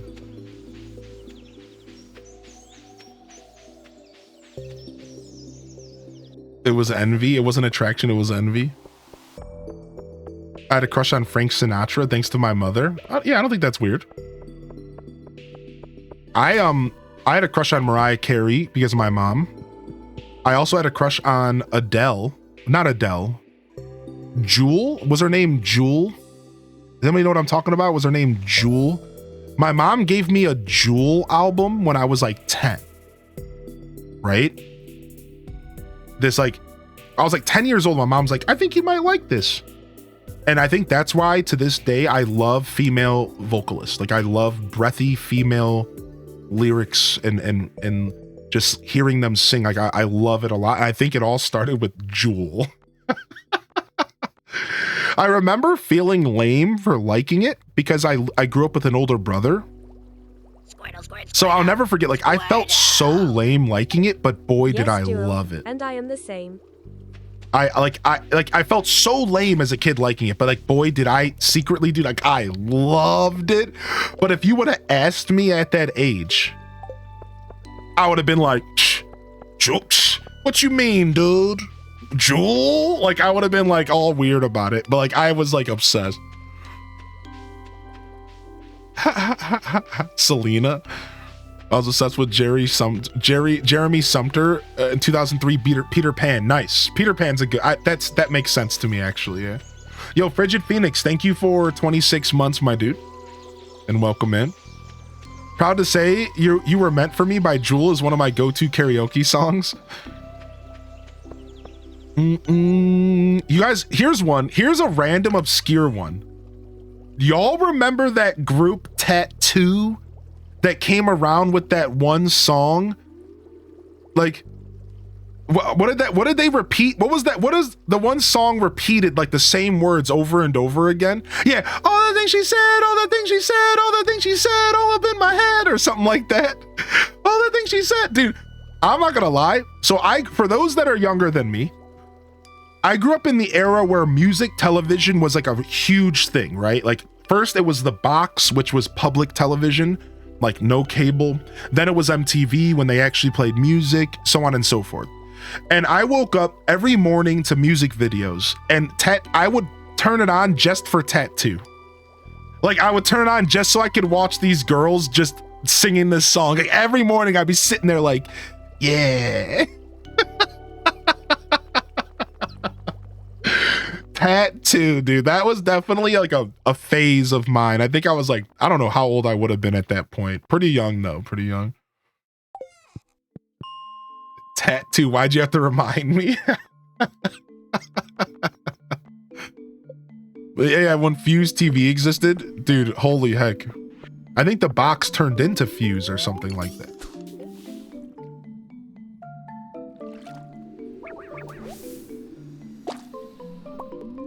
Yeah, the TRL era. See, the TRL era is when I started developing my identity and started being willing to call stuff lame. I'm gonna be real with y'all. As a kid, I thought TRL was lame. I did. My best friend loved it, and we'd run home from school. He would watch TRL, and I would go on his computer and play video games. Because I thought it was lame. I thought TRL was so lame. I was like, y'all are lame. Y'all are lame-os. Y'all are watching this trash. Lame. Like, I was such a punk, dude. I was very vocal about it, too. I thought it was so lame, dude. I was such a punk, man. And it was because at that age, I felt the need to be very different than everyone else. That's literally all it came down to. It was nothing to do with the quality of show. It was because everyone else liked it, so I wasn't allowed to like it. That was when I first developed my hipsterism. Yep, too cool for anything. It all came down to my need to be the coolest dude who liked things that nobody else liked. I found solace in individuality at that age in a big way. Like that was what drove me to school every day. That's what made me happy, was being so different that people couldn't even put me on the mat. So when TRL came out, it was so popular. I was like, nah. I'm not listening to this. Baby Fozzie and Baby Rolf the dog from the original Muppets. Ooh, I need this. Okay, can we catch this now? Can we catch this now? Come on. We could get a jelly from that chest. I think so. Come on. Stop playing games. Stop playing games. Stop playing games. Yo, stop playing. Stop. No, I'm not losing this.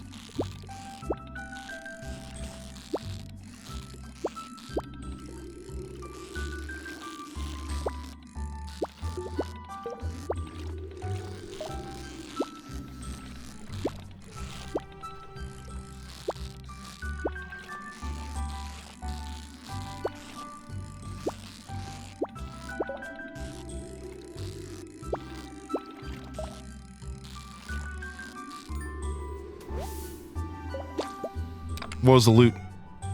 Geode. Not even worth it. Not even worth it, man. All that for a geode, man. Lame, I know. I was an 80 kid, so I know. Yeah, for me, after school, So chat, what was something that you would rush home from school for? Anything. Food, friends, family, game. What was one thing that you feel like sharing that you would run home from school for at any age? For me, it was Dragon Ball Z at 5 p.m. every day. I would even VHS record them.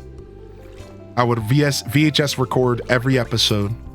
I had to be home by 5 p.m. no matter what, every day to watch Dragon Ball Z, dude. Arthur here. Hey, what a Wait, how does it go? Dude, I can't believe I lost the intro. What a wonderful kind of day. So we can learn to laugh and play and get along with each other. You gotta listen to your heart, listen to the beat, listen to the rhythm of the street. It's a simple message and it comes from the heart. Believe in yourself, that's the place to start. Hey, now I said, hey, what a wonderful kind of day. So you can learn to laugh and play and get along with each other. A wonderful kind of day, so you can learn to laugh and play and get along with each other. DW!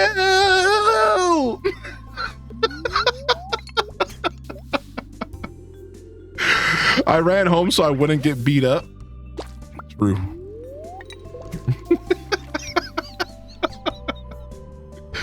Not me singing along with you.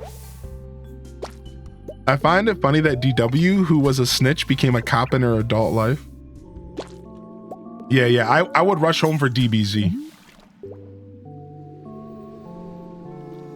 Soul Shepherd, that's dope. Memories unlocked. Oh yeah, you're real cool. Shut up. Anybody else getting chills? Shut up, chat. Yo, just catch this fish. I'm trying to read chat. Rushing home before my mom rushing home to get some gaming in before my mom would take over the TV for 7 o'clock news. Yep, we only had one TV in our house. Fear of my mom beating me if I was late. Race home so I could play Zelda before my father came home and took the TV. Yep. DBZ. Yo, what's up, Nannerton? Hey, welcome back in here, Nanner. Thanks for reaching out in the Discord to play Pokemon Go with people. You're welcome to add me to Pokemon Go, !FC. And chat room, I mean it when I say it. You can add me in the Discord anytime, dude. And if you're ever looking for someone to play with, hit me up. If you want to do a quick private battle and Pokemon TCGP, at me, dude. If I'm around, I will reply and we'll see if we can get a game in, all right? So don't be shy. I know a lot of people, I think the mindset is they don't want to bother me. So they get it in their head that like, oh, I don't want to bother this dude. But like the truth is I have all my notifications off everywhere. You can't get a hold of me unless I want to be gotten a hold of. So like in all reality, you're never gonna interrupt anything in my life. If I'm around, I'll see it. And if I'm not, I'll see it later and I'll reply and say I wasn't around. So. Toonami? Yes, Toonami, dude. Going home and watching the Toonami block. That's what it was all about. playing Yoville with my friends online, Gears of War with the boys in the game chat. If I got home early, I could hear the start of Silverhawks, Transformers, the original one, to play Mario Party on GameCube, Sailor Moon and Reboot and DBZ, Stargate SG-1, Pokemon at 3:30, Pokemon at 3:30. Are you East Coast, Katrina? I can't remember. Pokemon at 3:30, dude. No way. That was it right there. That was what we did. I watched so much Pokemon as a kid.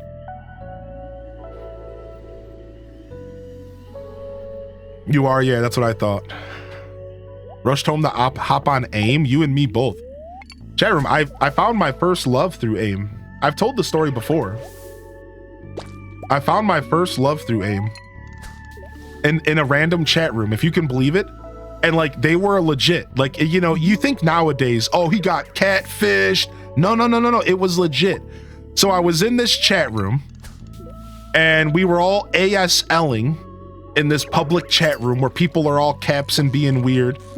And I dropped my ASL and so did some person. And I saw that they were from like Florida. No, they were from New York and they were my age, they said. So I reached out to him and I was like, hey, nice to meet you. I'm also this age. What's up? And we started chatting. And before I knew it, we were talking every day. Then we started talking on the phone. And listen to how cute this is, especially even for the 90s and 2000s. This was really cute. We actually wrote ourselves letters. We wrote each other letters. They sent me a letter with a picture of themselves, all handwritten. And then I sent them a letter and they sent me one back. And like, it was like a thing, dude, for a long time. And then eventually, sadly, like their family was going through like a hard time and they had to get rid of their computer. They had to sell their computer. So they were only able to talk on the phone or like write letters. And we just like slowly drifted apart, as you would expect, because we both started high school. So like, we both just like drifted apart and just like stopped talking. And like, we just never connected again. But I think their name was Linda.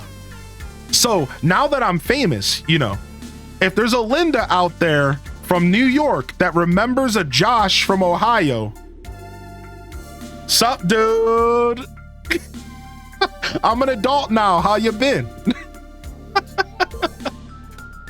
Sup, I'm an adult now. Wait, I'm Linda. Call me. Yeah, reunion.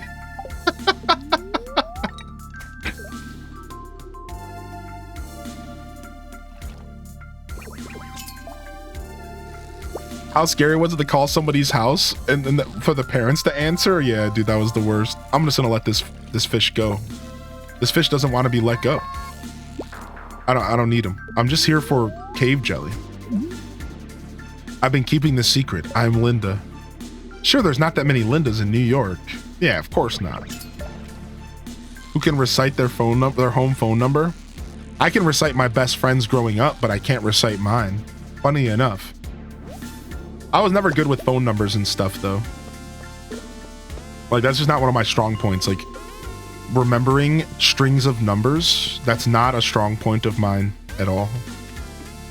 You said a terrible thing. All the Linda's gonna be hitting up your DMs soon. Oh my gosh. Never again. What's up, Momo? I picked up guys from Clash of Clans and Kick. Never again. Oh no. Not Clash of Clans. You never called yourself? Yeah, I mean, that's fair. You do make a good point.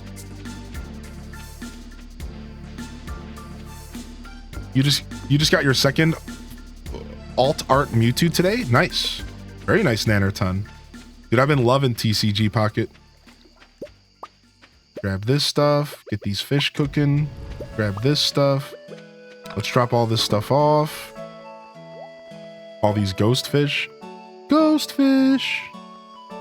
Let's drop this trash off as well.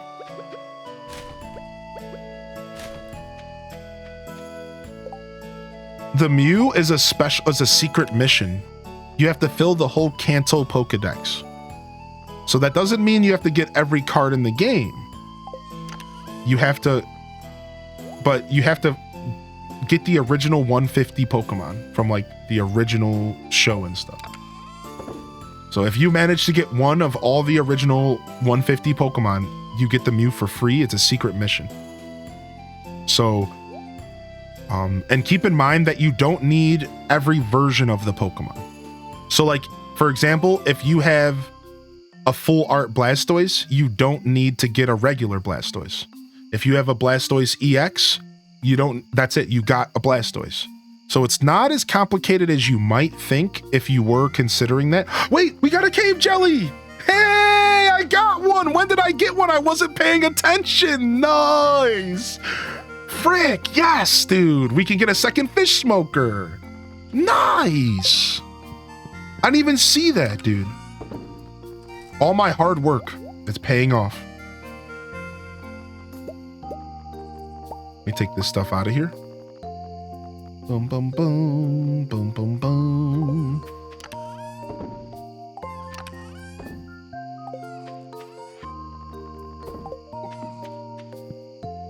You were daydreaming about Linda. That's one way to put it.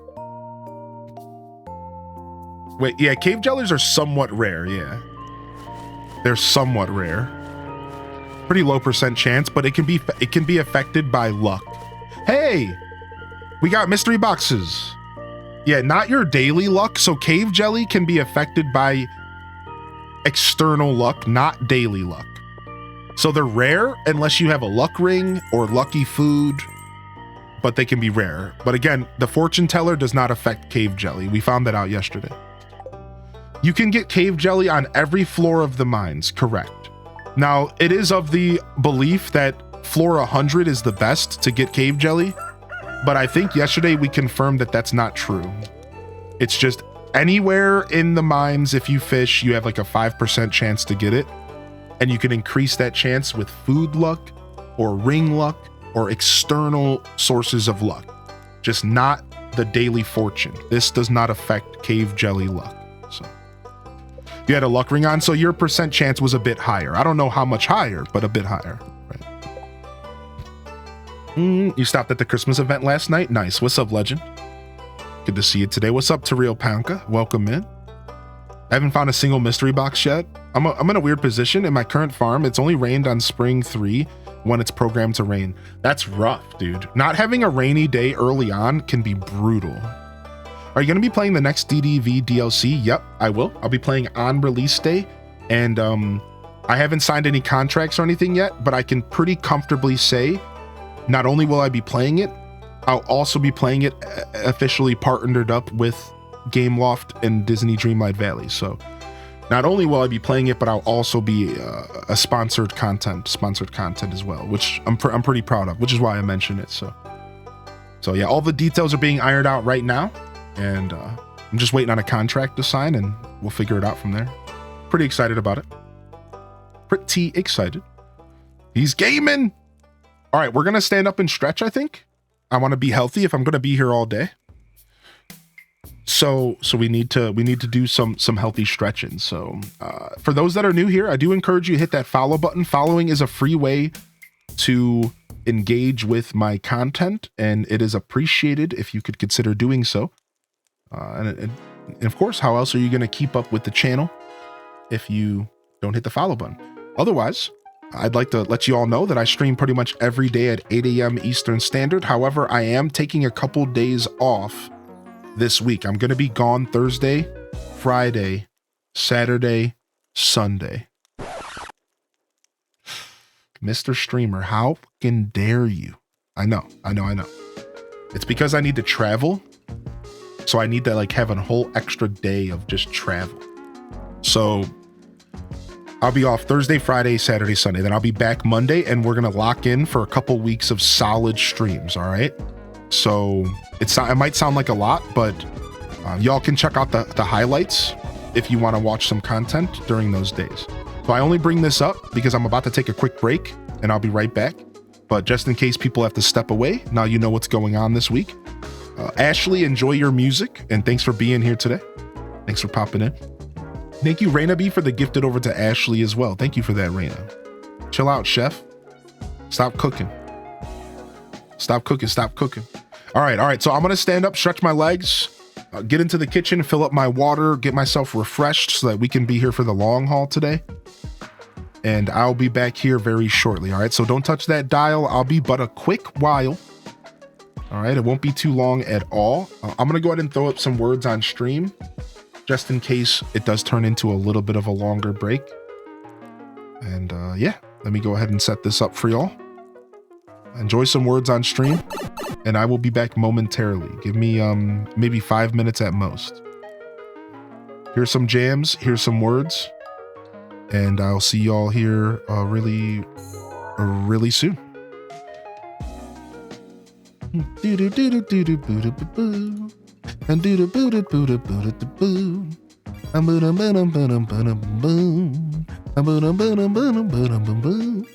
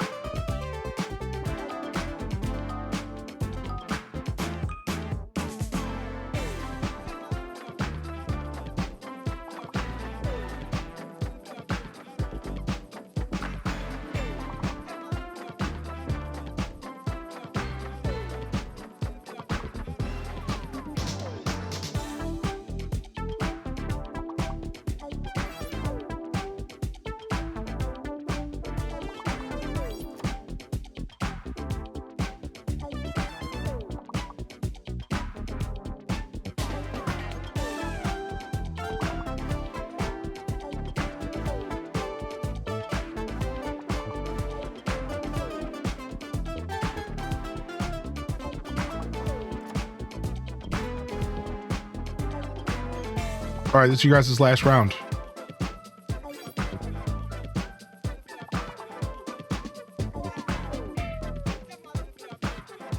Last round.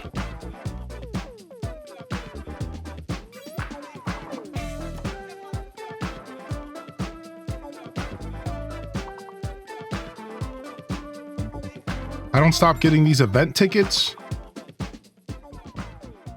from my bonus picks. I'm gonna freak out.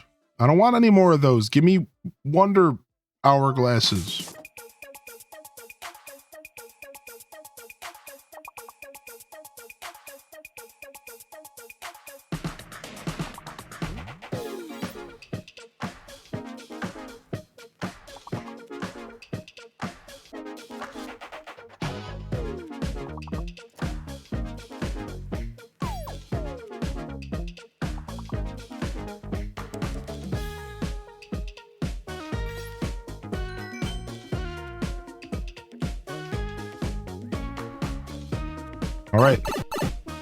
All right, we're back, baby. Thank you for your patience, everybody. Let's get back to some games. Random Reject, Alpha Vega, Jess, Kasara, Cushy Bear, Lemons and Limes, Alex and her Pizza, Victoria, Sub, Etheric, and Sean. Very nice. Nice, Lizzie J.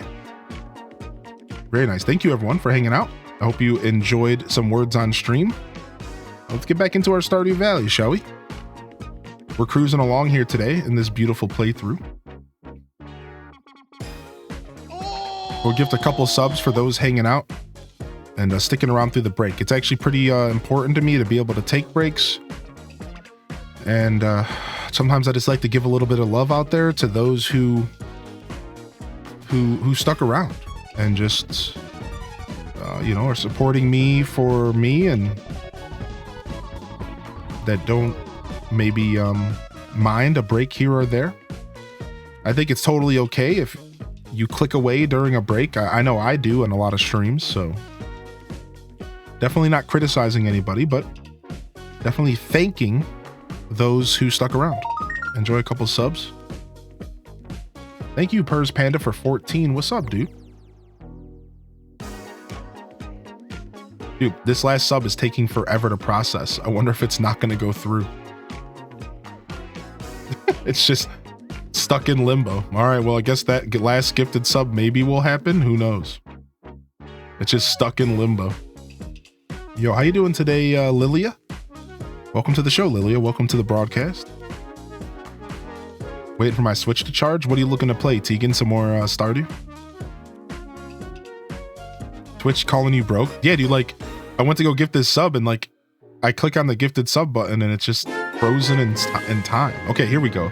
It fixed itself.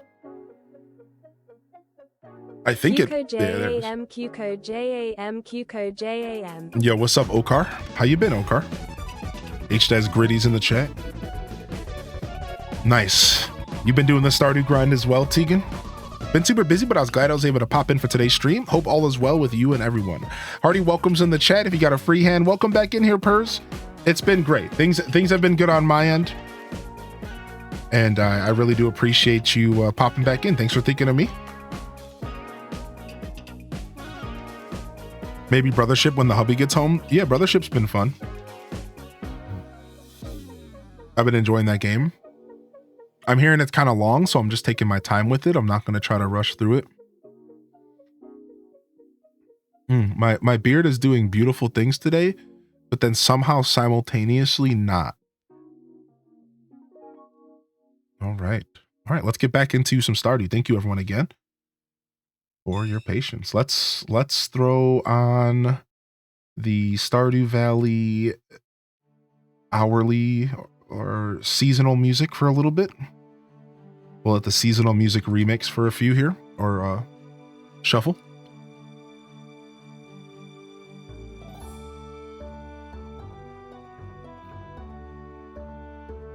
Oh, you've been having freezing options with TCG Pocket. I imagine that they still have to work some kinks out, right? I imagine there are some kinks to work out for sure, as with any new game, right? Hopefully it gets figured out though. Thank you so much again for the Prime Ochre, and thank you, Purrs. And I appreciate y'all waving the fam in. Welcome to the show, everybody. It's 12:42 p.m. here in my world. And if I haven't heard from you yet today, I'd love to hear from you. Jump in the chat. Let me know you're out there. Let's go ahead and get our official sound off of the day. If you haven't been here for a sound off before, all I ask is that you share an emote that best represents your mood today. Are you feeling HDez wiggly? Are you feeling HDez sad? What's an emote that represents your mood today? And it doesn't have to be my collection, of course. You can also just drop in the chat and say hello. Either way, I will give you a personalized good morning or afternoon to some extent. If I haven't had a chance to already say hello to you, I'd love to take the opportunity now. Let's go ahead and sound off. And welcome to the show. Somebody gave me their Shino. Time to see who it is. I've never had Shino myself. I haven't tried that yet. I'm hoping it fixes it. Oh, Barrier. Oh, I hope your day gets a little better, Barrier. We're feeling sleepy, Tegan. Zeldarian, love your name and enjoy that HDez lurk, baby. 6:43 p.m. here. It's pretty late in the evening here. What's up, Kid Layin? Welcome to the show, Kin.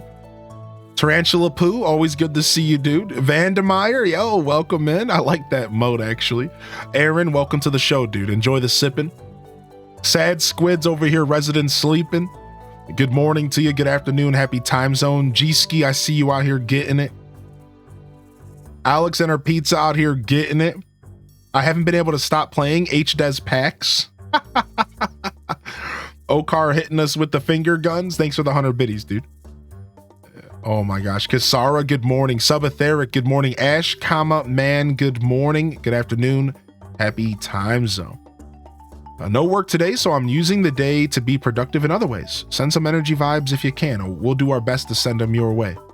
Tired, my man, and how are you? I'm pretty good. I'm a little tired myself. I didn't get the most ideal night of sleep, and it's totally like affecting me today. I'm a little like out of it, a little slap happy. Having a great day, but totally on the I'm gonna go to sleep tonight as soon as possible and just sleep all day. That's for sure the vibe. Been here, but haven't said hi. Yo, good morning, Tam. Soul Shepherd out here, of course. Good morning. Ryan Knott, thanks for sticking with us today, everybody. Yeah, welcome to the show. I was having nightmares all night. I also had a night of super weird dreams. It was definitely a weird night of dreams. It must have been all the cheese I ate yesterday. Not that cheese regularly gives me bad nightmares or anything. I just say that because we ate cheesy cauliflower. For those that weren't here yesterday, we did a Stardew Valley Scuffed Eats, and we used the official Stardew Valley cookbook. And let me tell you, it was delicious. We cooked cheesy cauliflower. All right, we need a diamond for this pond. It was bomb. And it was very fulfilling to cook. It was very satisfying. Super simple recipe in a lot of ways, but very fulfilling to cook also. And I love that. I love that it wasn't overly complicated, but it somehow still was satisfying, and I felt very very satisfied and proud of my achievement to cook it. You know, that's the thing about cooking that's so much fun. It's you can get a lot of satisfaction, and it's a really good way to express yourself creatively. It's cool. I got the book. I'm excited to try it. I would have loved that. Scuffed Eat. Is the VOD up? Yeah, the VOD is up. It's yesterday's stream. I can link it to you real quick. And I don't have it highlighted, but I'll get it highlighted. But yeah, yesterday's VOD, it should be up. I'll go check for you right now. Yeah, here it is. A nice hearty 8-hour VOD yesterday. I didn't realize we went for 8 hours. Sheesh. Yeah, there you go. And the cooking segment is all one chunk, which is not always the case. So it should be pretty palatable. It's all one chunk for the cooking segment. Bum, bum, bum, bum, bum, bum. Thank you. Yeah, no problem. Binge watch 8 seasons of Rick and Morty and then a couple episodes of the Rick and Morty anime. That's funny. I threw on Rick and Morty not too long ago. I could see that. I could see that being a thing for sure.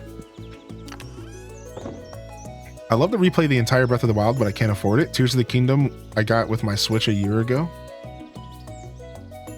Boom, boom, boom, boom. Yo, what's up, Alpha Vega? I see you out here giving love out in the chat. Thank you, my dude. Lavender Sky, welcome back. What's the quickest start to finish meal you've cooked? And what's the longest meal you've had to cook?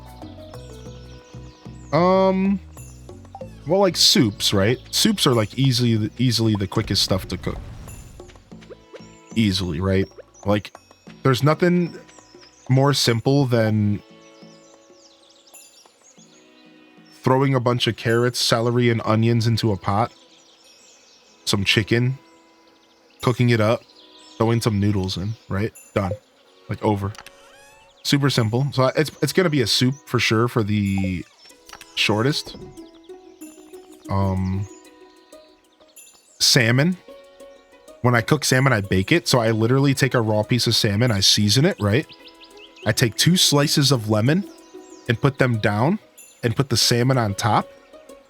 I sprinkle garlic, oil, and lemon juice on top. Throw a couple lemon wedges into it, into the little dish as well. And I bake it. Done. 20 minutes later, not even, on like 450 heat, you want real high heat, take it out of the oven and you got yourself a fresh piece of salmon, right? 20 minutes, nothing. It's like 0 effort. You get to watch it cook, right? So that's probably one of the fastest meals ever as well. Wouldn't the Pokemon sandwiches been the shortest? No, because we did Cubano sandwiches. So that required some sort of cooking and like cutting of the Cuban meat. So I think the salmon might have been shorter. But that is a good point though. The Pokemon sandwiches were definitely pretty short. What's your favorite form of potato? Probably smashed potatoes. Probably. That's a good question. What's up, Quilty Confessions? Welcome in, welcome in. I love how little seasoning fresh fish needs. Yeah. As far as the longest thing I've ever cooked, now I'm assuming not just on stream. This question might have been deeper than that. I mean, I would say Thanksgiving meal, right? I've cooked my own Thanksgiving before. So I think it's got to be Thanksgiving. Because when you're cooking a whole turkey, stuffing, mashed potatoes, and a pie, I think that was what we did one year. That was probably the longest I like stood in the kitchen and cooked.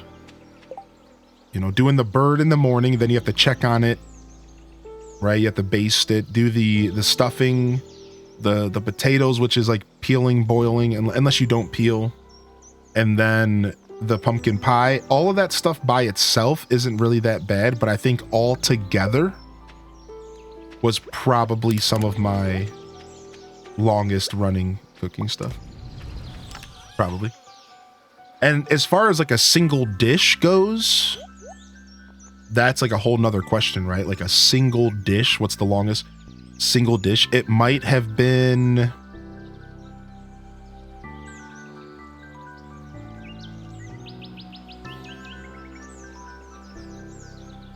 I don't know, maybe like eggplant parmesan, but that's not really that bad, right?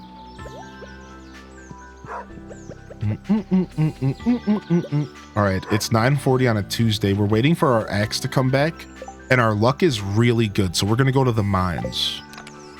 Our luck is really good today, so we're gonna hit the mines up.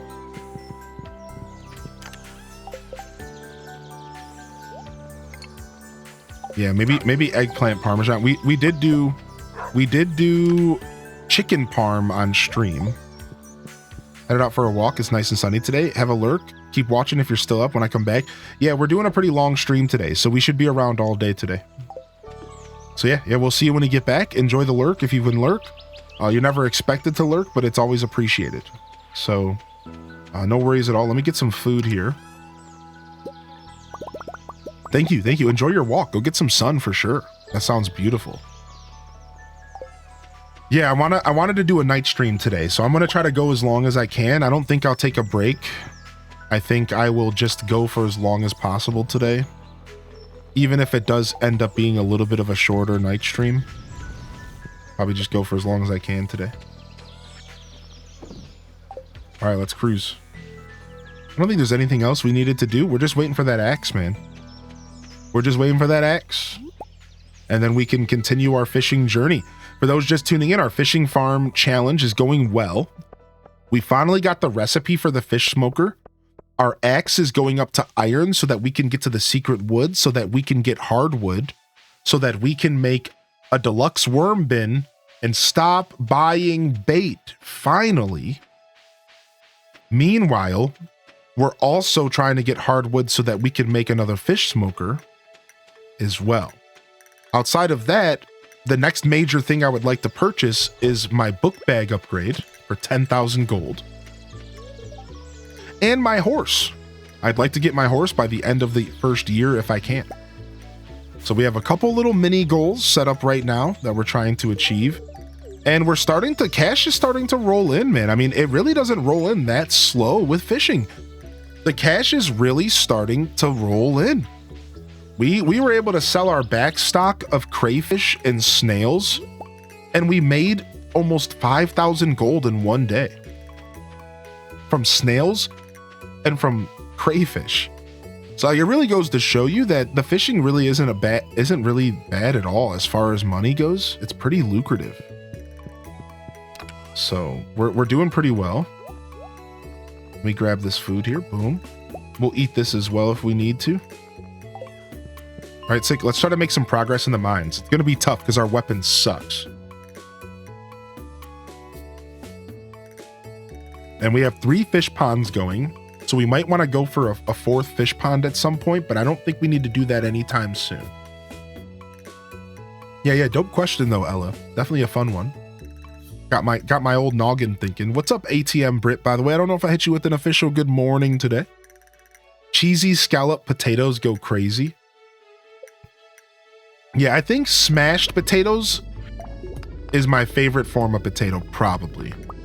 Specifically, like skin on, like I love red skin on mashed potatoes. That's the difference between smashed and mashed, is skin on. And the creaminess versus a little bit of lumps. I like some lovely lady lumps in my mashed potatoes. I like some lumpy lady lumps in there. I don't want it to be completely butter smooth. I want it to be a little lumpy. I like a little bite. Oh, snail, that's a crayfish. Roll over at 9 a.m. and start to help, but would mainly be snacking on the veggie platters and such. Oh, Thanksgiving can take all day. I remember my grandmother would wake up at the crack of dawn. Yeah, so would my mom, yeah. That texture is chef's kiss. Yeah, that's what it's all about. What's up, little O negative? Yeah, but I like potatoes in a lot of different forms. You know, here's a good form of potatoes. Seasoned potatoes, like straight up hand sauteed seasoned potatoes. I think you would par bake them, right? So I think you boil them to blanch them. Then you would cut them up, but you wouldn't be fully cooking them in the blanch. I think that's the key. You don't fully cook them, you blanch them. Then you would proceed to cut them up, and you would put them into a saute pan, well seasoned, and create basically like a homemade hash. Right, I'm basically talking about a hash, but a nice fresh hash that has tons of texture and flavor, not shredded or anything like that. Yeah, like that's a really good way to eat potatoes as well. I like potatoes with breakfast. I do actually like potatoes with breakfast. I'm about to die. All right, we need to get this diamond for sure. I'm gonna grab this diamond.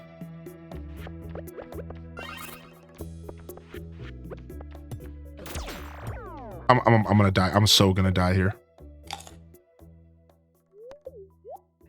Bacon bits, cheddar sauce, sour cream, shredded cheese.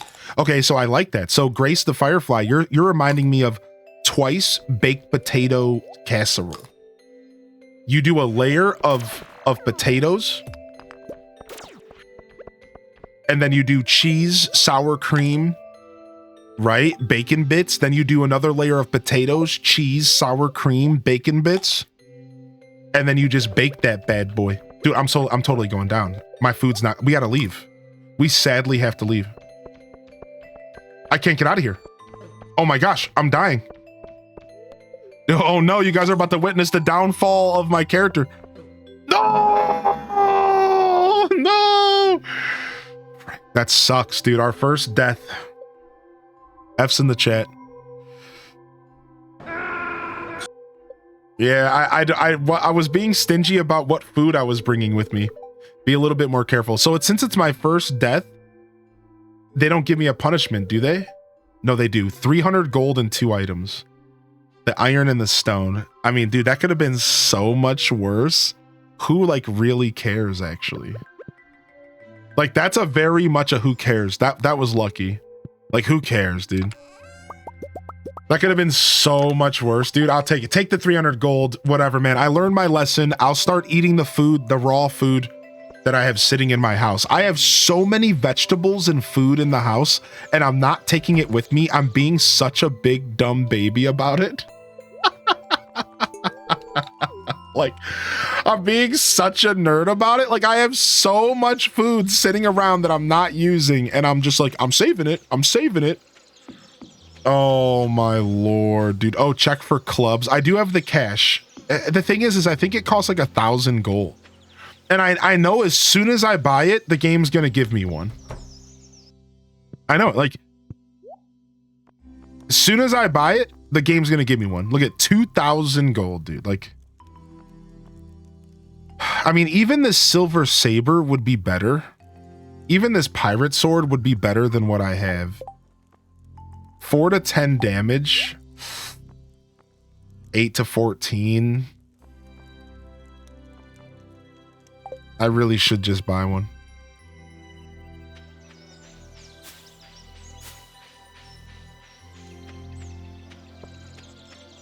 If you know, you know. D. Rucker, tender crisp bacon cheddar ranch. Yeah, what's up? How you doing, Tigsy? Always lurking. Can I ask? Are you planning a stream Christmas Day? You always make my Christmas because I'm on my own. Yeah. Not only are we doing a Christmas stream, we'll be doing a Thanksgiving stream as well. So Thanksgiving is going to happen November 28th. We're going to be cooking all day and playing video games all day. And then Christmas, I'll be here. I'll be here Christmas for sure. Probably Christmas Eve and Christmas. I usually do both. And, you know, we'll do some Animal Crossing and whatever comes to mind. Yeah. Thanks for asking. I'll be here.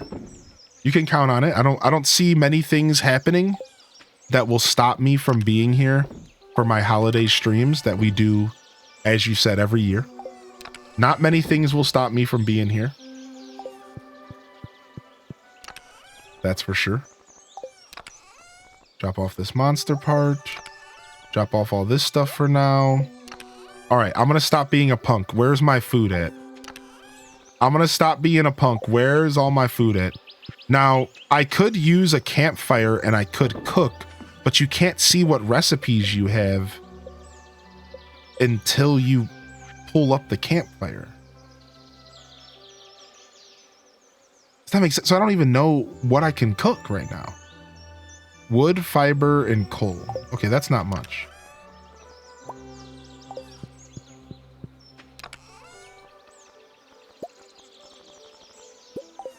Oh, you can check your recipes? Where can I see that at? Oh, here. Thank you. Thank you.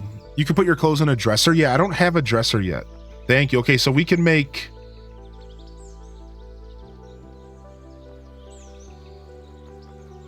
There's got to be some stuff that we can cook so we don't have to eat the food raw.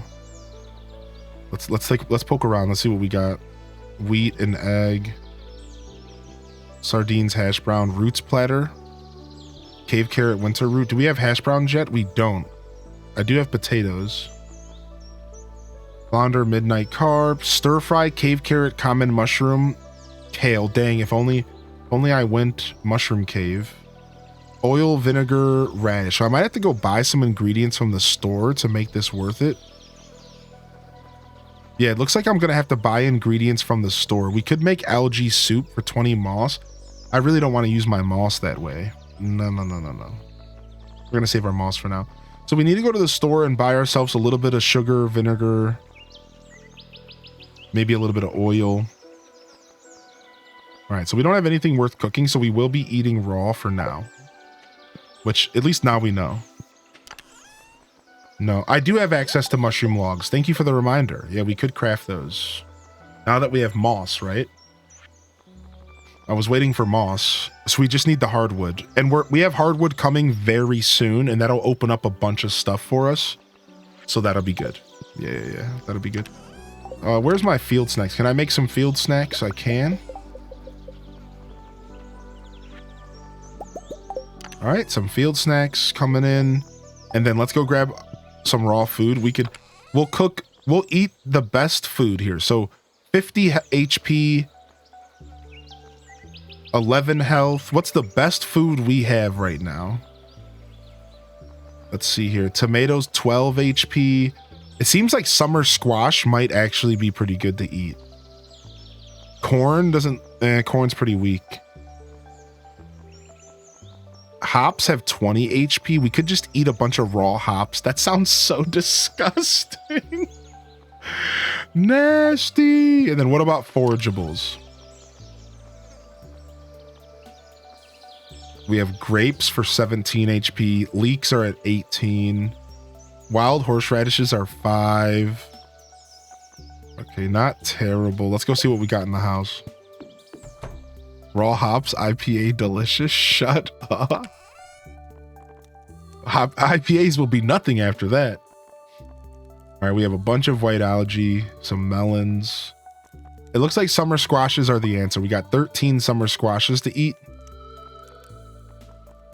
Yeah, looks like we're eating summer squashes for now. That'll be good. That'll be a good source of food for now. Dun, dun, dun, dun, dun, dun, dun, dun. We're not going back to the mines today. We're done mining today. We took a beating. We're good. We're good on going again. We can fish. I guess we could eat and fish here. Let's go check the beach. We haven't checked our beach crab pots today.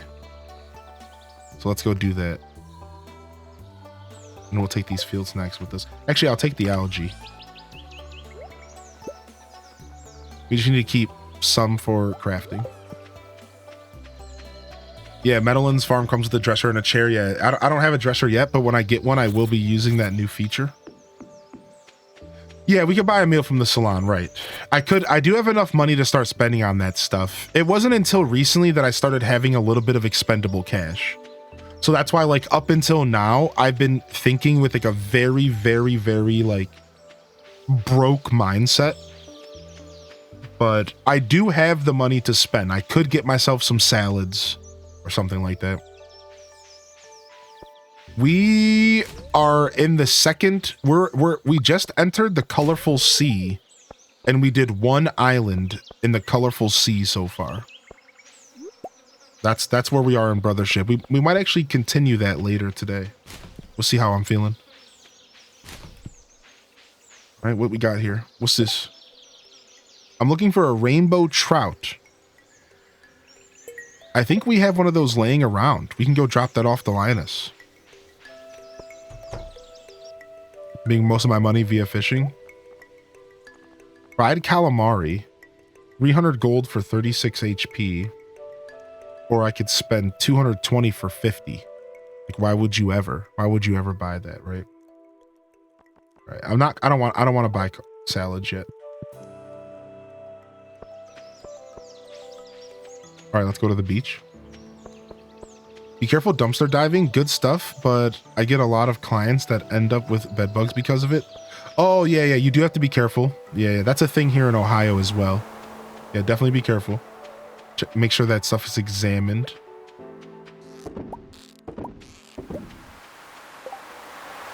Boom. All right, do I have anything in this chest to take home while I'm here? Nope. All right, let's go grab let's go grab a fish and give it to Linus, and we can get ourselves some cash today to make up for the cash we lost. Yeah, it would probably be a worthwhile investment to buy the sword. I'm gonna do it. I'm gonna commit to a 750 sword. I'm gonna commit to a 750 gold sword. It's a worthy investment. It's only 750 gold, and I can make that back by literally just selling some of my back stock. So I'm being a bit of a punk about it. I really don't need to. We're gonna go buy ourselves a new sword. I know I think we get a new weapon soon. Don't we get the obsidian blade on floor 100? That's one of the reasons why I was waiting. Because I think we're right around the corner of the obsidian blade. So we're so close, because I didn't remix my bundles. I forgot to remix them this time. And as well as the mine rewards. So it really comes down to, like, if I could just make it 15 floors, I'm fairly certain we get the obsidian blade. So it's like, oh, we're so close, like, yet so far away, man. All right, let's go grab this rainbow trout. Where did I put my coal at? Boom, grab this and this. And I guess we could keep cooking iron for now. We really need to go back and get more copper. So we might have to do a couple copper runs, and we could kill bugs while we do that, which would actually be really nice. So we might actually go do some copper runs in the mines here. All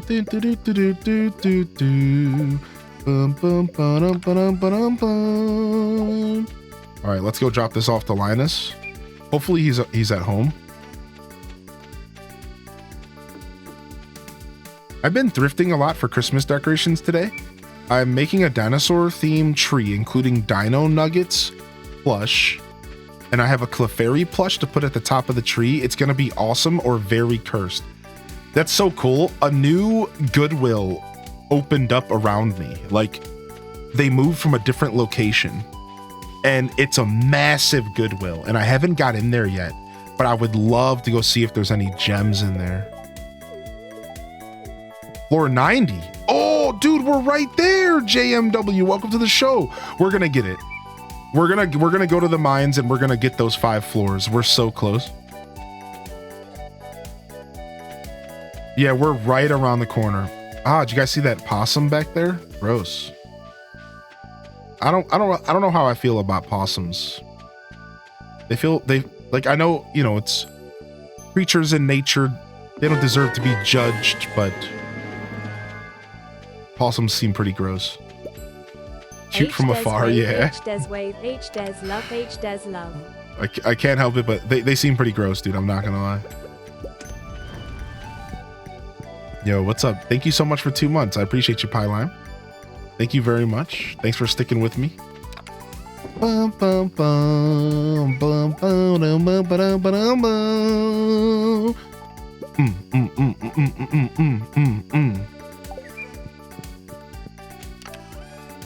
Get it. Go put this in the trash machine.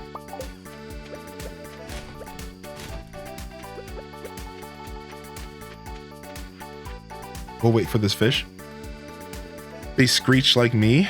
They're super awesome. They like to eat ticks and other invasive bugs. Dude, oh, they're tick eaters? Let's go. Sign me up. They should be your best friend of bug eating. I didn't realize that. I didn't know they were bug eaters. Never mind, dude. I'm actually all about them now. That's why I'm okay with spiders. Spiders are actually helping my life, even if they are kind of intruding at the same time. Pretty sure the possum's not into you either. I mean, that's fair. You sure about that? Listen, again, as long as they don't enter my bubble, all right? Don't call me out. All right, you know, there's a difference between a spider and then being surprised by a spider. You could say the same thing about a human, right? If I showed up at your house and you were expecting me, hey, expected highly, and that's cool. But if I just show up in your window, like, surprise, in the middle of the night when you're hanging out playing video games, I'm sure you'd maybe get a little jumpy. All right, imagine you just see me pop up in your window. Hey! All right, so don't call me out because the spider surprised me, dude. All right, there's a big difference between expected spider and surprise spider. Is that a threat, Mr. Streamer? I don't know about that. Did you bring snacks? Hylian's giving off Blathers vibes. Oh my gosh.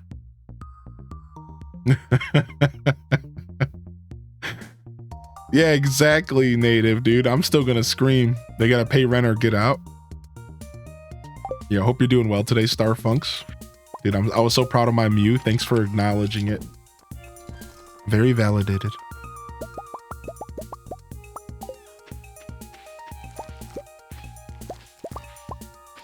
All right. I didn't see. Is our pickaxe done? I didn't see. I wonder if the pickaxe is done. I don't think I heard the noise. Isn't there supposed to be a noise?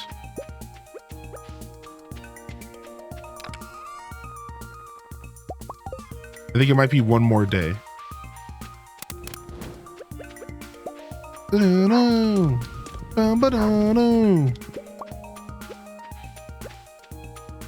wouldn't make it to the window, my dog would hear you.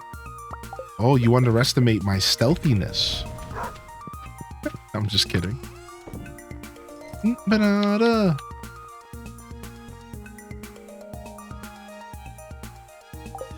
All right. My cousin did that to me once. He went to the window of my late aunt's house and started growling. When I looked at the window, he jumped up and screamed, I swear. Dude, that's so messed up.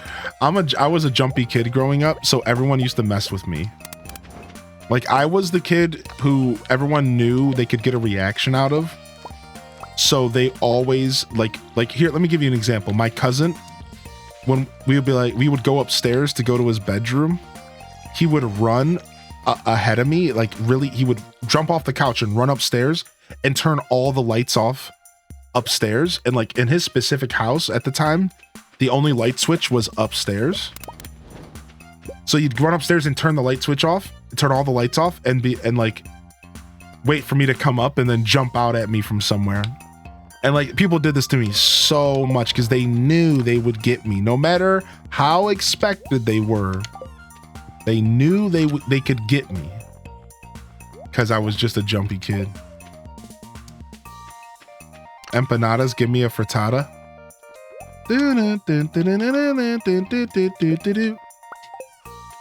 All right, we get this cooked up. All right, let's go ahead and take care. Oh, we're out of bait again, which sucks.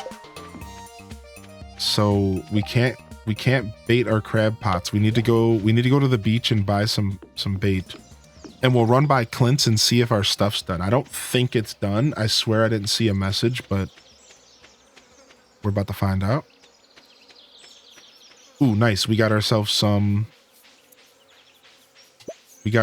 Crimson Roe here. Very cool. And we can make ourselves some more preserve jars. I think we should. I think investing into preserve jars is actually pretty smart. Hey, dog. I think investing in a preserve jars is actually pretty smart. So let's do that. All right, and so let's go grab ourselves some stone.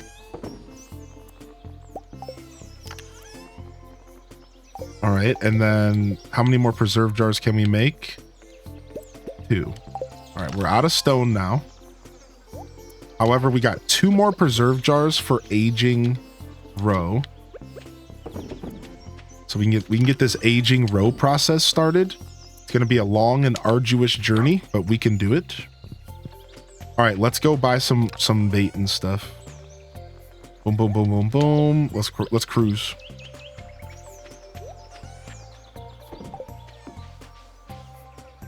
It's still weird seeing a tiny farm. I know, right, Peaches Danny? It's so very not me. I got a drink to take my meds. I drank it all and I didn't take my meds. Oh. I always sense people coming. The kids try to scare me all the time and I tell them I see them before they even see me. Even though I can't see them, I just feel that they're there.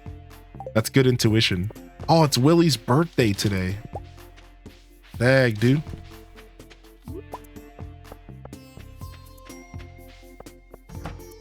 Shut up. Nobody asked you, Mayor. Shouldn't I be shaking trees? Can you get a mystery box from a tree that you shake but don't cut down? Because then I really should just be going around shaking all the trees. Yes? Yeah, I really should be going around shaking all the trees. Happened to me earlier. Because like, even if I'm not going to cut them down, we could be getting mystery boxes. Are some top tasks to complete in year one? What are some top tasks to complete in year one? I think that having your horse by the end of year one is a total top task, or you should really be aiming for year two summer. Year one could be a little hard depending on the player. I think getting your axe to iron and getting access to the secret woods is a top year one task. I think getting your watering can to iron and maybe your hoe can be really, really nice as a goal for year one, so that when you go into year two, you can actually like build your farm and you have enough time and you're not wasting a bunch of time, because you're probably not going to get a good enough amount of sprinklers by the end of year one, depending on the player you are. And that goes to my next point, sprinklers. Sprinklers year one is a beautiful goal to have. Get to the point to where you can create quality sprinklers. So we're talking the ones that take gold and iron. Gold and iron, I believe, is what they take to make. If you can get yourself even just like 10, 20 quality sprinklers before you go into year two, that is so freaking helpful to let you live your life in year two. And that involves the mines. So finally, to get to the main point here, the mines. If you can get to the gold, you don't even have to complete the mines. You want to get to the gold floors, which is floor 80 and up. If you can make it to floor 80 or higher, year one, that's the best thing you want. Like, that is a huge goal that you should strive for. Get to 80 and start getting gold, because gold equals quality sprinklers. Gold also equals a bunch of little recipes that start to add up. Like, you need gold for a couple of really strong recipes. Again, the big one being quality sprinklers. So I think that's a really good goal. So to recap, getting through the mines at least to floor maybe 80 to 100 is a very powerful early game. Getting your axe to level 2 iron is a crazy, crazy bonus, because you can start collecting hardwood earlier, and the earlier you collect hardwood, the better. The more likely you're going to be able to get your horse by mid-year 2, end of year 2 the latest, the more likely you're going to be able to accomplish more of your goals as you go into year 2, right? I think it's all about setting up for year 2, because year 1 is kind of always meant to be a wash. If you want my opinion on this, I think year 1 is always meant to be a bit of a wash, and you should be okay with that.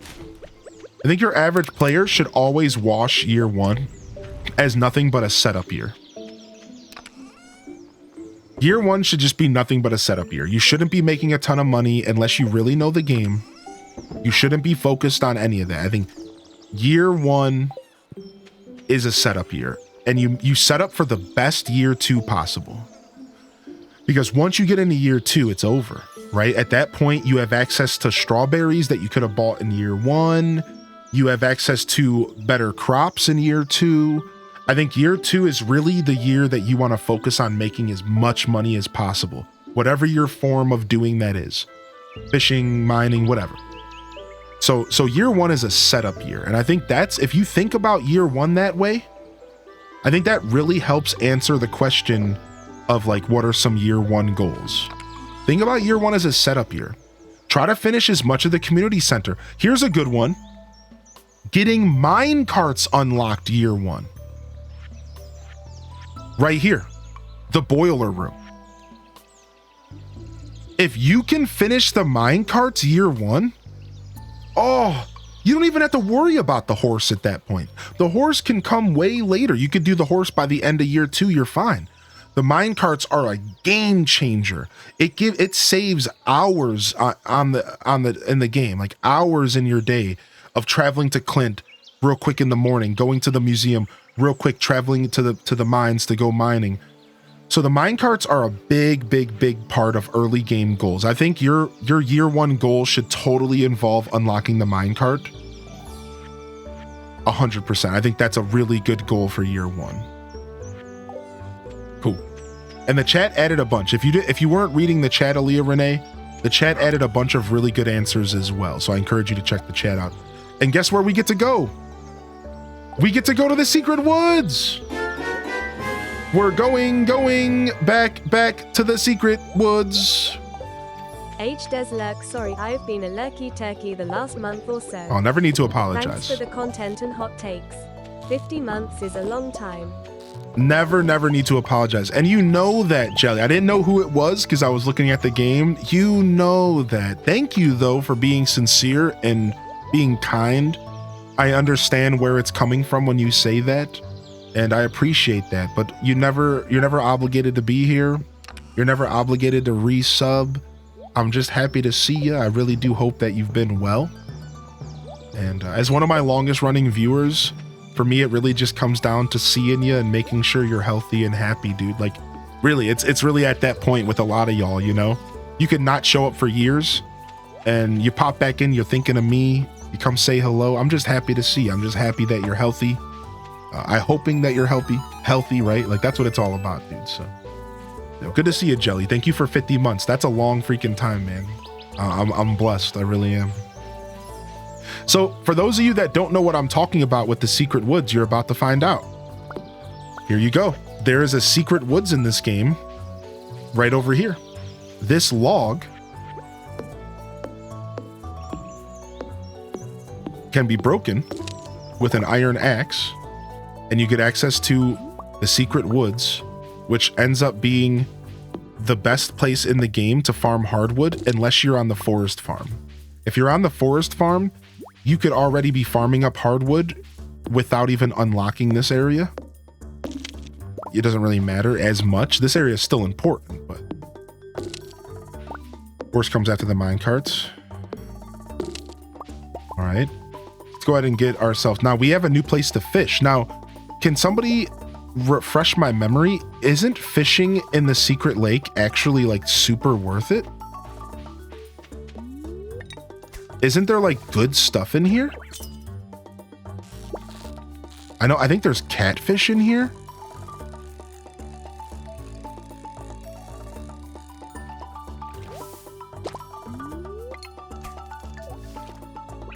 Cheeseburgers? Ooh, river jelly. Forest Farm is a game changer. It really is, yeah. The wood skip.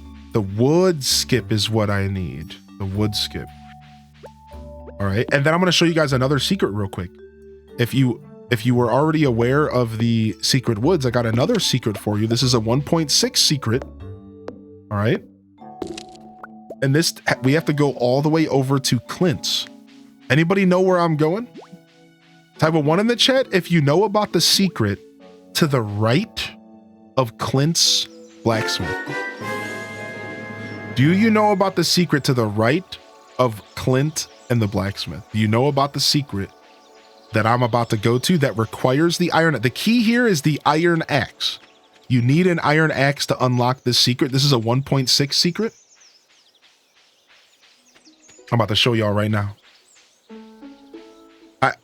And what it is isn't like the biggest deal. It isn't like the most insane thing, but it's really, really cool for people that play the game like I do. And I'll explain in just a second. Thank you, Ella, for the Prime. I actually really appreciate that. Thank you. Thanks for the follows coming in. Hope you've been well, Jelly. I don't think I missed a message from you. I hope you've been well, dude. Yeah, take it easy, and thank you for the love. Here it is. You guys ready? So you see this, you would think to yourself, oh man, why can't I go this way? You want to know why?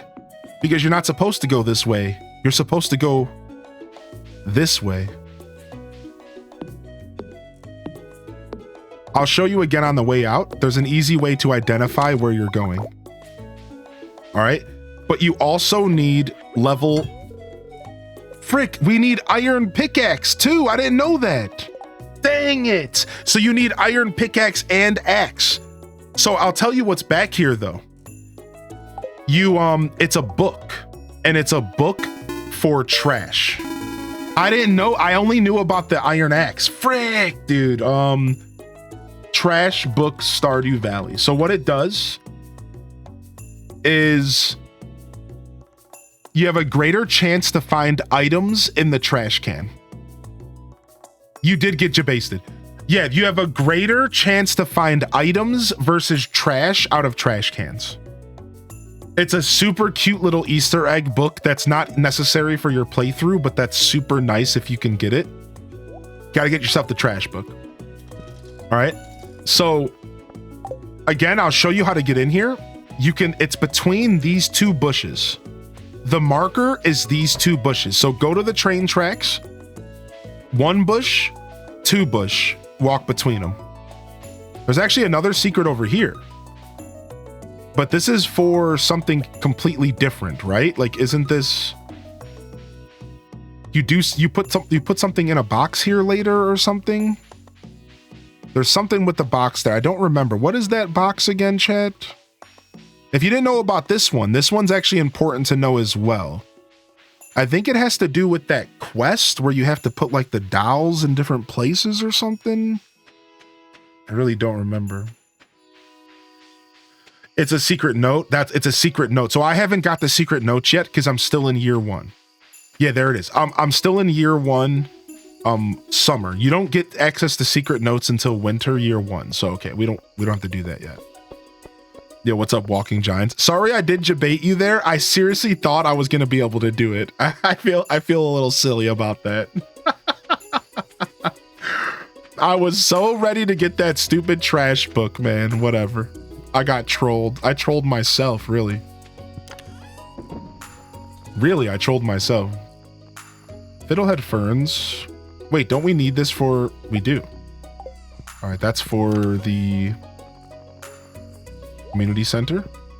We got our first hardwood tree seed. Oh, we need this mushroom for the community center as well. Boom. All right, put all this stuff in here. Oh, wow, we already have 36 hardwood. Let's go. Finally, dude, it's time. It's time. It's worm bin o'clock. For the first time in my fishing playthrough, the end of summer, we finally don't have to buy bait anymore. Oh my God, dude. Like, you don't understand how sick it's been. How much bait do I get? Should I make a second one, Chet? Or is it not worth it to make a second one? How much do I get every day out of this? I might need a second one. I have a lot of stuff going on. That was such a well-timed oof, by the way. I'm proud of you for that.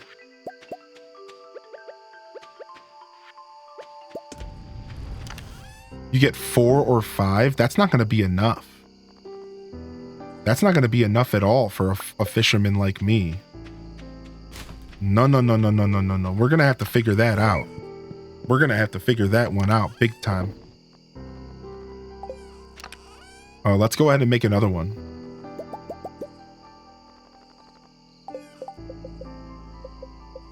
So I need the fiber back.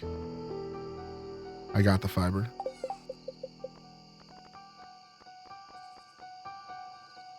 Worm bin. Deluxe worm bin. This thing right here, it makes bait of specific fish. So if I were to put a tuna in there, I would get bait that's specifically to help me catch tuna. If I were to put a pike in there, it makes specific pike-friendly bait. So it's actually a really useful device. but only if you're trying to catch certain fish. Like here, I'll tell you how we're going to use it later. Later in this playthrough, I'm going to start looking up what the most lucrative fish in the game are every season. I'm a little too lazy to do it right now. I just don't feel necessary. So we're going to be looking up the most lucrative fish of every season. And then we're going to make a point to make a bunch of bait of the most lucrative fish. And we're going to just strictly focus on fishing up those fish. And that'll be one example of how you could use that new bait machine effectively. So this way we can guarantee that we're getting the best fish instead of fishing and hoping for the best fish. Right? So that's like one of my strategies in the future with that tool. Again, I'm at the point now where I'm like, I don't really feel like doing that right now. I don't feel like looking stuff up. I'm just enjoying the early game, chilling and not really thinking too hard about what I'm doing. Bum bum bum bum bum bum bum. All right, nice. We got our first hardwood tree seed. Do we have tree? We do not have tree fertilizer yet. All right, we should have a couple stumps on our property we can cut down here, and we can get ourselves a couple more pieces of hardwood, and we're about to get our second fish smoker. Our second fish smoker, dude. If you go above the chat on mobile, there should be a button for captions that might work. I've heard it's kind of buggy though. Yeah, we have to get the book that tells us what things are worth. Yeah, there you go. What level does that get unlocked? I don't remember, but I don't remember. I can look it up for you though real quick. Fishing Stardew. Let's see together. I think it was level 7 or 8 with the new update.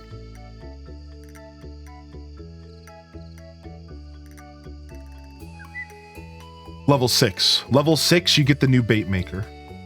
Level 6. Level 6 also when you unlock iridium, the iridium rod, I think. So that's a big level actually. All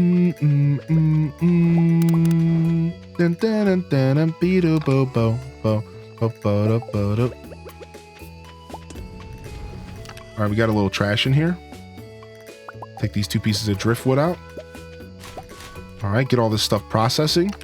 And then let's grab our cave jelly. 1 jelly, 2 jelly, 3 jelly. And I present to you the man who has crafted their first ever fish smoker. Now we got one for free. All right, so that doesn't count. This is my first ever crafted fish smoker. And boy, does it just feel different. It hits different, chat. When you craft it yourself, it hits different, my dudes.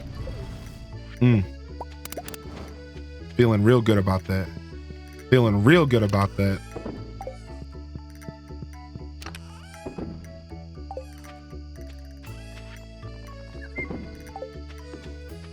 You just got 2 diamonds from a slime? What? The slime double tapped you? That's sick, actually. Drop this stuff off. All right, we can wait a little bit longer here. And then we should go to bed. I'm just going to wait for more processing here. Boom, get that in there. And then we could wait for fish. 1, and then we should be able to wait for this one.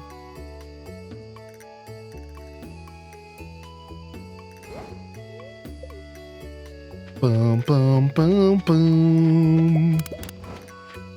I don't wanna pass out outside of my house. All right, and off to bed we go. What's up, Alto? It's so loud in the restaurant that I have you on caption only on the phone. I got an early break today. Aw. Welcome in, Alto. Welcome back. Thank you again, Ella. I appreciate you. Enjoy the emotes, Ella. We got some good ones on the way.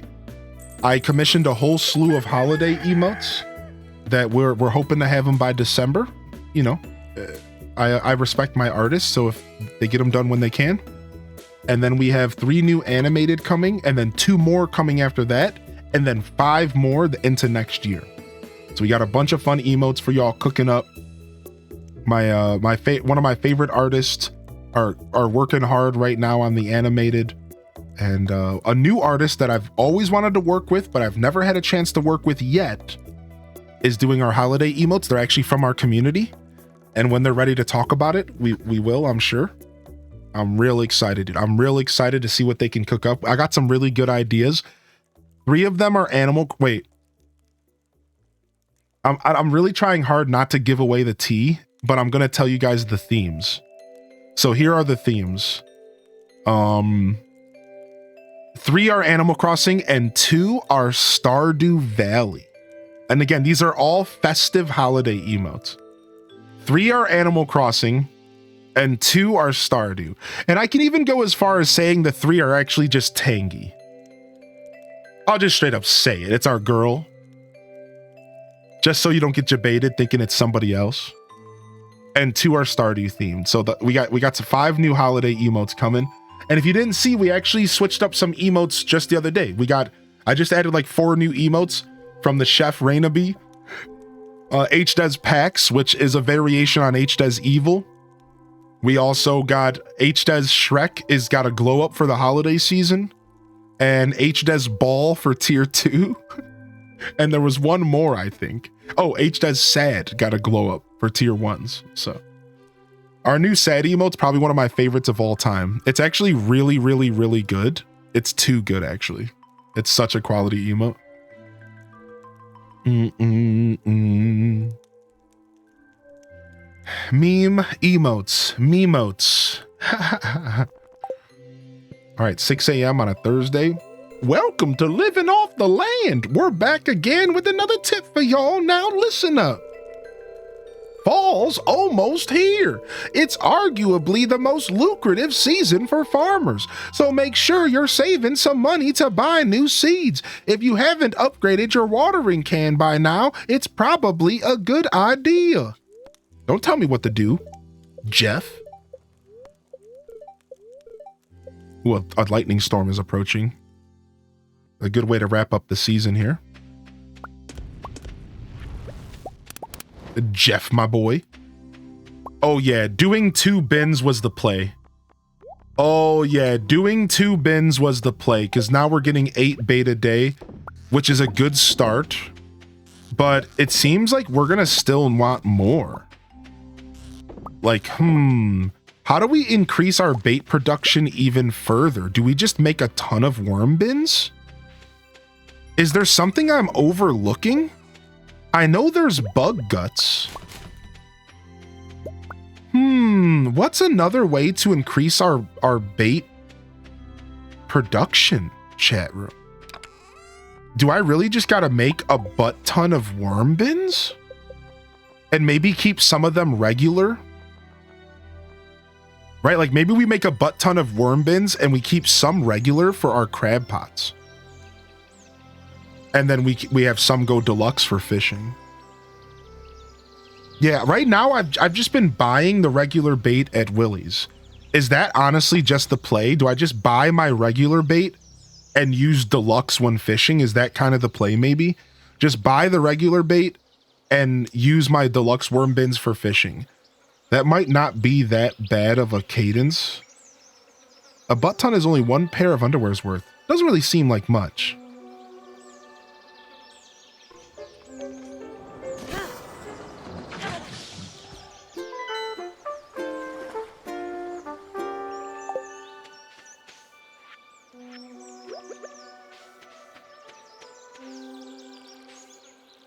I'm fairly sure you get a bonus for using deluxe bait in the crab pots. Let me check. Okay, that would be cool if you find that out. Thank you. That would actually be cool. I would like to know that. I'm just going to make a bunch of worm bins. I think we're just going to have a worm bin farm. We're just going to get worm binned out of our minds. We're going to get so worm binned out of our minds, dude. It's going to be crazy. We're going to be worm binned out. We're going to go on a worm bin bender.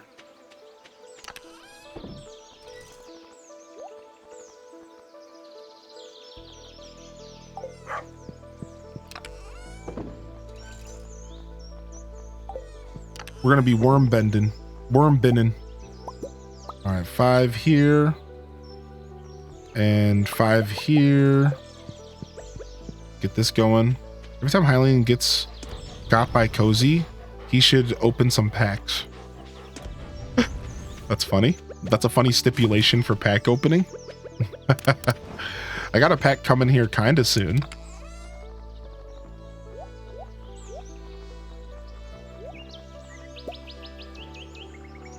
All right, and what do we need to make another worm bin? Gold, iron, fiber, hardwood. Okay, so we have to go farm up some more hardwood today, which we can go do that. Easy. Sell this stuff off. Boom. Drop this stuff off. Chance to get trash is reduced. Oh, wow. Okay, we're for sure going to do that then. No doubt about it. Hi, doggo. Good morning, doggo. We're going to clean up our farm today. We'll get that going soon. Drop all this stuff off and let's go. My knee's acting up again. He wants a hot pepper. We can go do that quest at some point.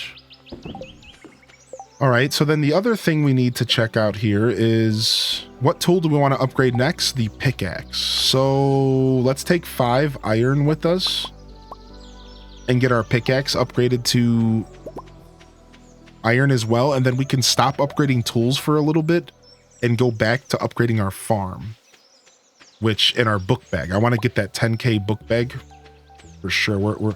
I'm sick of inventory space already. My dad used to keep a worm bin for fishing. It was all fun and games until he brought it in for winter and the worms escaped in the basement. Gross. I mean, worms aren't really that gross, but still gross. Ooh, I get a ticket for doing this? I catch tuna in the ocean? Oh, it's on, Demetrius. We want one of them Mayor Lewis tickies. Those tickets are pretty good. Yo, thanks for the follows. I appreciate that. Bum bum bum bum bum bum bum bum bum bum. Yo, we'll see ya, Alto Girl. Boom, grab that. Upgrade tools. Steel pickaxe. All right, cleared up that. Let's run down to the beach. Fill up our crab pots. And then go to the secret woods and start building up the hardwood reserves. And we'll go in and we'll purchase a little bit more bait just to keep us afloat until our worm bins start to produce enough.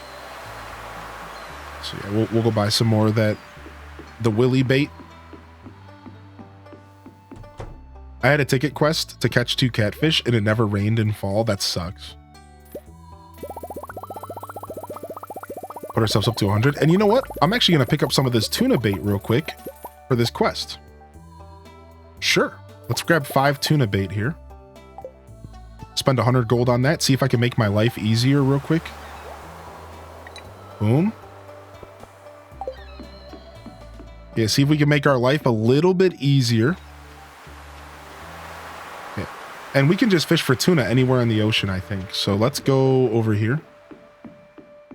Is this the playthrough where you marry Haley? Would Haley be interested in a fisherman like myself? Maybe. What's up, Kamen Rider? Dude, nice name. Yeah, maybe. I mean, why not, right? We should mix it up. I was thinking about doing Krobus for the roommate. What I was thinking about doing this playthrough was Krobus. We haven't done Krobus in a really long time. I was thinking about doing Krobus for the roommate just to kind of mix things up. The Haley stuff could be okay too. Trouble goats? I'm sure. You're bad, buddy. You're bad, buddy. All right, let's go find Demetrius and turn this in. Demetrius is probably in the mountains somewhere.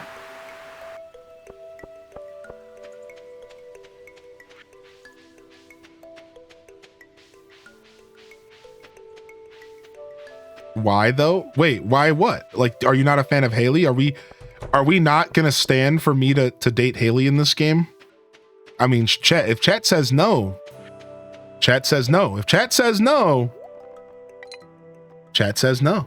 What can I do?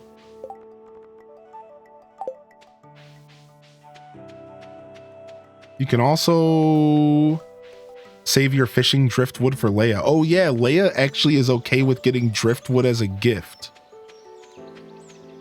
You said Krobus, we gotta go Krobus. Yo, Demetrius, are you home, dude? Nah, Demetrius isn't home. Frick. Where you at, homie? Where's Demetrius at on a Thursday afternoon?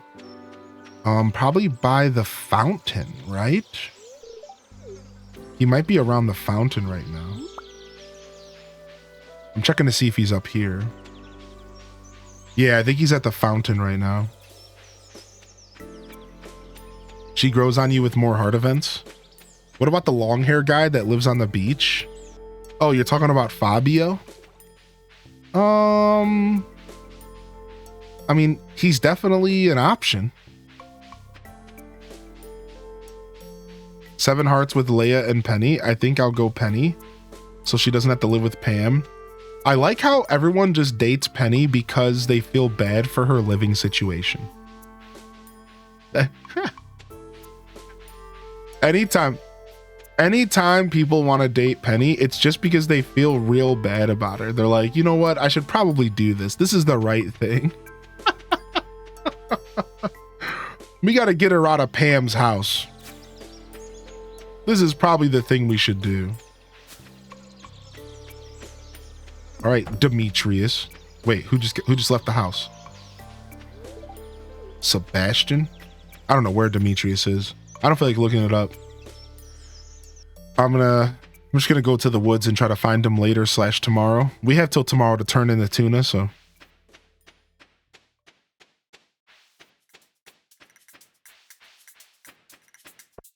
He's around here somewhere doing science.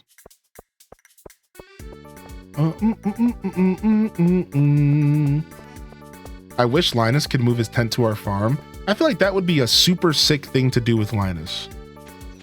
Like, to have him move into our farm, I think that would be kind of cool. I have the kind of brain rot where I have a save file and a character for each marriage option. I don't call that brain rot. I call that brain supremacy. Don't you get it twisted, my friend.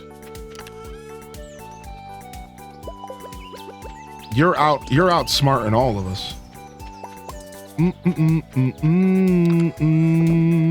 Why choose when you don't have to? Why pay retail? Why pay retail?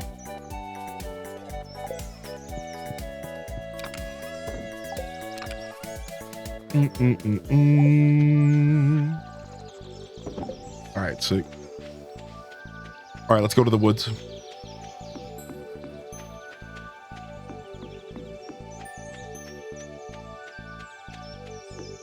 Can lay in, yeah, that's big brain. How much is the first tool upgrade? 2,000. 2,005 bars. 2,000 gold and 5 bars. It's so addicting to play that way. What's up, Dave? How you doing, man? You looking forward to the new Rune Factory game? I am actually, yes. Yes, I kind of fell off of Rune Factory once they went 3D and got a little bit too anime waifu for me. I think the next Rune Factory looks good. It does. There's something about the new Rune Factory that is actually, it looks promising for somebody like me who kind of fell off the series. The last Rune Factory I played was 2, and 3 looks like something I would like to play. Wow, these slimes are having a baby right in front of me. No shame. So like, yeah, that's my take on it. So I think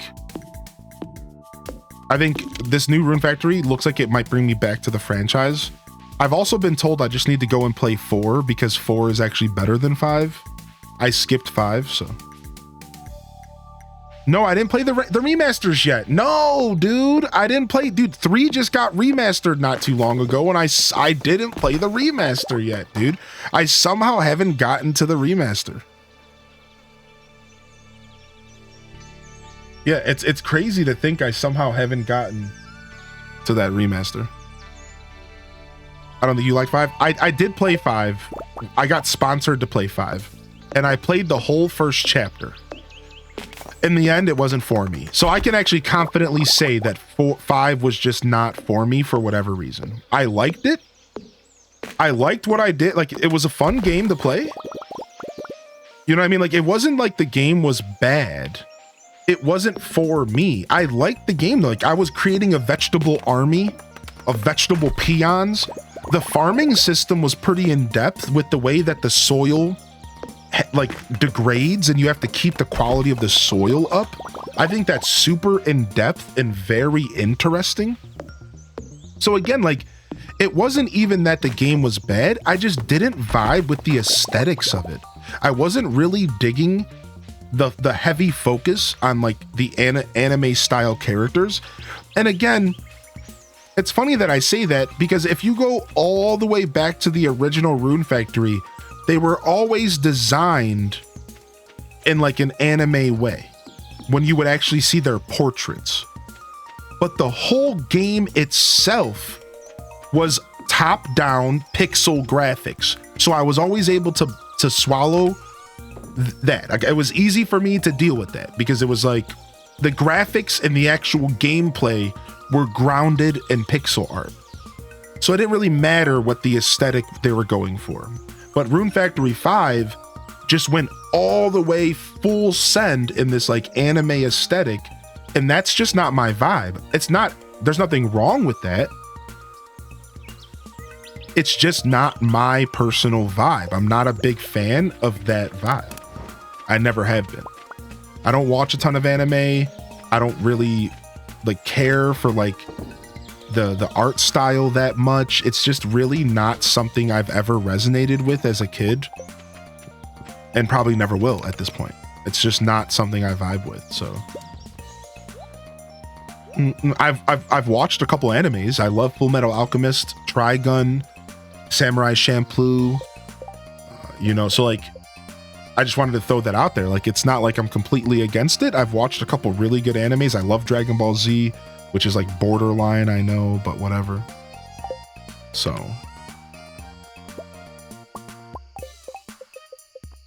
but I just don't do a ton of that. The only good part of Rune Factory 5 was the bathing suit costume. Yeah, whatever.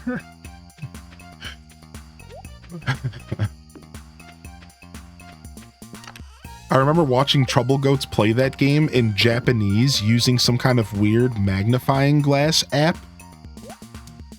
on their computer to translate the text. It was actually pretty cool to watch you play that.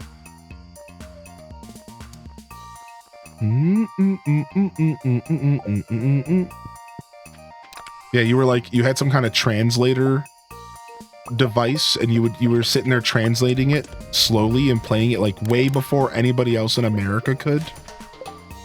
I remember being kind of into that. I was watching for a little while. And somebody mentioned the intro, and I could not agree more. The intro to that game was fire. It was like a Cowboy Bebop intro. It was actually so good, dude. You gotta give that game's intro some credit, man. That intro was sick.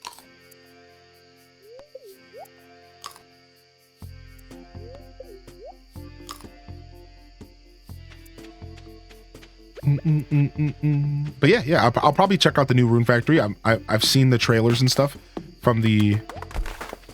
They do a couple like little directs every year or two, or every year. It's a year and half a year, 6 months to a year. So it looks good. I like the direction. I think the thing I like about Rune Factory, the next Rune Factory that they've showed off the most, like, so there's actually 2 Rune Factories coming. One's supposed to be more traditional, and one's this like new one with like this whole dancing thing. You want to know the thing that makes it look appealing? is that they're not trying to be Rune Factory. Like, for me, it's strange to say this, but like, instead of me picking up the game thinking it's going to be one thing, and then it ended up being something else, I think with this Rune Factory that they're going to be releasing, I'm going into it expecting something completely different from like a farming experience.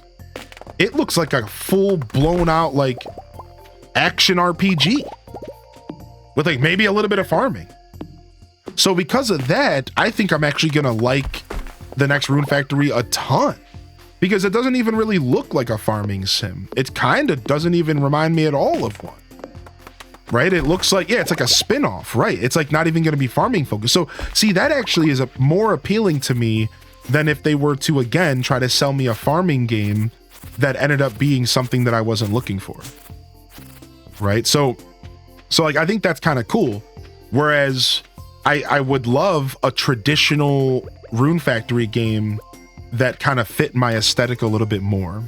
And like I said, I think at the end of the day, it's just going to end up being me going back to play 3 and maybe check out 4. I can imagine that's really what I should do.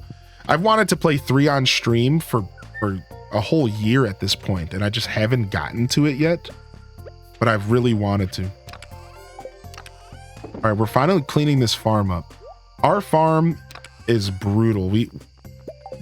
We had all these trees taken over. We're trying to clean this place up.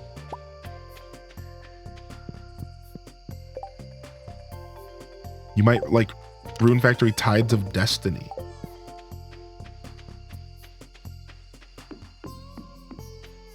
All right. This whole batch of grass down here. Let's go ahead and clean some of this up. 3's on sale.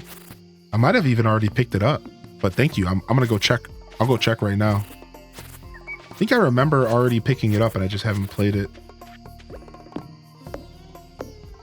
Made the mistake of having a big lunch and now I have to work for 3 more hours.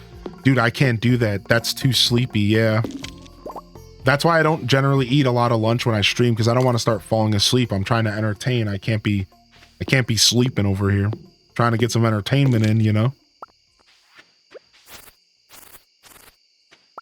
That was me yesterday after that cheesy cauliflower. I was pooped.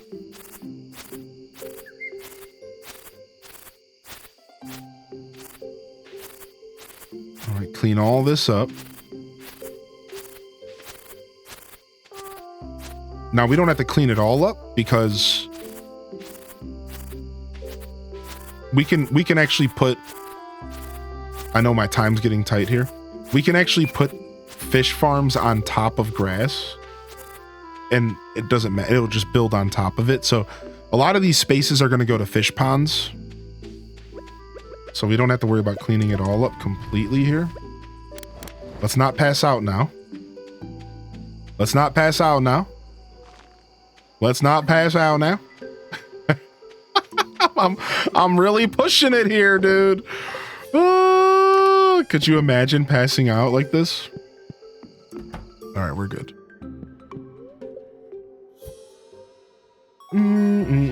Nice, finally, tree fertilizer. Yes, we needed that for our hardwood trees. Nice, look at that. All that smoked rainbow trout. We're starting to really bring the cash in. How long can I go without the heaters in winter before my animals hate me? I think you'll be okay. I don't even know if the heaters lower. I think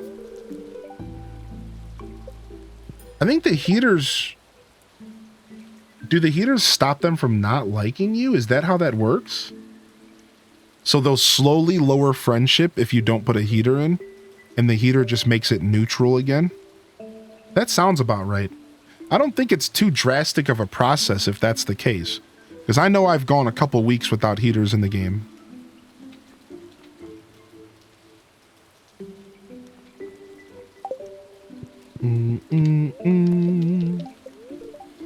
Spirits are in good humor today. Okay. Yeah, I don't think it's a long process. I think I've gone pretty long without heaters in the game. Nice, we got another sturgeon. We got another sturgeon here. All right, we got to find Demetrius. If we go early enough, we could probably just find Demetrius in the house. How do you learn all this stuff? Just playing a lot, Holly. Or Holler. What's up, Holler? Yeah, just years of playing the game and the chat, right? So I've done a lot of Wikipedia playing this game. Like I use the Wikipedia a lot in a bunch of my playthroughs. So a lot of it is collected knowledge of constantly referring to the Wikipedia. Eventually, some of it sticks. A lot of it is also because Twitch chat is boundless with knowledge, right? Like I get so much knowledge just from hanging out with the chat. And a lot of reminders, like repeated information when I forget stuff with the chat. So I got to give a lot of credit to the Twitch chat.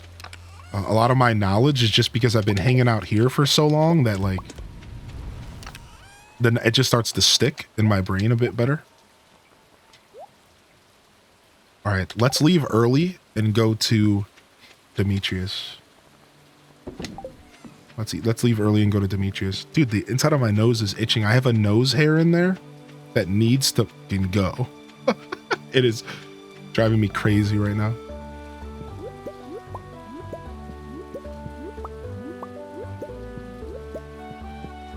I got the fish up. 10 squid during the Squid Fest. Oh, nice. But was it like an achievement? Playthroughs? Isn't finishable, is it? So Stardew Valley technically never ends. You are right about that. Right? This game does never end. You can have 10-year farms, 20-year farms, 30-year farms.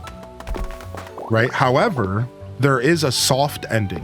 And the soft ending, the credits roll, but you have to 100% the game. So technically, if you count the soft ending, I have beat the game twice. I've 100%ed it twice. Once on Switch, once on PC. However, I personally consider getting to a certain point in the game to kind of be completing it as well. And I can say that I have gotten to a certain point in the game to where I consider it kind of over maybe 4 times. And this includes the 100%. Keep in mind, this includes the 100% plays. Probably 4 or 5 times, maybe even pushing 6. This might be my 6th time that I've done what I would call a full playthrough. So that usually means year 4 or 5. That usually means the Q quest is done, the casino's unlocked. That I have all of the fruits that give you permanent energy. What are they called? Star fruits. Usually I'm married and I have 2 kids in the game. And I'm pretty much just like living my best life, right? So I've done what I just described a handful of times, maybe like 3 times, and then I've 100%ed the game 2 times. But you're right. Just to clarify, there is no ending to the game. There's only soft ending, or you just keep playing. The longest farm I've had is just under 6 years. Just under 6 years, my longest farm. Somebody rage quit because I flipped 200 on Zapdos. No concede, just close the app. See, that's the thing. That's so funny. Like, I find that to be funny that people get mad about that when it's like, the truth is sometimes that's the only way I can beat Mewtwo. Like, a lot of times, if I see a Mewtwo deck against my Pikachu, Daza, the first thing I do is I just start leveling up Zapdos. I just go for the coin flip every time. Because I've realized I'm not going to sit here and try to beat this Mewtwo deck with Pikachu doing 90 damage. It's not enough. So instead, as soon as I identify it's a Mewtwo, my whole game plan goes, get 3 energies on Zapdos and hope for 3 heads. Done. Like, that's it. Like, just hope for 3 heads and hope that I can knock them out. Like, I just go for pure RNG when I see those decks, because it's like, whatever, man. Like, it's the only way for me to one-shot you. My Raichu does 10 less damage and I don't run Giovanni. So it's like what? I just go for it every time. Executor EX. I only had 5 cards in my deck and I haven't even drawn a Pikachu yet. I do the opposite and do Pikachu and win 90% of the time. So yeah, like, I mean, I play off of what I get. But for you to say that you beat Mewtwo 90% of the time, I call BS on that. And not to challenge you, dude. Like, I have no reason not to believe you, but I completely call BS on that. Pikachu does not beat Mewtwo 90% of the time. If Mewtwo gets Kirlia, Gardevoir turn 3, you lose. You cannot win. Like, you cannot win if they have Gardevoir turn 3. And I could tell you because you could do the math. Like, you do 90 damage by turn 2. You have 2 energies, you do 90 damage. But by turn 3, they do 150. And you're dead. So at that point, the only way you're winning is if they don't draw into like another Mewtwo or if they somehow get a really bad hand. But you can, it is impossible to beat turn 3 Gardevoir unless you have the best hand in the game. Like, you can't. I've played enough TCGP to call that 90% total BS. Like, no way, dude. You're definitely overselling that for sure, dude. Not to call you out, but I'm not accepting that. I'm not accepting 90%. Give me 50% and I'll believe you, but not 90, dude. That's no. To be fair, I only went up against 5 Mewtwo decks. Okay, see, so that's different. You just mean in general. Well, oh, nice. Nice, I got mystery boxes.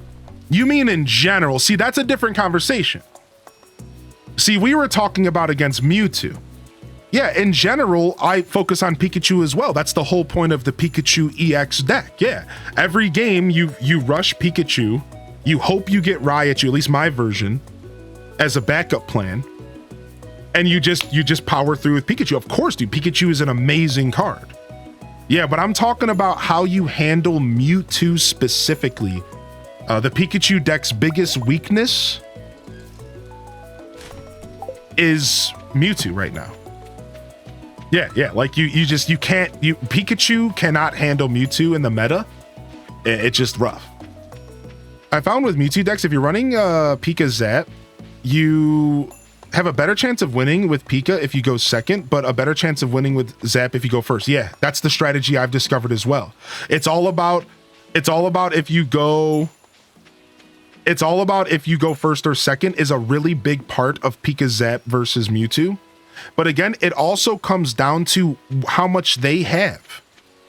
Like, for example, if they turn 1 Mewtwo routes, it's game over. Think about it. Like, no matter what, like, what are you going to do? Because now they have 2 Mewtwo's. Like there's so many scenarios where Mewtwo just destroys you. Like, what do you do? Like, 2 Mewtwo's, they turn 1, they put an energy. Turn 2, they do 50 damage. They take 90.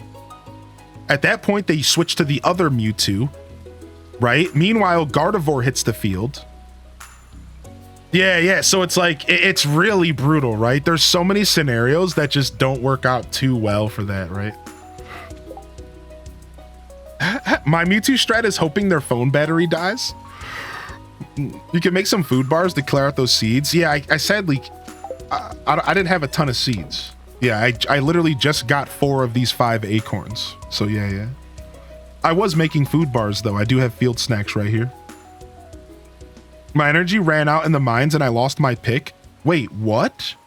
Can you actually lose your pick in the game? You want to go to the Adventurers Guild to get it back. The Adventurers Guild will give you lost items back. I went up against more Charizard and lost against Crimson Storm's 200 damage so many times. Dude, Charizard's so hard to deal with. Charizard comes down, for me, I've noticed that if I want to beat Charizard, it comes down to them not getting coin flips. There's a lot of that in Pokemon. Like, if they get the coin flips, it's like, what do you do, dude? You can't do anything against that, right? Like, turn 1 Zapdos, 3 energy on Charmander. It's like, okay, so turn 3 you're hitting me for 200 damage. Like, that is definitely a brutal deck. It might show up in the mail the next day. Yeah, I didn't even know that was possible, dude. What's the ticket for? So the ticket is in Mayor Lewis's house. I got you, Kegerator. Mayor Lewis, here, let's go right now. Let's go right now. I don't have any Pokemon friend spaces left at the moment, but what you can do is you can add me. And then I'm trying to remove people slowly and add people. Like I had a couple friends that I added that were like random players, and I'm trying to get rid of them and just add everybody from my chat. So I would add me just for now, and hopefully they like increase the friendship system or something. All right, here, let me go in here real quick and show you guys this. So there's a machine here at Mayor Lewis's. Oh, look, there's even a cutscene. There's even a cutscene to teach you about the machine. Like, here we go. Yes, hello there, Hylian. Yes, indeed. I was just loading some more prizes into this machine here. It's a new program I've come up with to help promote a spirit of goodwill among the townsfolk. You included, yes. It's pretty simple. Sometimes when you help out others in the town, you'll receive a prize ticket. You can turn them in for rewards. There's some special stuff in there. So I'll actually tell you how this works. There's a couple ways to get tickets, all right? Yo, Merp, Susie, have a good day to work. Have a good day at work, and thank you for tuning in. All right, so I will, I'm gonna show you one little tip that you need to know about these tickets, and it has to do with the bulletin board. All right, and I'll show you real quick, and then otherwise, you can get these tickets from mystery boxes, or you can get the tickets from the Help Wanted.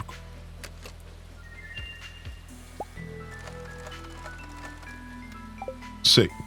So, and if you go over to the Help Wanted sign here, all right, if you go over to the Help Wanted sign, you're going to see stars over here. These stars fill up. Oh, it says that I have too many requests. Oh, I should probably go delete some of those. I have people request me when I kick their butt in PvP. These stars equal when you get a ticket. So every quest you do, you'll get 1 star. And once you have 3 stars, the next quest you do will have a ticket for a reward, as well as the money or whatever. So if you didn't know that, they actually upgraded the bulletin board system. Yeah, today you learned. Yeah, there you go. So that's how you can keep track of when your next ticket's coming. Yeah, I figured a lot of people might not know that because it's such a little nuanced thing. Too popular for your own good. It do be like that. Let me go ahead and get rid of some of these people that I kicked their butts in PvP. Friend request denied. All right, there you go. You should be good now. Friend request denied.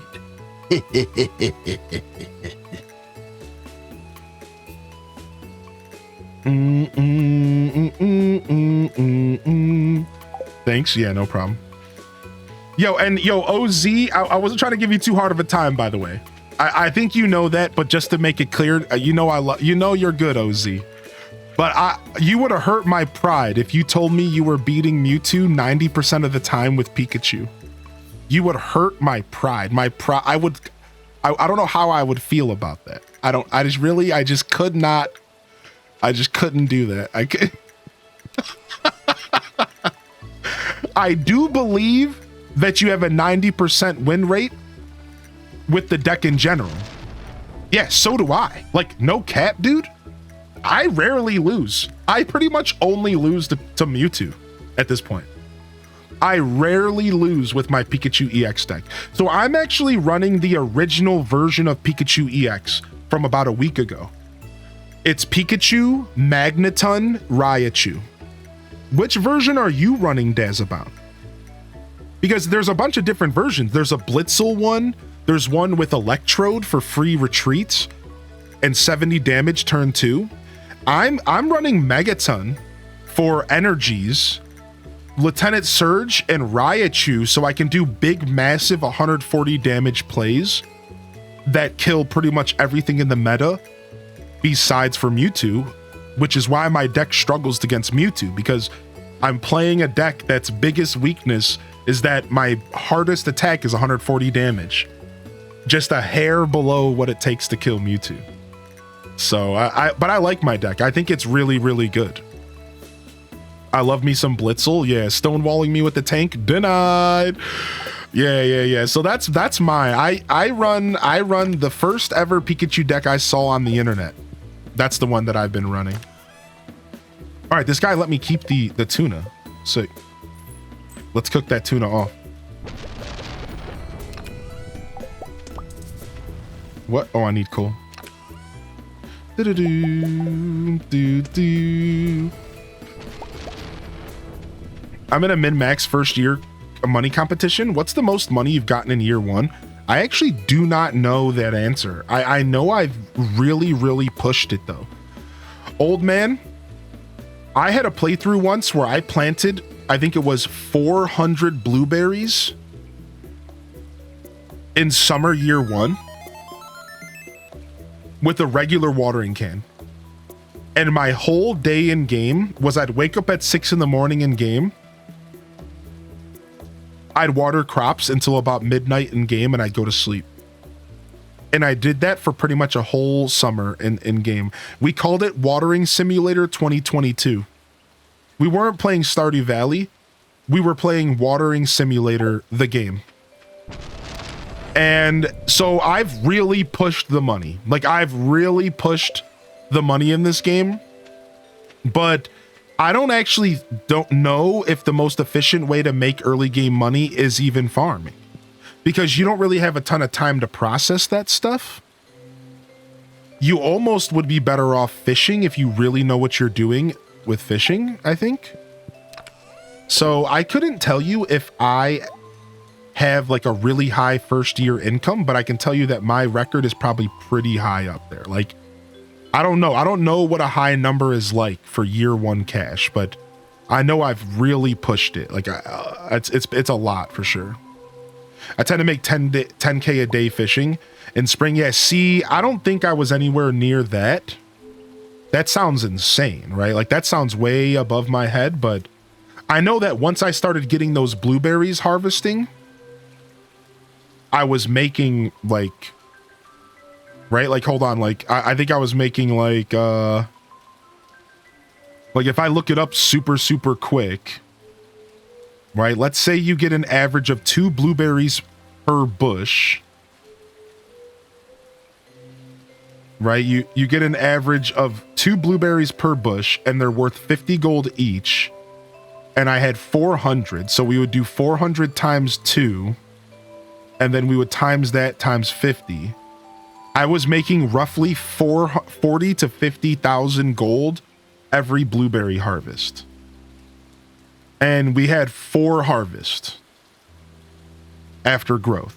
So for me, just on that summer alone, I made roughly 160,000 gold. And that was just the summer. So then you would have added the fall, which would maybe, let's just say, for conversation's sake, another 150,000. Right? So I probably, my record for most money made in year one is probably around, I don't know, I want to say maybe like around 300,000 to 400,000, maybe pushing 500,000, but even that doesn't really sound right for me as a player. That's probably too much. It's probably closer to 400,000. What about you? What's your record for most in a year?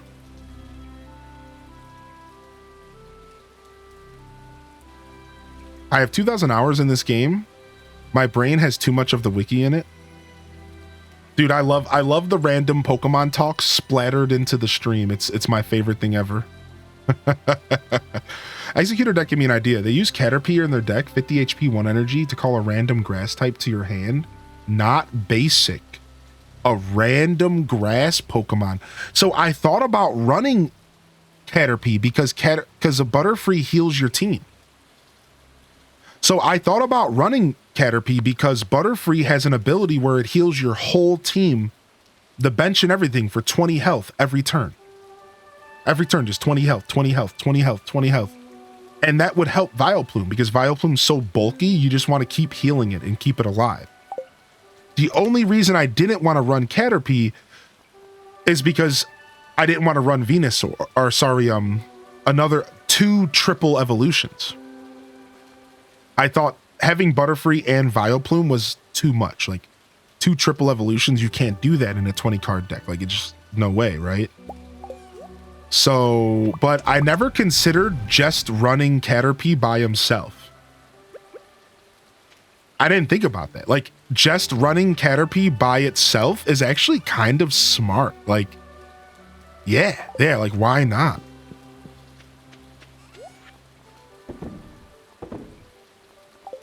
I'm gonna take that to the bank and I'm gonna think about it. I'm gonna be pretty busy the next couple of days, so I'm not gonna be able to play much at all, but once I get to settle in, I'll definitely take a look.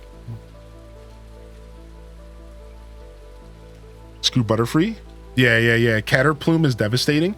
Oh, wow. Did you run into a Caterplume deck? Because I made a deck I made my own deck last night. Lilligant and Vileplume. Lilligant is the fuel to make the deck as fast as possible. And Vileplume just sits there and makes you flip coins to even play the game, which is awesome for me. And the biggest struggle that I have with the deck is that there's no way to like get evolution cards. So the deck bottlenecks often. I'll be sitting there with like 2 Glooms in my hand and like a Lilligant when I need like a Vileplume. And there's like, it sucks, right? You get so bottlenecked because there's only 4 basics in the deck and 6 evolutionary. So I haven't been able to solve that. Just throwing 2 Caterpies in might actually be the answer. Just like throwing 2 Caterpies in might actually be such a dope thing to do. Like I'm really excited to try it out now. Yeah. Because like I built this deck myself last night. I was having a lot of fun with it. All right, it's raining, so we probably want to fish, right? I don't really know where to fish though. Where's a good place to fish when it's raining in summer? I guess the ocean or the secret woods. Have we went to the secret woods today to get our hardwood? We have not. Let's go to the secret woods.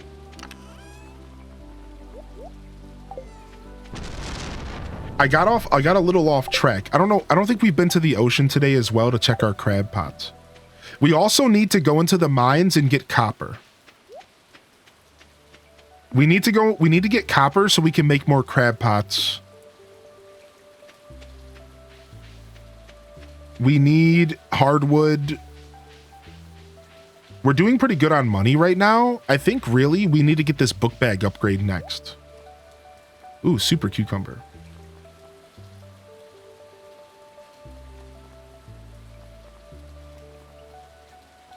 Rainbow shell. Woodcutters weekly.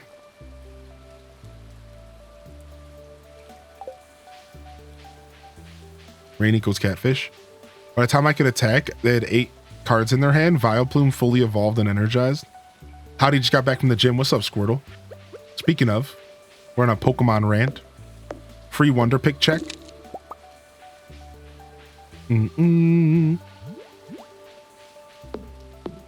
Yeah, super cool. Super cool chats. I love to hear about people's experience with the game because I like to see something outside of my own perspective and what people are struggling with.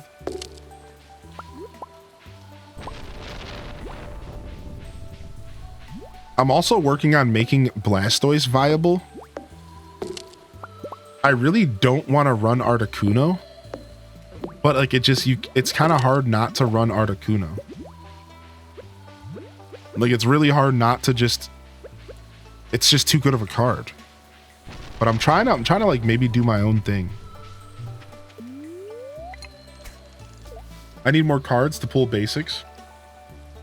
I need one more Mewtwo EX to finish my filthy deck and move on. Wait, I'm pressing the wrong button while I'm fishing. There we go. Do you wear Stardew merch? I own a Stardew Valley Halloween themed shirt from the website Threadless. And I think that's the only piece of Stardew merch I own right now. But I do own a Japanese copy of the collector's edition of the game, as well as the American edition of the collector's. I have the official Stardew Valley cookbook and the unofficial guidebook, I think. So I do have some Stardew merch, but no clothing. I would like to get more though, for sure. Yeah, I agree, Chaos Queen. That's one of the reasons why the deck I built was so fun, because it's no EX. The Vileplume Lilligan deck is no EX. And I like that. I think that that's a really fun way. When I come back from my break this week, so next week, we're going to do a little in-house tournament. Well, it's not even going to be a tournament. We're going to call it a, like a play date. And I'm going to invite people to join the Discord, and we're all going to just play the game together. So instead of us having to sit there and click on the online button and battle random people with the best decks in the game, we can all sit around in Discord and we can do stuff like that. Hey, let's do a no EX battle. Hey, let's test out my new deck. Hey, why don't, we could even do a little tournament if we feel like it. We'll help each other build decks and share theories. So this is something I want to do when I get back from my little break. I wanted to do it this week, but I just do not have time at all. I'm kind of short on time this week, so. Yeah. So yeah, you can battle friends. You can do a private match, it's called. And you can just give them a code. Yo, we'll see you later, as Moogle. We'll see you later, Moogle. Redless? Oh, it was called Threadless. I got you right here. Hold on. Threadless is the website.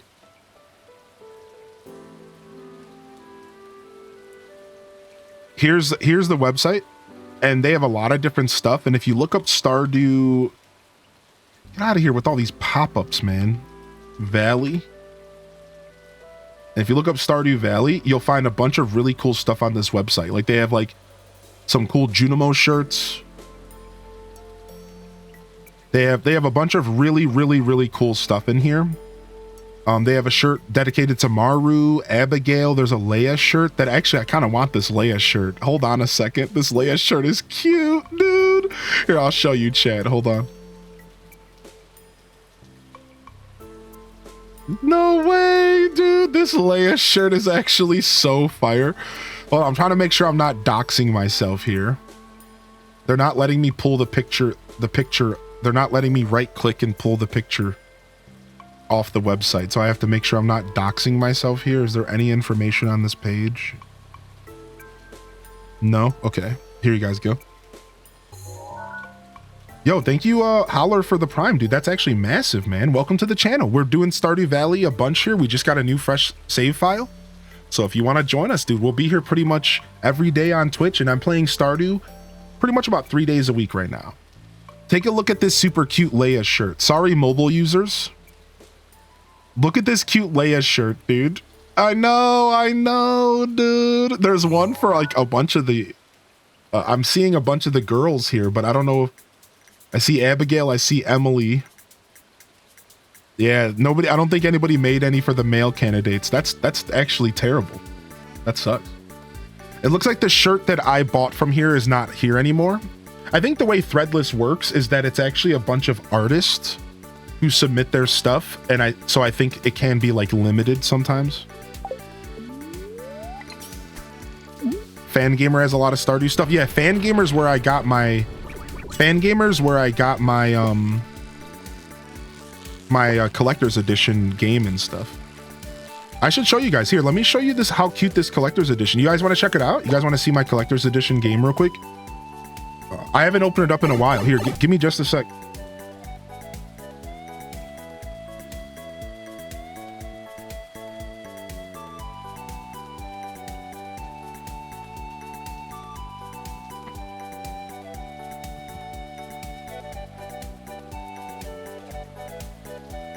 Yeah, we should have busted this out for the cooking stream, really.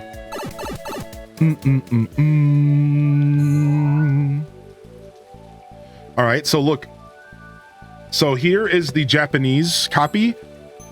The collector's edition of Stardew Japanese. This is really old. So this was like when the game was still in like 1.5. This was a gift from a viewer. It's still completely sealed.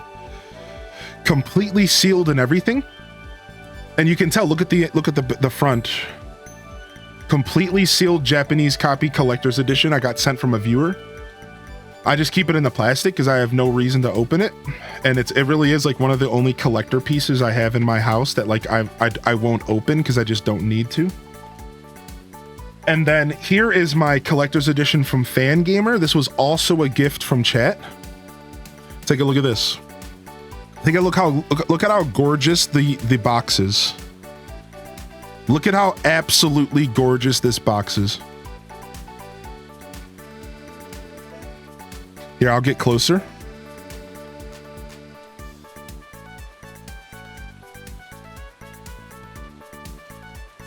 It's super, super cool, and it's a sleeve.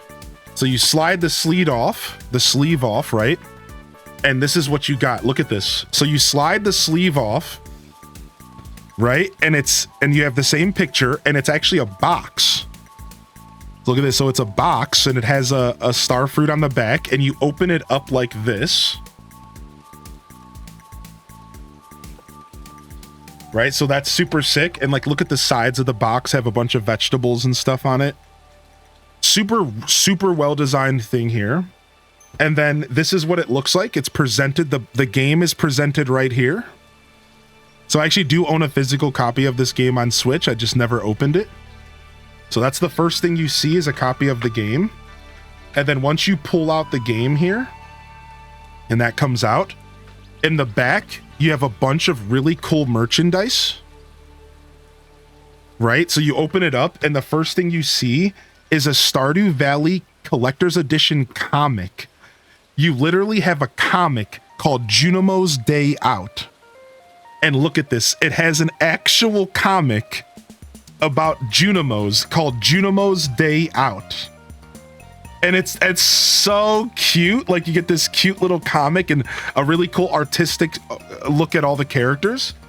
Then I got a deed to the land. I haven't signed it yet because my signature's trash, but I got a deed to my grandpa's farm, and I'm supposed to sign it and name it, but I've been too intimidated to do it because my handwriting sucks.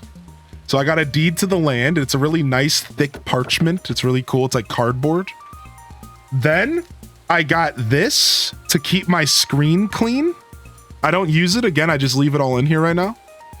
But look how cute this little screen cleaner rag is. Look, isn't that so adorable? The little Junimo on the bottom, right? So we got one of those. Then we got this right here. This is like a 6-piece wooden arrangement. You see that picture right there? I can make that. Like, that came with this. That's what's in this box. It's a 6-piece wooden arrangement with like a standee piece. It has all of them separately packaged, and I can make myself like a little display, a little like standee display with them. And again, it's kind of hard to see it in the picture, I know, but like, again, I'll try to show it with like less of a shaky hand, but that's what it built. That's what you can build. It's really, really, really cool. And then last but not least, it came with an enamel pin. Follow the directions on the reverse side to peel off your pin's protective paper covering. I've never peeled it off, but it came with a pin. And I don't even know what the pin is because, again, I haven't removed the protective covering, but it looks like some mushrooms and stuff like that. It's really cool. It's a wooden pin, but I've never removed. I don't want to remove it. So what's up, L Rob? So there you guys go. This is a collector's edition of Stardew Valley that was sent to me by the community. And it was done by Fangamer. So fangamer.com. I don't know if they're still available or if they sold out or whatever. This is pretty old. This is a pretty old thing. So, but yeah, this is from Fangamer. If you go to Fangamer's website, they put this together. You could call it an unofficial collector's edition, but it was likely endorsed by Concerned Ape because dude's a legend and he takes care of his community. So it was likely and like endorsed by Concerned Ape, I imagine. Yeah, they do a game guidebook as well. Yo, what's up, Sater? So yeah, there you guys go. I thought I'd share a little bit of my stuff there. What do y'all think? Pretty cool, right? I'm pretty proud of that. So yeah, I don't have any Stardew merch, but I do got some pretty cool Stardew stuff around the house. Like, just no clothing, really. Yeah, Fan Gamer, correct. F-A-N Gamer. Correct, right. Yo, stop it. Stop it, you catfish. What's up, Water Lily? Hey, how you been, Water Lily? Stop it. Come home, buddy. Yeah, nice. Calm down. Hey, hey. As soon as I look away to the chat, you get a little feisty.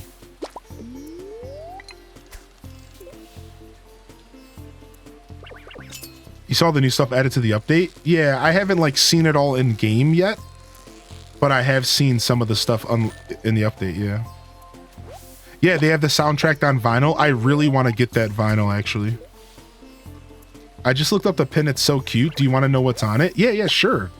Yeah, please tell me. That's cool that you looked it up. Desert bus showed up. Oh, oh. Whoa, whoa. Nice. We got a treasure. That's good. Whispering it works if that. Sure. Yeah, yeah. Thank you so much. Ah, hey, hey. Yeah, that's cool with me. I'll even say hello to make your life easier. Ooh, some deluxe bait. Yoink. We really need to get mining, though. Yo, how you been, L Rob? It's good to see you, buddy.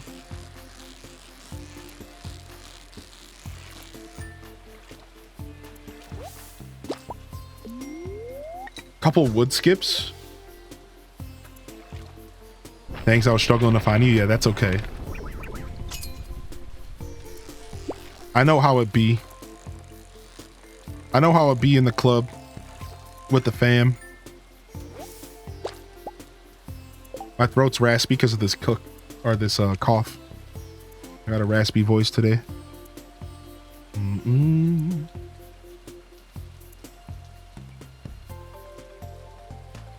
the club. Fish farm life going okay? Yeah, what's up, Mulroney? Dude, it's going great. Yo, hearty welcomes in the chat. Waiting for a good day to play Stardew. Are you playing some Stardew now? Is today the day, Water Lily?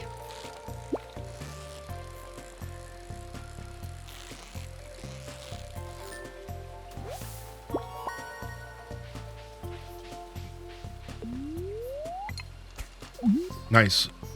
We came for some hardwood, and we're leaving with some catfish, baby. And I hadn't caught a catfish or a wood skip, so I think we'll need those for the community center.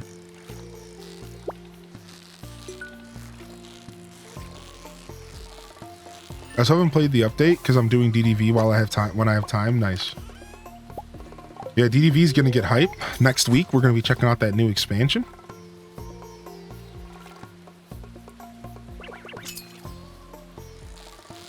It's funny, I'm feeling pretty lo-fi today, like I'm pretty low energy. But anytime we start talking about Pokemon, my energy somehow spikes. Like I just took a bite of a candy bar. And then like now that the Pokemon conversation's over, I'm back to like being kind of tired again. That game is doing more to me than just being a game. Like it's giving me energy spikes.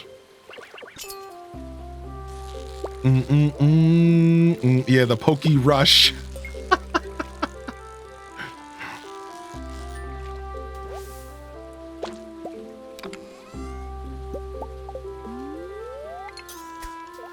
Stardew might be tomorrow. It is soon 10 p.m. and I want to get up early. I completely understand that. Don't want to mess up that sleep schedule too much now. Yo, back up, fool.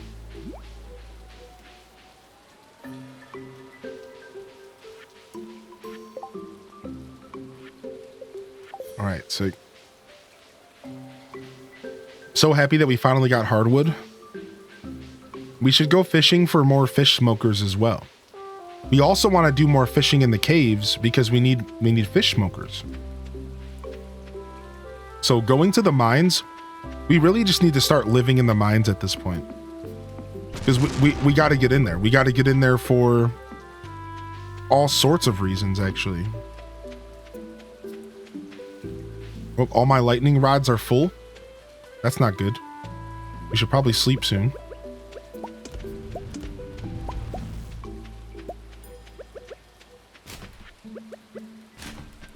Okay.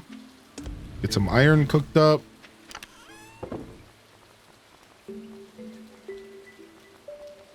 Okay, we do need a catfish for the community center and a wood skip, I believe. Boom and boom. And a carp. That all worked out really well. All right, let's drop the rest of this off for some smoking. Drop all this off. Drop this random fiddlehead fern off in here. And sell these 2 fishies.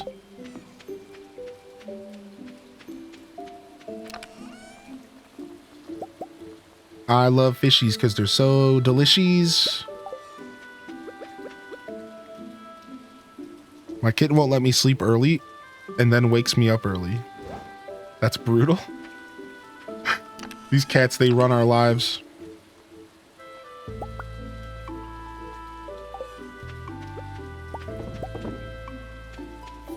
Nice. Our first aged crimson roe.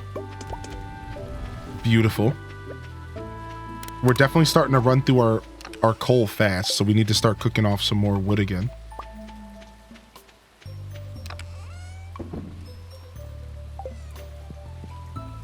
$3 a.m. I was up till 3 a.m. and then up again at 6. Whew. I can't do that anymore. I don't know how you could do that. That era of my life is over. The best I can do is 6 hours of sleep. Like, the best I can do in that sense is like 6. Like, I can go to bed at midnight and wake up at 6 in the morning if I have to. But if I do that like 2 days in a row, man, I'm shutting down. Like, I am not gonna be too awake that day. That's for sure.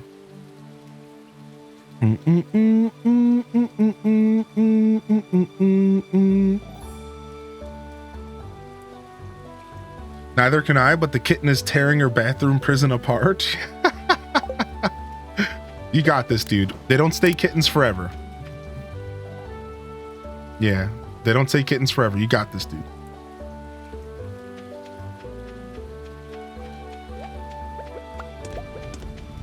All right, boom. I know, but it's gonna be a long time. I remember when a person I was dating in my 20s got a new kitten, and like, dude, that cat was a menace. This little dude was always attacking our feet throughout the whole night. He just wouldn't let us ever sleep. He would just never ever let us sleep. He would just always battle on our feet. I'm thinking every single hour I woke up to my feet being attacked by this cat. Every hour of the night. And it got to the point where I was like, I'm not sleeping here anymore. Like, I'm going home. This is your problem. Like, I was like, this is your problem, your cat. I'm going home into my bed and I'm not going to have my feet attacked anymore. Did you see the news I posted in the Discord? No, I did not see it.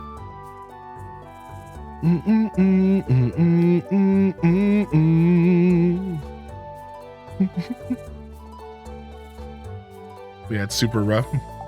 Guys, we made 7,000 in one day. That's a good day. Kittens are like toddlers that can do parkour. I've never heard that before, but that is amazing. All right, finally our steel pickaxe is ready to go and we can get back into the mines.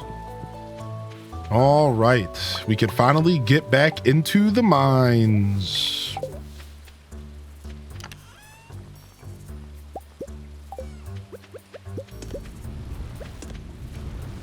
All right, our sturgeon are starting to reproduce.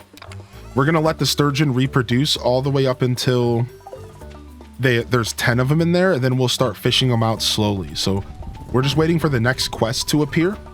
So the fish ponds get little quests, and as you solve them, you get more and more fish in the fish pond. And then it gets to the point to where they cap out at 10, and then you can fish them out every day. and you can smoke them or you know, do whatever you plan to do with those fish. Cook them, smoke them, sell them. But it's super, super nice. Because the whole point of this playthrough, so people have been asking me what's my goal for the playthrough, and I think I'm figuring it out slowly. And the goal is to get to the point to where we don't actually fish on the fishing playthrough. That's our goal. We don't want to ever be fishing again in the fishing playthrough. We're going to have these fishing ponds, and they're just going to keep reproducing themselves, and then we're going to just use the fishing ponds. We're going to have so many fish ponds that we're just going to go around the game, go around our farm, and just collect our fish from our fish ponds, and then go about our business.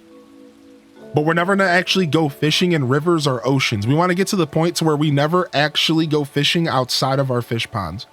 And I don't think it's going to be too hard of a goal to reach. I think we can do this pretty healthily. So, Wind Waker HD said Nintendo in parentheses, again, along with a bunch of games we already know about that have been officially announced.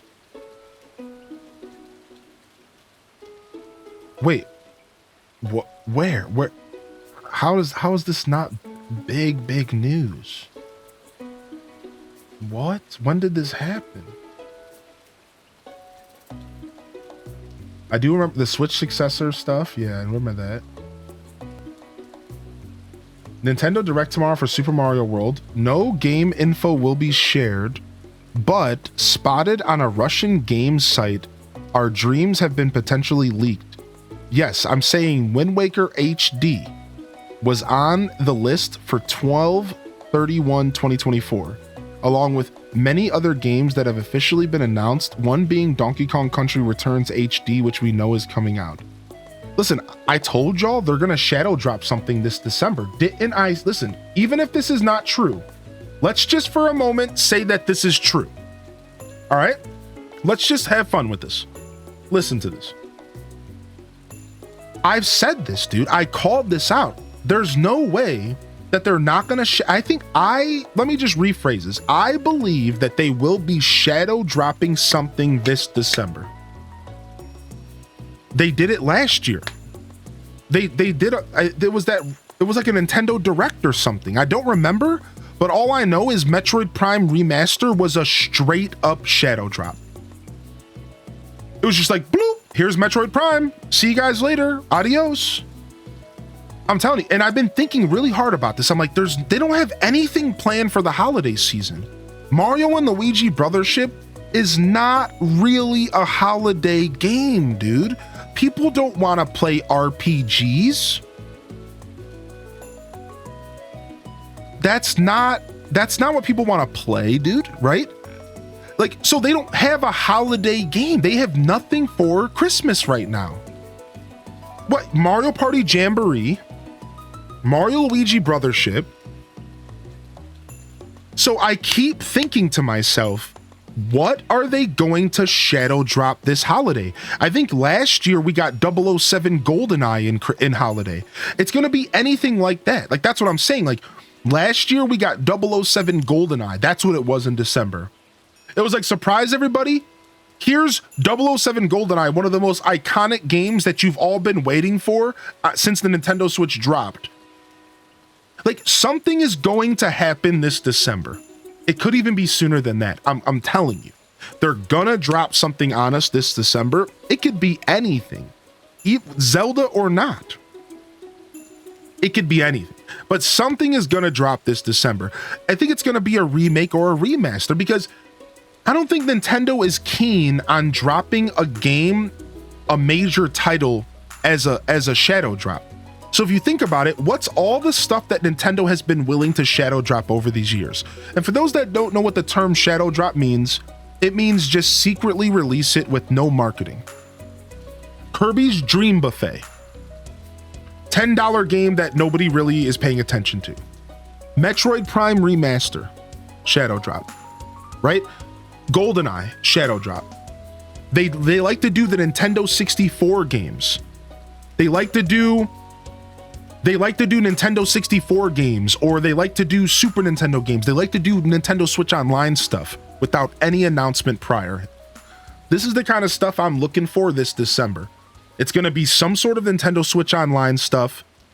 It's going to be some kind of Twitter. Yo, by the way, here's a remaster of your favorite game.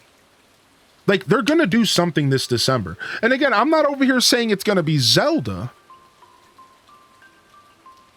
But something's going to happen. Like, they got to sell us something for December. Like, I don't know. I just don't see Nintendo not cashing in this holiday season. And the easiest way to cash in this holiday season, outside of kids, is nostalgia. Oh, sweet, sweet, sweet nostalgia. Need to boost your sales a little bit before the end of the season and take advantage of Christmas sales? Drop some nostalgia on them. They're going to gobble it up. I know I will.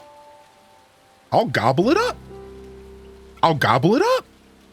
And what you got for me, Nintendo? I'm going to gobble it up. I know I will, and I know everyone else will. Promise you. And Nintendo knows that most of all. So it's like, it just makes too much sense that they're gonna drop something, dude. I'm telling you, like, I've been thinking about this for a while, man. So I'm not surprised to read this, Toad. This is pretty interesting stuff. We're gonna have to wait and see. We're gonna have to wait and see. I really do think that there's a good chance we see something this holiday season. 100%. Mario's hot right now because of the movie. Donkey Kong's hot right now. Zelda's hot right now. Echoes of Wisdom did relatively well for itself. I think we could see anything nostalgia related. F-Zero's hot right now because of the free game that they released. There is a lot of options that they could drop remasters of. We also got like Banjo-Kazooie stuff. We could see that come to the Switch finally. I think we just got it recently, right? So maybe that one's already done. Diddy Kong Racing. Think about it. Think about this. Just for a show of ones in the chat, how many of you in the chat are looking forward to Diddy Kong Racing coming to the Nintendo Switch? Out of curiosity. How many people here would be really happy if Diddy Kong Racing was a playable on the Switch? How many people? Just out of speculation. We're playing Stardew Valley, talking about old school Nintendo games. I don't expect a ton of people, but I'm just curious. How many people would be super happy if they dropped Diddy Kong Racing? Because like, that's the kind of stuff I'm thinking they're gonna do. I feel like that's enough to get people to resubscribe to the Nintendo Switch. It is stuff like that, like Nintendo Switch Online. Like Nintendo is now playing the game of subscriptions, just like everybody else. And you got to think like they're always going to try to do stuff to get those subscriptions up, especially as we go into the end of the fiscal year. Remember, the fiscal year ends in spring. So they have from now until March to get their sales as high as possible. This is when they push stuff on us. Think about it. Like I'm talking like this is like marketing 101, right? Like they have the next pretty much quarter of fiscal year to try to get their sales as high as possible before they go into the next fiscal year and what a lot of us to believe the beginning of the Switch 2's life to some extent. It's all about getting Nintendo Switch Online subscriptions for them. And how do you get Nintendo Switch Online subscriptions? You shadow drop something in around Christmas time. Like that, and that's just how I like you shadow drop something. You give us something. Give us something for the 64, something big like Diddy Kong Racing, something that really will push us and make us all want to go subscribe to that expansion pass. Right? So clearly, Diddy Kong Racing isn't as popular as I would have thought. I know that game is kind of niche, but it doesn't have to be DCR. It could be something else. Or Diddy Kong Racing, DKR, excuse me. I can let her. I don't doubt they'll shadow drop something. It would be very Nintendo to do it. There's not Zelda after the holiday season. Well, again, here's the thing you have to realize though, Neanderthal. I do see your point, and my only counter to it is, but they don't care about dropping remakes. Again, this is just a remaster. That's the thing you have to realize. Nintendo has already proven that they're willing to shadow drop remasters. So this isn't like they're dropping Tears of the Kingdom. It would just be like, yo, here's Wind Waker. Peace, nerds. And I think I personally believe that's way more viable. It's just a remaster. So as much as you're right, why would they ever drop a Zelda game after the holiday season? But you're not thinking about how little Nintendo cares about their old IPs. This is their old stuff. This is stuff they already made money off of for 2 decades. They literally could just drop it at any point in December. Let's say December 10th. Boop. Yo, by the way, Wind Waker's on the Switch. See you guys later. I'm going to bed. Good night. And there's no skin off their back because it doesn't really matter if they sell the game because they've already, like, these games have been around for 2 decades. Right? So, like, yeah, like, that's my only point. But again, I do completely respect what you're saying. This wasn't me countering or arguing. You're right. Yeah, like, it's a little late into the holiday season for them to be dropping Zelda games, their biggest IP next to Mario. You're right. You're 100% right. So it doesn't all the way make sense to me either. You would think it would have been marketed. You would have think they would have, like, put more effort into, like, us knowing ahead of time. So it is confusing. It's very strange what's going on right now. I find it to be pretty strange. Oh, let's make some of these snacks real quick. I forgot. Yeah. So, like, that's the only thing that gets me excited is I feel like Nintendo doesn't care as much about remasters. Like, look what they did with 3D All-Stars. Like, they just don't really care. Like, they really do not at all preserve their old games. And it feels like old games to them are just throwaway content.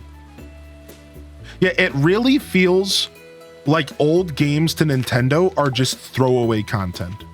And they release this stuff when they're just feeling kind of froggy. And they're just like, yo, we need an extra couple of 100 sales this month. Oh, go ahead and give them Wind Waker HD, Kekleo.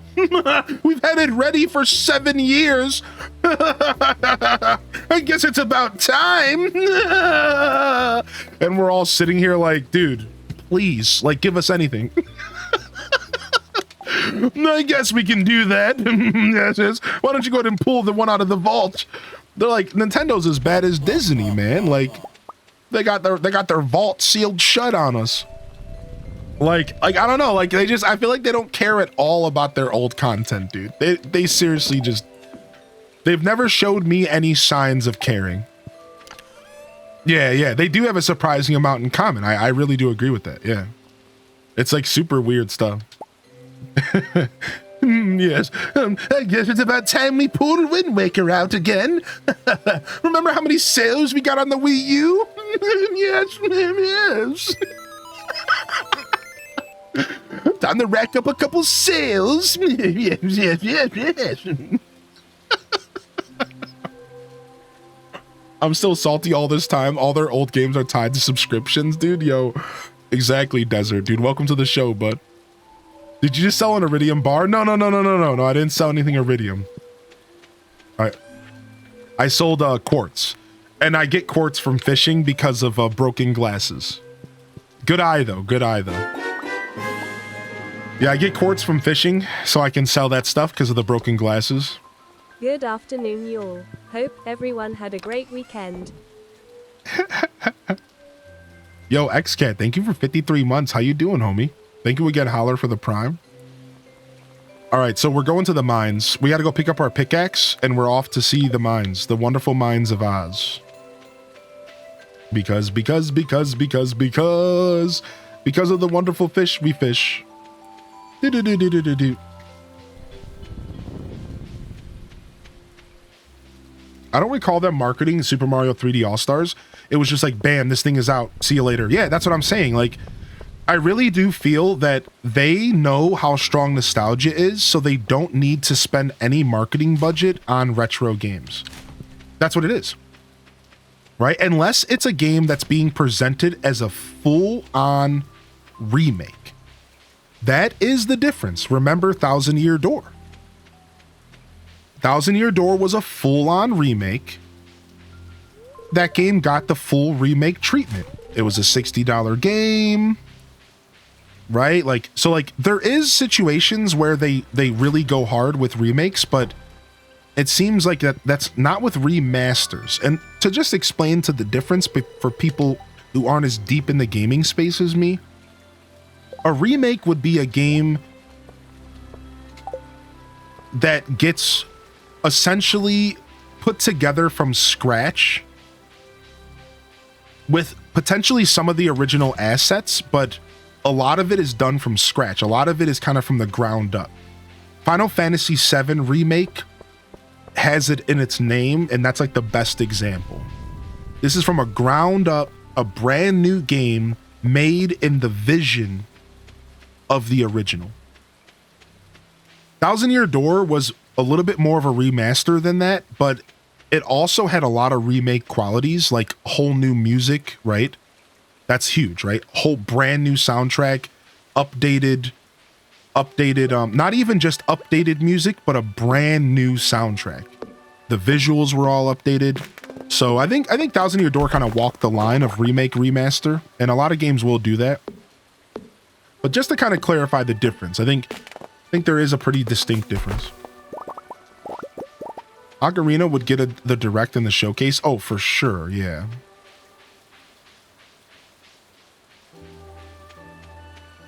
For some reason, I picture some intern sneaking these games in without Daddy Nintendo's knowledge until it's too late. Sorry, Dad, I took Majora's Mask out for a spin and it got snatched up. I like that. That's funny to me. All right, we can do this. We just need to make it to floor 90 to get our new sword. We can do this. Wouldn't that be insane, Wouldn't that be insane, Momo? That I would spend all the money on that. The Wonderful Mines of Moria. The Wonderful Mines of Moria. We're off to see the Balrog, the wonderful Balrog of... Heck. I couldn't think of the name of the evil god from Lord of the Rings. What's the name of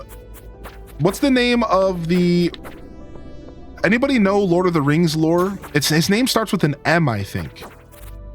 And he's like the dark god. He was essentially not Saruman. So it's the guy above Saruman. So there's a character that is essentially the fallen angel. Morgoth. There he is. Morgoth is essentially like the fallen angel of the world, and he's like one of the gods, but he's evil. And then essentially all the negativity goes down from him. And from there, that's where Saruman comes in, Morgoth, but he's like the top dude. Yeah, Morgoth. Mariah Carey, dude, you better be quiet. She's unthawed right now, dude. Dude, you can't say that in my stream chat. Dude, if she burst in here, it's your ass. All right, that's you. If she burst in here, dude, I'm leaving you for the wolves, dude.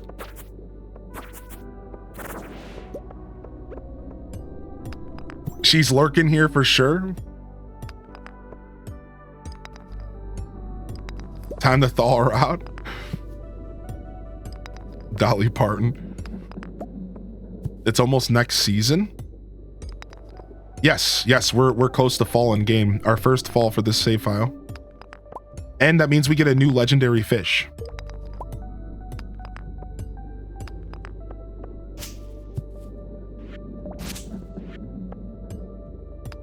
Yo, thank you, Random, for the gifted sub to Mariah Carey. No! This is like the equivalent of using a Ouija board. Are you asking for trouble? Are you just asking to be haunted, dude? You guys need to stop, man. Just put that away, dude. Why are you guys doing this?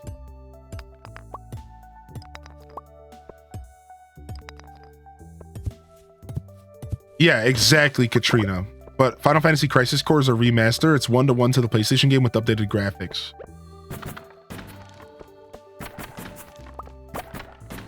Mario and Luigi board. Okay, that was pretty funny. Be careful, Beyonce is waiting for the thank yous. Mariah, big fans, big fans.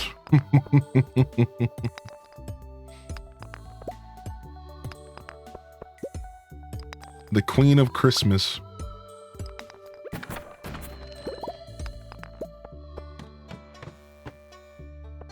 All right, we need 3 more floors. If we could survive for 3 more floors,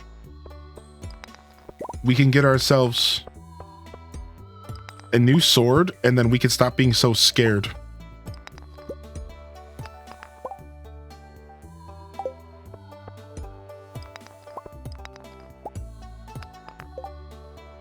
I thought Mariah was on OnlyFans. I mean, who isn't? My dog's on there, my mom, my grandma, my beard has an OnlyFans, so do my grippers. You think I'm giving out those grippers for free? Shh. OnlyFans, Hylian's feet. Go get it.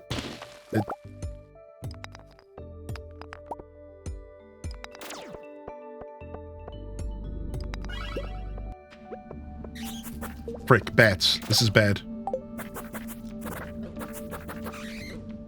Oh, this is real bad.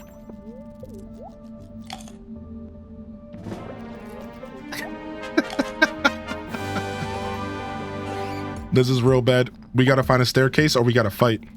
One of these gotta happen. All the quality entertainment HDes love too.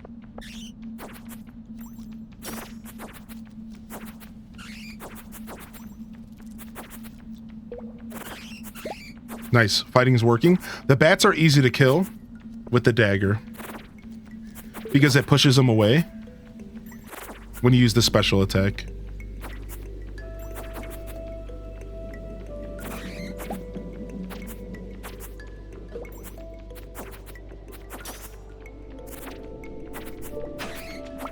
Nice, we got a staircase. Peace, nerd. Whew. Referee Pink's the referee and Beyonce and Mariah Carey in a fight. You know, Ocarina of Time used to be all real pictures. They just toned down to make them super a whole lot to make them work. So to do a remake, they would still be able to use the original pictures that are real world pictures. Could you imagine how good that would look? I think that Ocarina of Time remake is coming to Switch 2. This is a completely baseless prediction, but and you guys can clip it and ship it. I'm calling it right now. One of the titles that will sell the Switch 2 people. So I'm talking, so when I say it's going to sell the Switch 2, it's going to be within the first year of the Switch 2. To sell that console to people who already own Switch 1. Ocarina of Time remake. A full blown out Nintendo Switch remake of Ocarina of Time. No 3DS nonsense. Not that those games were good. I don't know. I didn't play them. I'm sure they were great. And like I said, you can come back and remember this conversation when it happens. You're gonna be thinking to yourself, holy Hylian was right.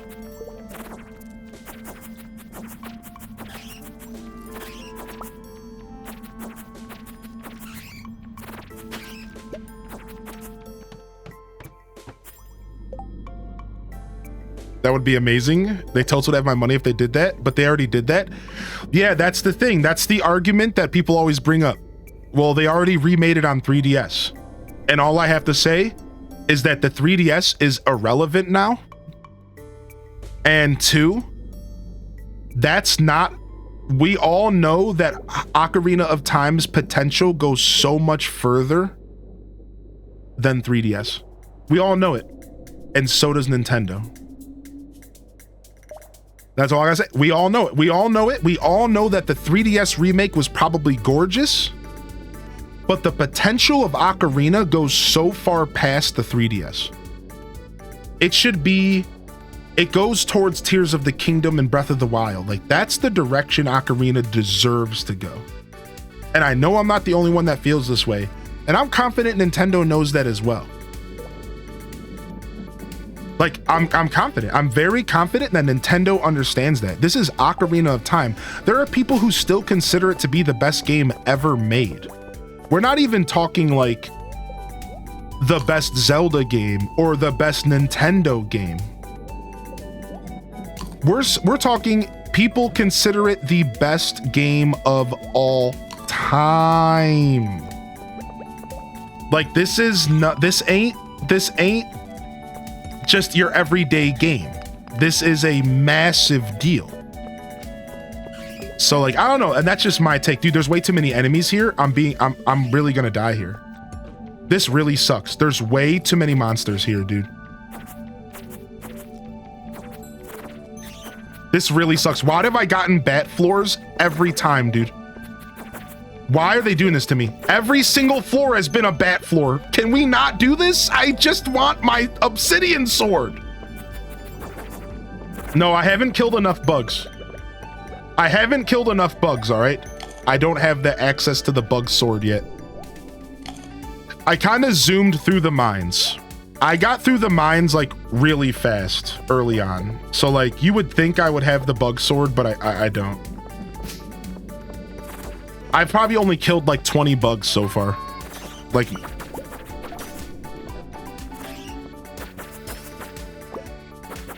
we can go check after this if it's not too late, but I'm fairly certain I do not have access to it.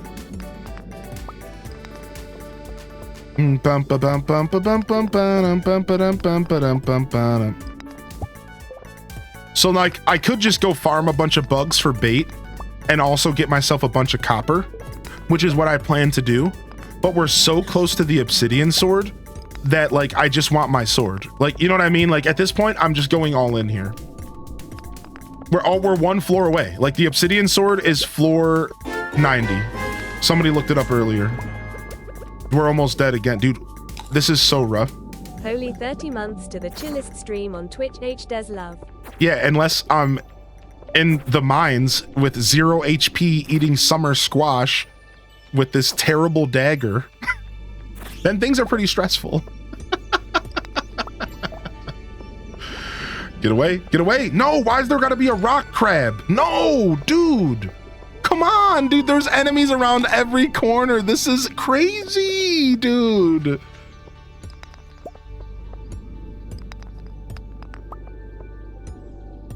This is so brutal. Please give me a staircase, man. Oh, this is so not cool, man. This is so mean, dude. The game is just pooping in my cereal right now, man. I don't like this, dude. Please. Please. Please. Please. Please.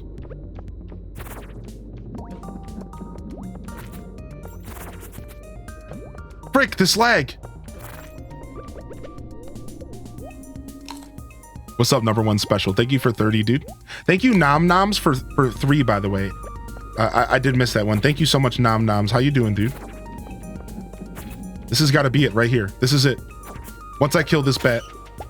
Yes, yes, it was the bat. We did it. The difference is insane. Look at 4 to 10 damage. 30 to 45. Dude, like it's so crazy how different this is, dude. The whole game is gonna be different now. Holy heck. Let's drop off this dagger.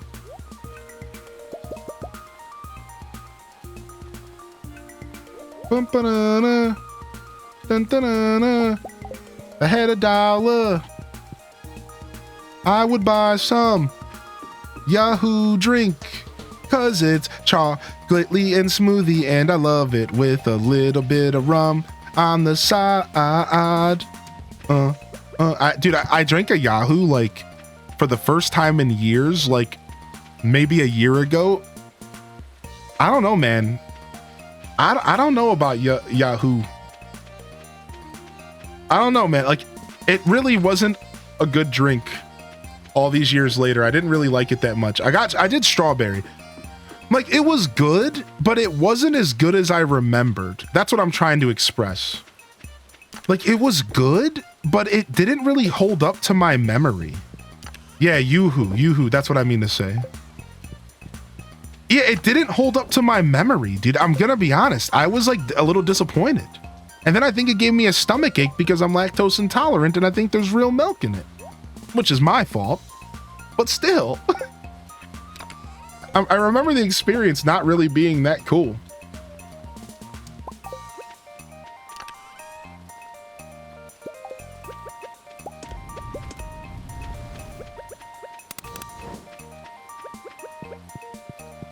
Well, that's why you never do strawberry, always do chocolate. Wait, what did I say? I did chocolate. I might have misspoke. Imagine it tasting like watered down chocolate milk nowadays. Yo, thank you, L-Rob. Level 10 fishing! What do we do? Mariner or Lure Master? So Lure Master makes it to where we no longer have to bait the pots and we can literally just pick up loot every day and just go about our business. But Mariner makes it to where there's no junk. Here's the thing though, junk isn't a bad thing. Junk gives us driftwood that gives us coal. Junk gives us glasses that give us quartz, which is not really that cool.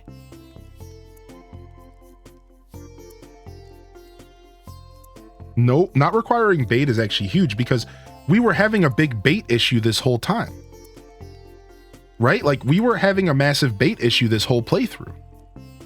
That's the thing, is like we were like this whole time we've been like, how do we have to keep buying bait from Willy and it's annoying. The worm bin only provides so much. How much is the junk affecting your income? Now that's a really good question. What's the percent? So there's a 38% chance, 30 with deluxe bait. So there's basically a 40% chance to get trash out of a crab pot versus getting something that will give me some amount of gold. I'm pretty sure it's like a 40% chance to get trash right now. So we're pretty much trading 40% for no bait. Like that's the conversation. Do we keep our 40% chance to get trash or do we just do no bait and you know, other way around? But how much are you spending on bait? Well, they're 5 each and I buy 100 at a time. So like, and I've done that 20, 30 times in the playthrough already. Like it all adds up, man. I've spent a lot of, now that I say it out loud, it's like, geez, dude, I've spent so much gold on bait. I hate it. Now, early game that mattered. Late game bait, it doesn't really matter. Like I'm talking about that expense. Like that expense only hurts now. That expense will not hurt later. That's the one thing you have to keep in mind. It's not really about money because like you get to a point in Stardew where like little expenses don't matter. Really, it comes down to saving me work. And I kind of like the idea of saving work. Later game, you're going to have so much bait. I would go Mariner. Yeah, I mean, Mariner has its value. Mariner really has its value. And honestly, here's a really good question. Does Mariner pay for the bait because of the 40%? I didn't think about that. Does the lack of trash pay for the bait that I'm spending anyways? Imagine collecting hundreds of crab pots around the map and not having the bait to single one. See, that's the thing. My end game for this save file is to have hundreds of crab pots around my farm. Like that is end game. All right, we're going Lure Master. Because end game for this farm is what Leafeon said. Hundreds of crab pots. Like my farm is going to be, every single space possible is going to be lined with crab pots. I'll probably end up hitting the rivers and the ocean eventually as well. So I think that's what sold me on that, is you're making me realize just how much bait I'm going to need endgame. And Rawsome brings up a good point. We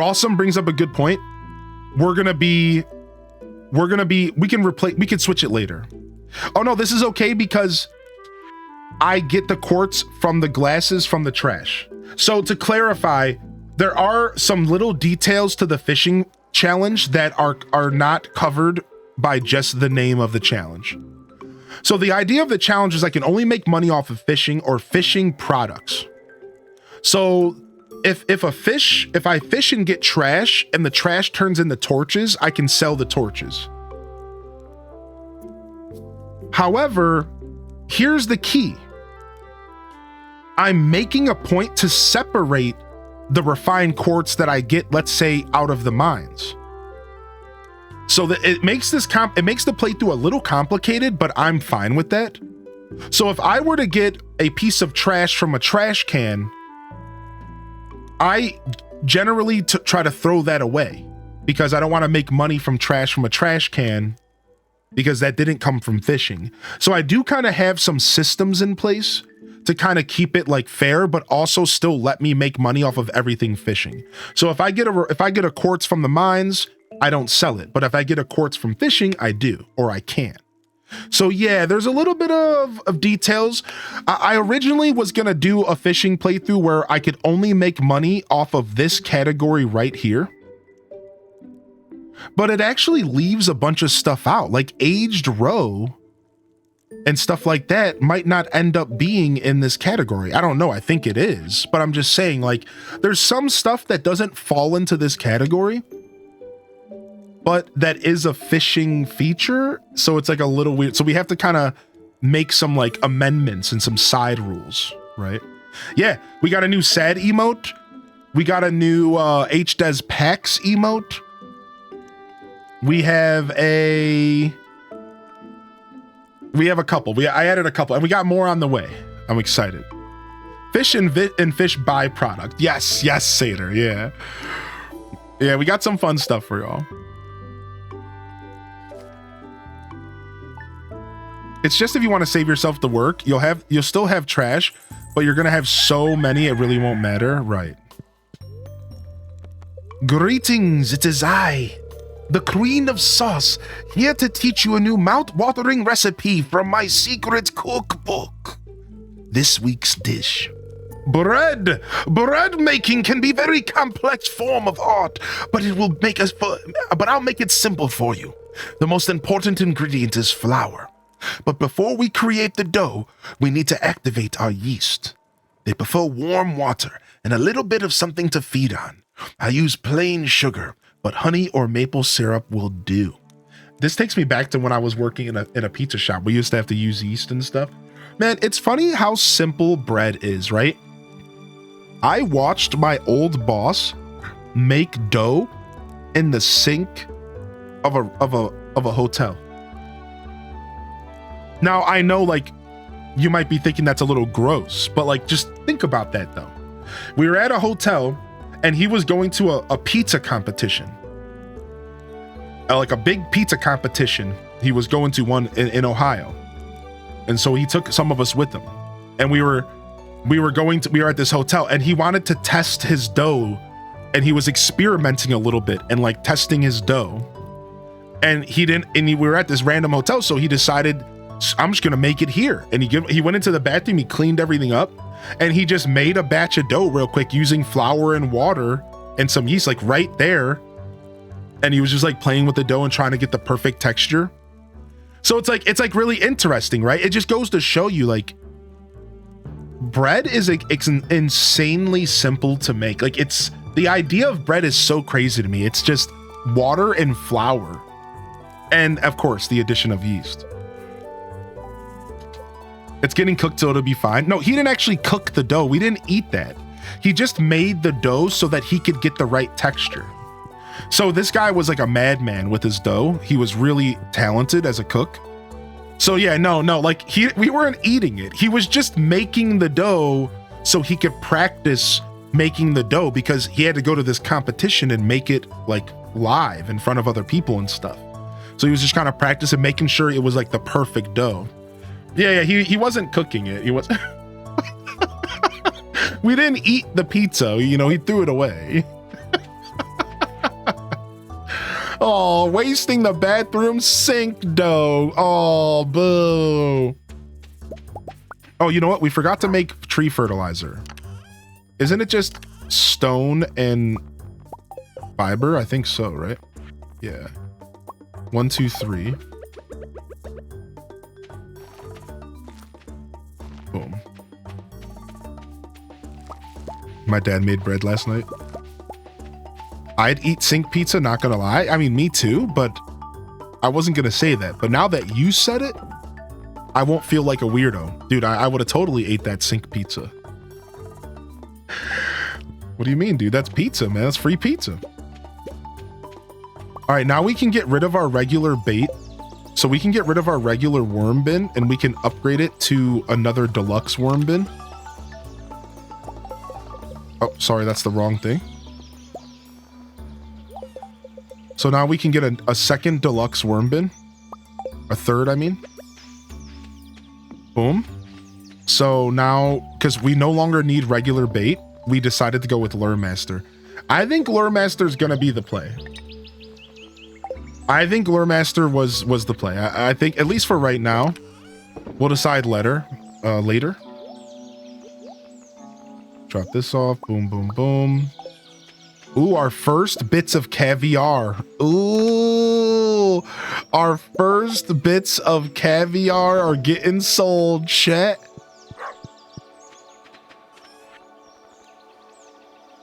Ooh-wee, the cured roe of a sturgeon fish. Let's go see how much money we're gonna make off of this. We're gonna make ourselves some cash money.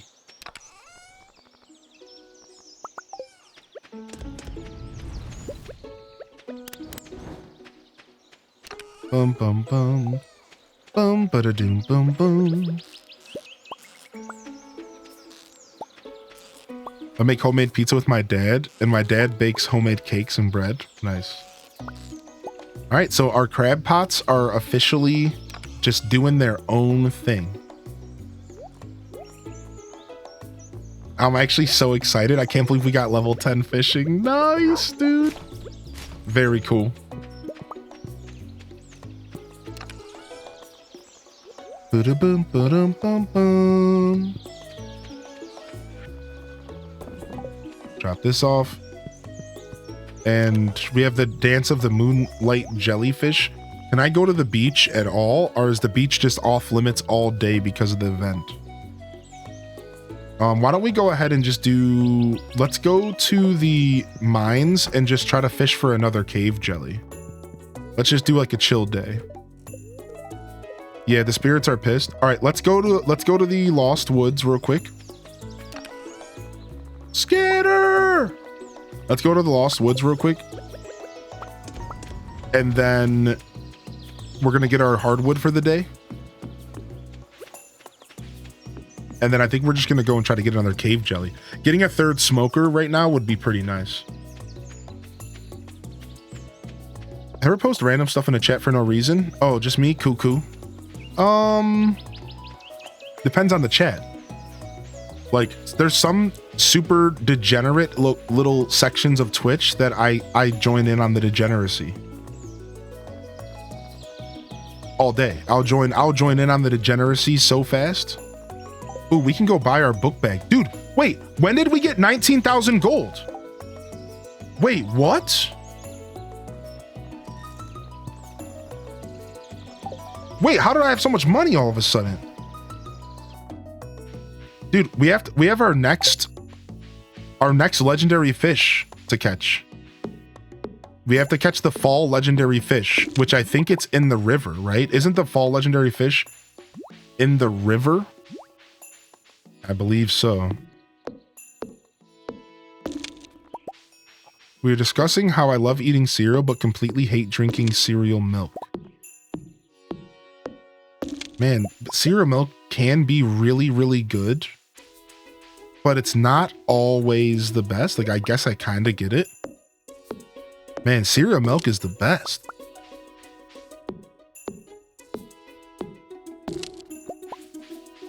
Yeah, dude, Kitsune Wolfie, I don't know how I pulled this off. It was literally the last 2 days of sales that put me up here. So we're really starting to get our flow back. Like we're really starting to bring in cash pretty regularly with our smokers. The caviar and the aged roe, I think, is really helping. Yeah. So now you can put legendary fish inside of fish ponds. Raichi, that's the big update. So, for example, I have the crimson fish, the summer legendary fish, in my first fish pond, and it creates roe and stuff. So they can't like multiply or anything, but like here it is, and they provide me with roe every couple days, and then we age it and we make cash off of it.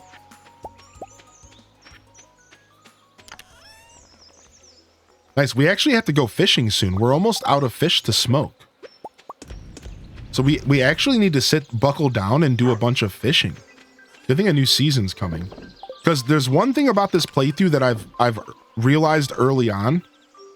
It's that you don't really ever want to fall stagnant in this playthrough and not have fish smoking.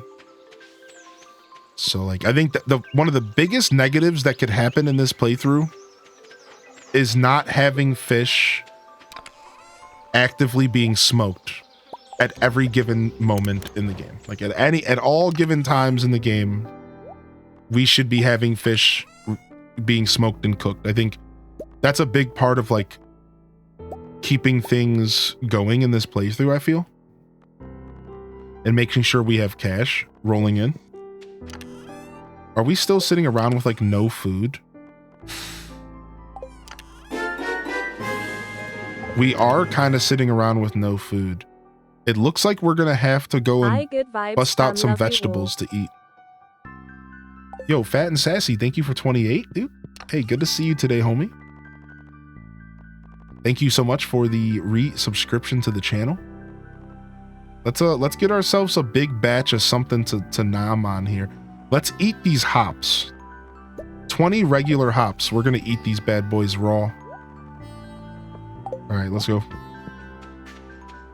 Is Stardew on mobile actually playable, enjoyable? Yeah, I think so. From everything that I've read about Stardew Mobile, heck yeah. Heck yeah, I've heard good things about it. It's never gonna be the experience that we get on PC and console, but I've heard that it's getting close. Yeah, I've heard that it's kind of close. And you want to know, there's actually a perk. Little side note, there's actually a little secret perk of playing Stardew Mobile, and you want to know what it is? You can save at any point in the game in Stardew Mobile. Yeah, so at any point you can just be like, save, turn it off. I got something else to do. And that's really sick. Like, I honestly am jealous of the mobile audience for that. Nice bundle complete. A dressed spinner. We'll take that. Boom, boom, boom, boom, boom. Oh, we got some other things to turn in. I think these are going to the pantry.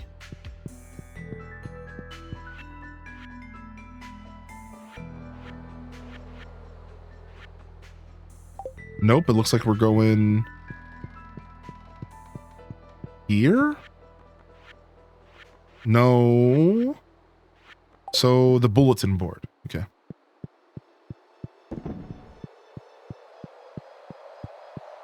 Dropping off bundles. Chef's bundle, yoink.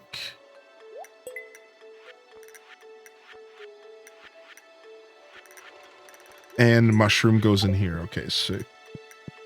I do kind of wish I shuffled my bundles, but that's okay.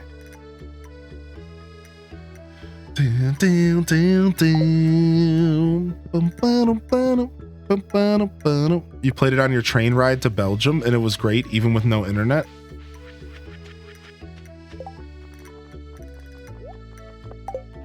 Oh, we got the upgraded pickaxe. We can go get the trash book real quick.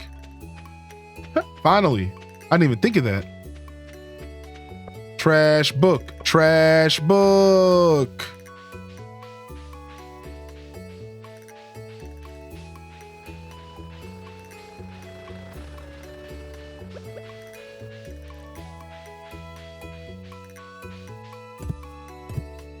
We can also clear the big rocks off of our farm.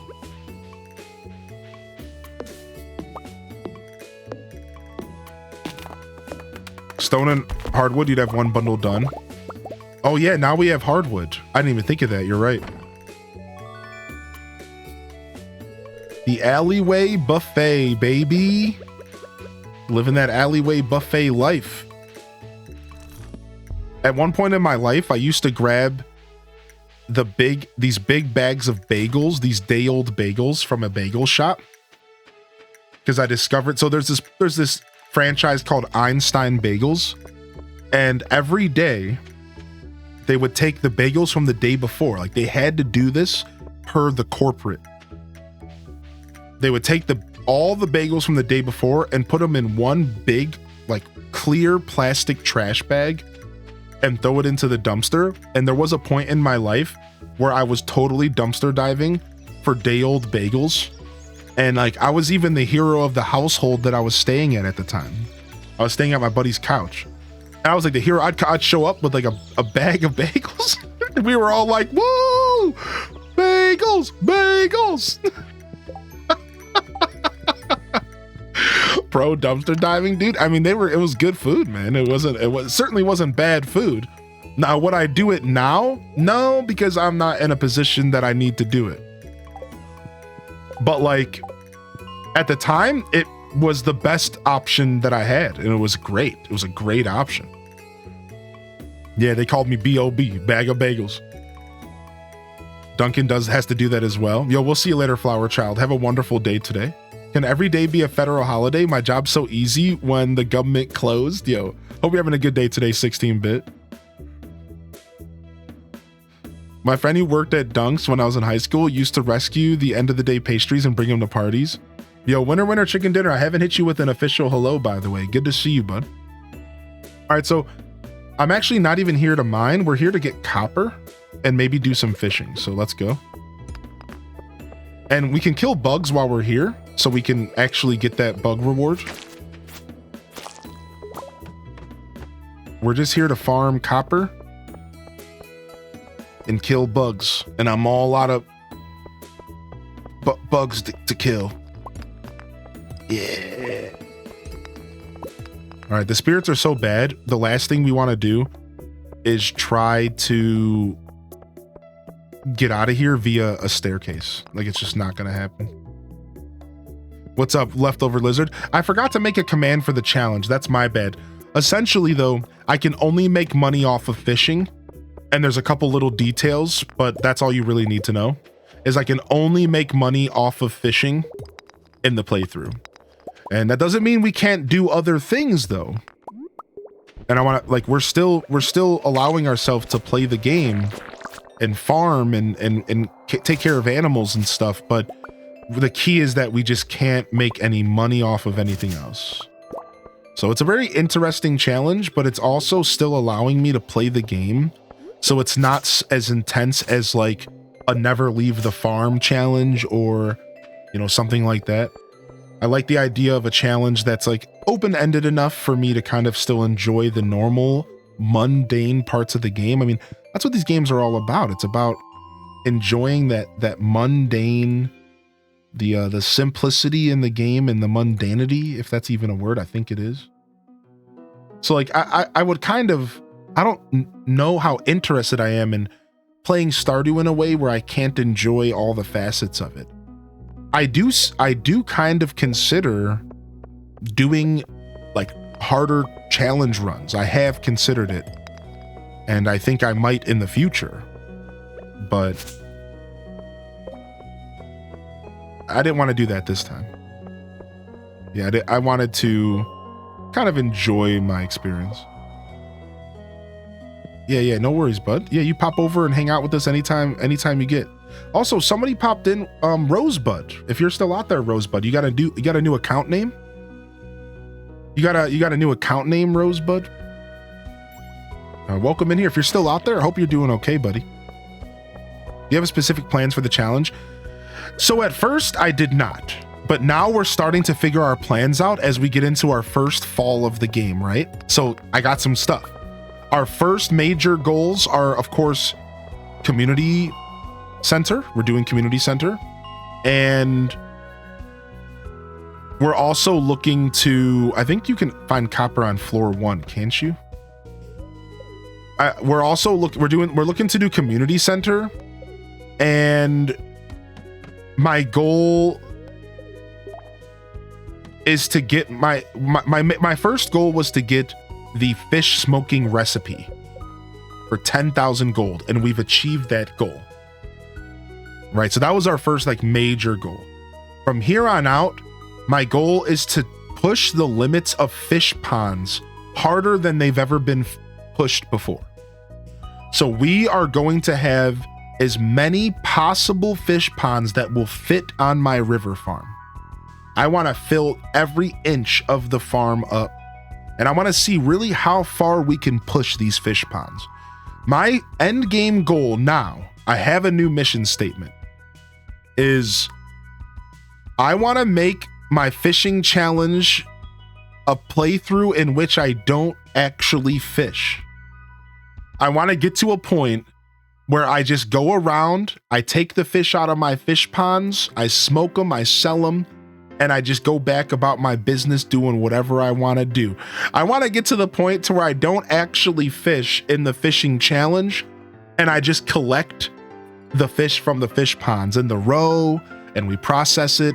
We're gonna have a massive shed of preserve jars, maybe even 2 of them. So that's kind of the vibe I'm going for, is like a massive fish pond empire. That's kind of what I'm looking to do here.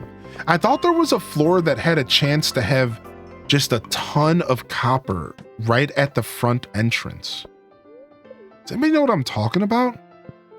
I thought one of these floors had a chance to just be a very small little room with like a ton of copper. I remember farming this way. 21 is my favorite. Is that it? Is that it? Ah, this looks good already. Yes, and this is like a small little room. Okay, this looks good. This looks good.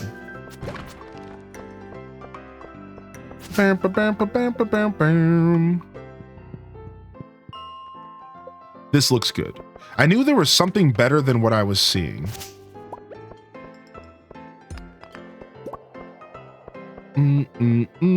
I just walked past that quartz. Hopefully I didn't trigger anybody. Making a pot roast. And man, my house is smelling so yummy. Oh, that sounds so good. We got to go eat some lunch here soon. I ate a little bit something on my first break. So I'm not like starving over here, but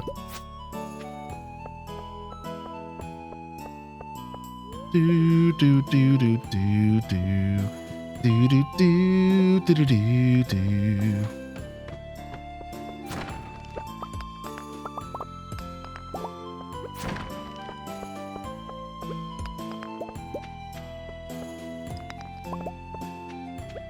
Boom.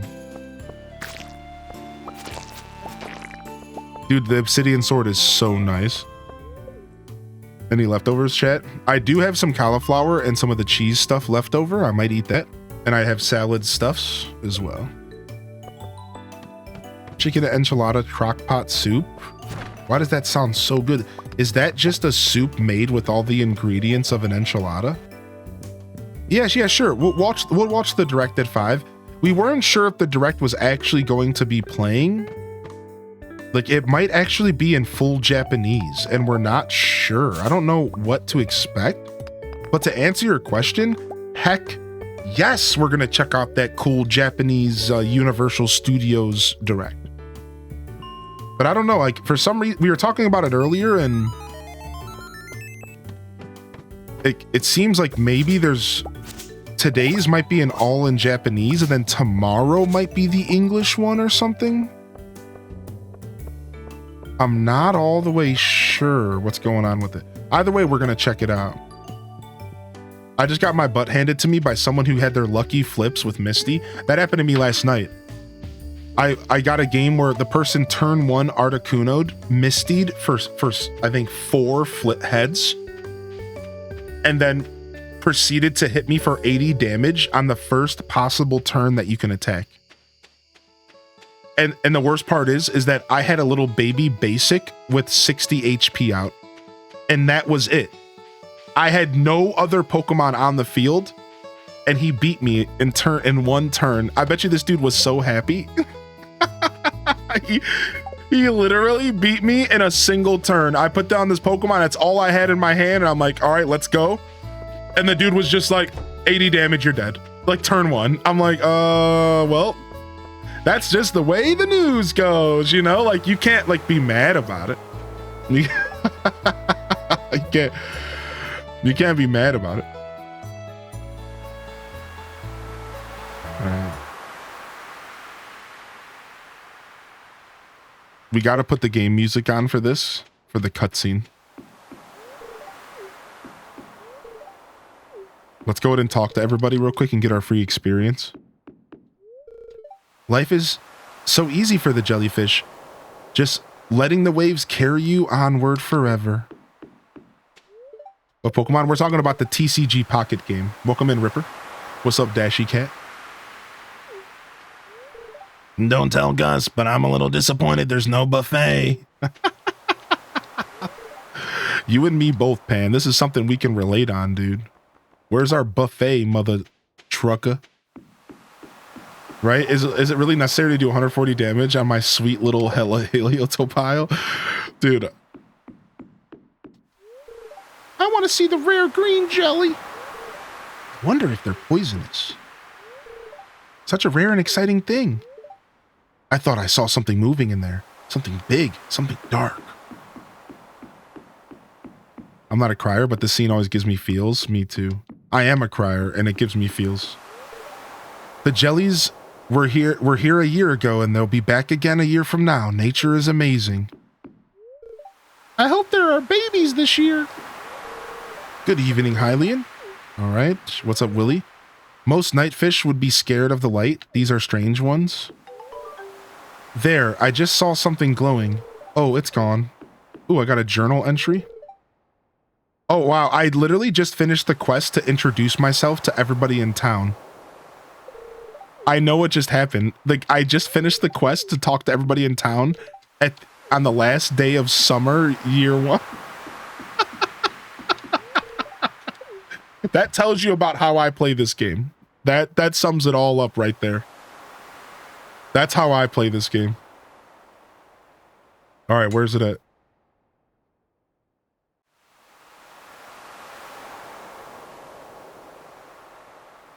Where's it at? Where's it at? I'm trying to find it. I'm trying to find it fast. I'm sorry. Oh, dang. I don't know where it is, dude. I can't find it. Oh, here it is. Oh, it's playing. I didn't think it was going to play in game because I turned on the music late. Okay, here it is.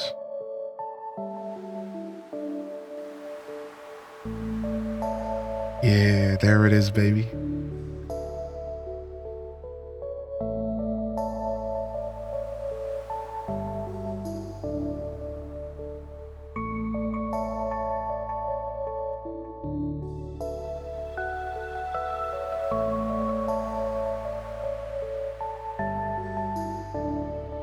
My bad trait is I focus on marriage first, which includes chasing a guy all day to give him soda.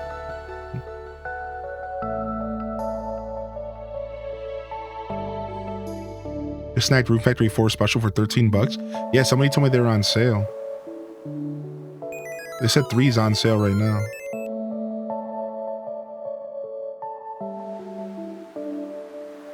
I think this event in game does a really good job.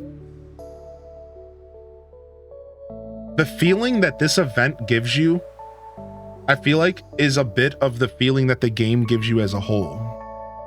In a really weird way. Like, seeing all of the characters showing up from this small town for this one event, the kids, the parents, I feel like the music playing, I feel like all of that invokes a feeling in me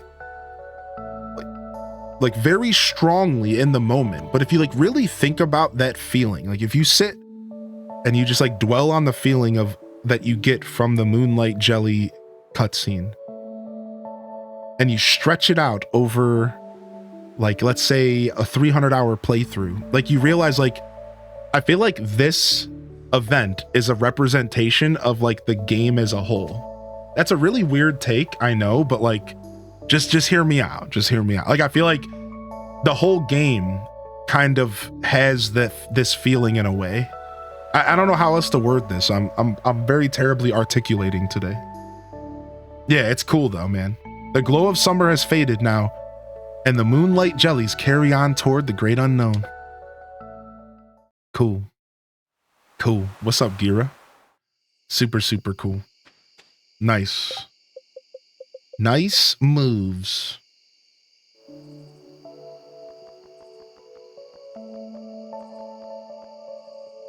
Boom, boom.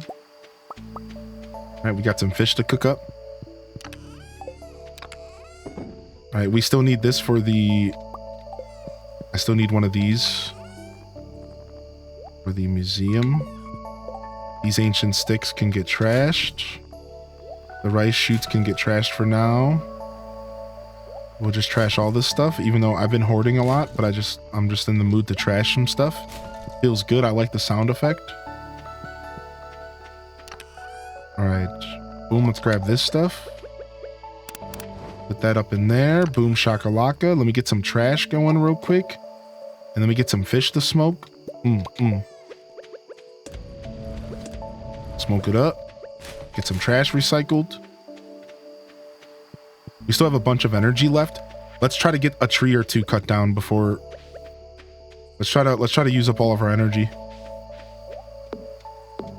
What's up, Toon? How you doing, baby? Cozy community vibes.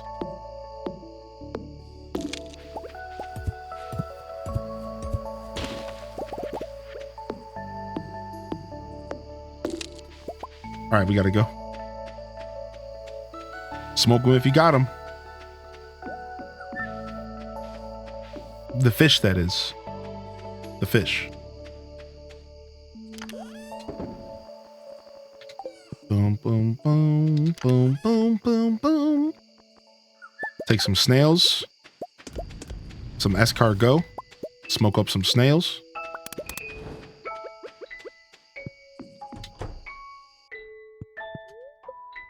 Sure. What is that emote? That's cute. Trash King. Yeah. Smoking the fish doubles the value, actually. Caviar's worth 5 each. Nice. Yeah, so for example, a bullhead, a regular quality bullhead's worth 150 gold, smoked 300. It doubles the value of any fish. So an ice pip is worth 500 raw, 1,000. And this goes all the way up.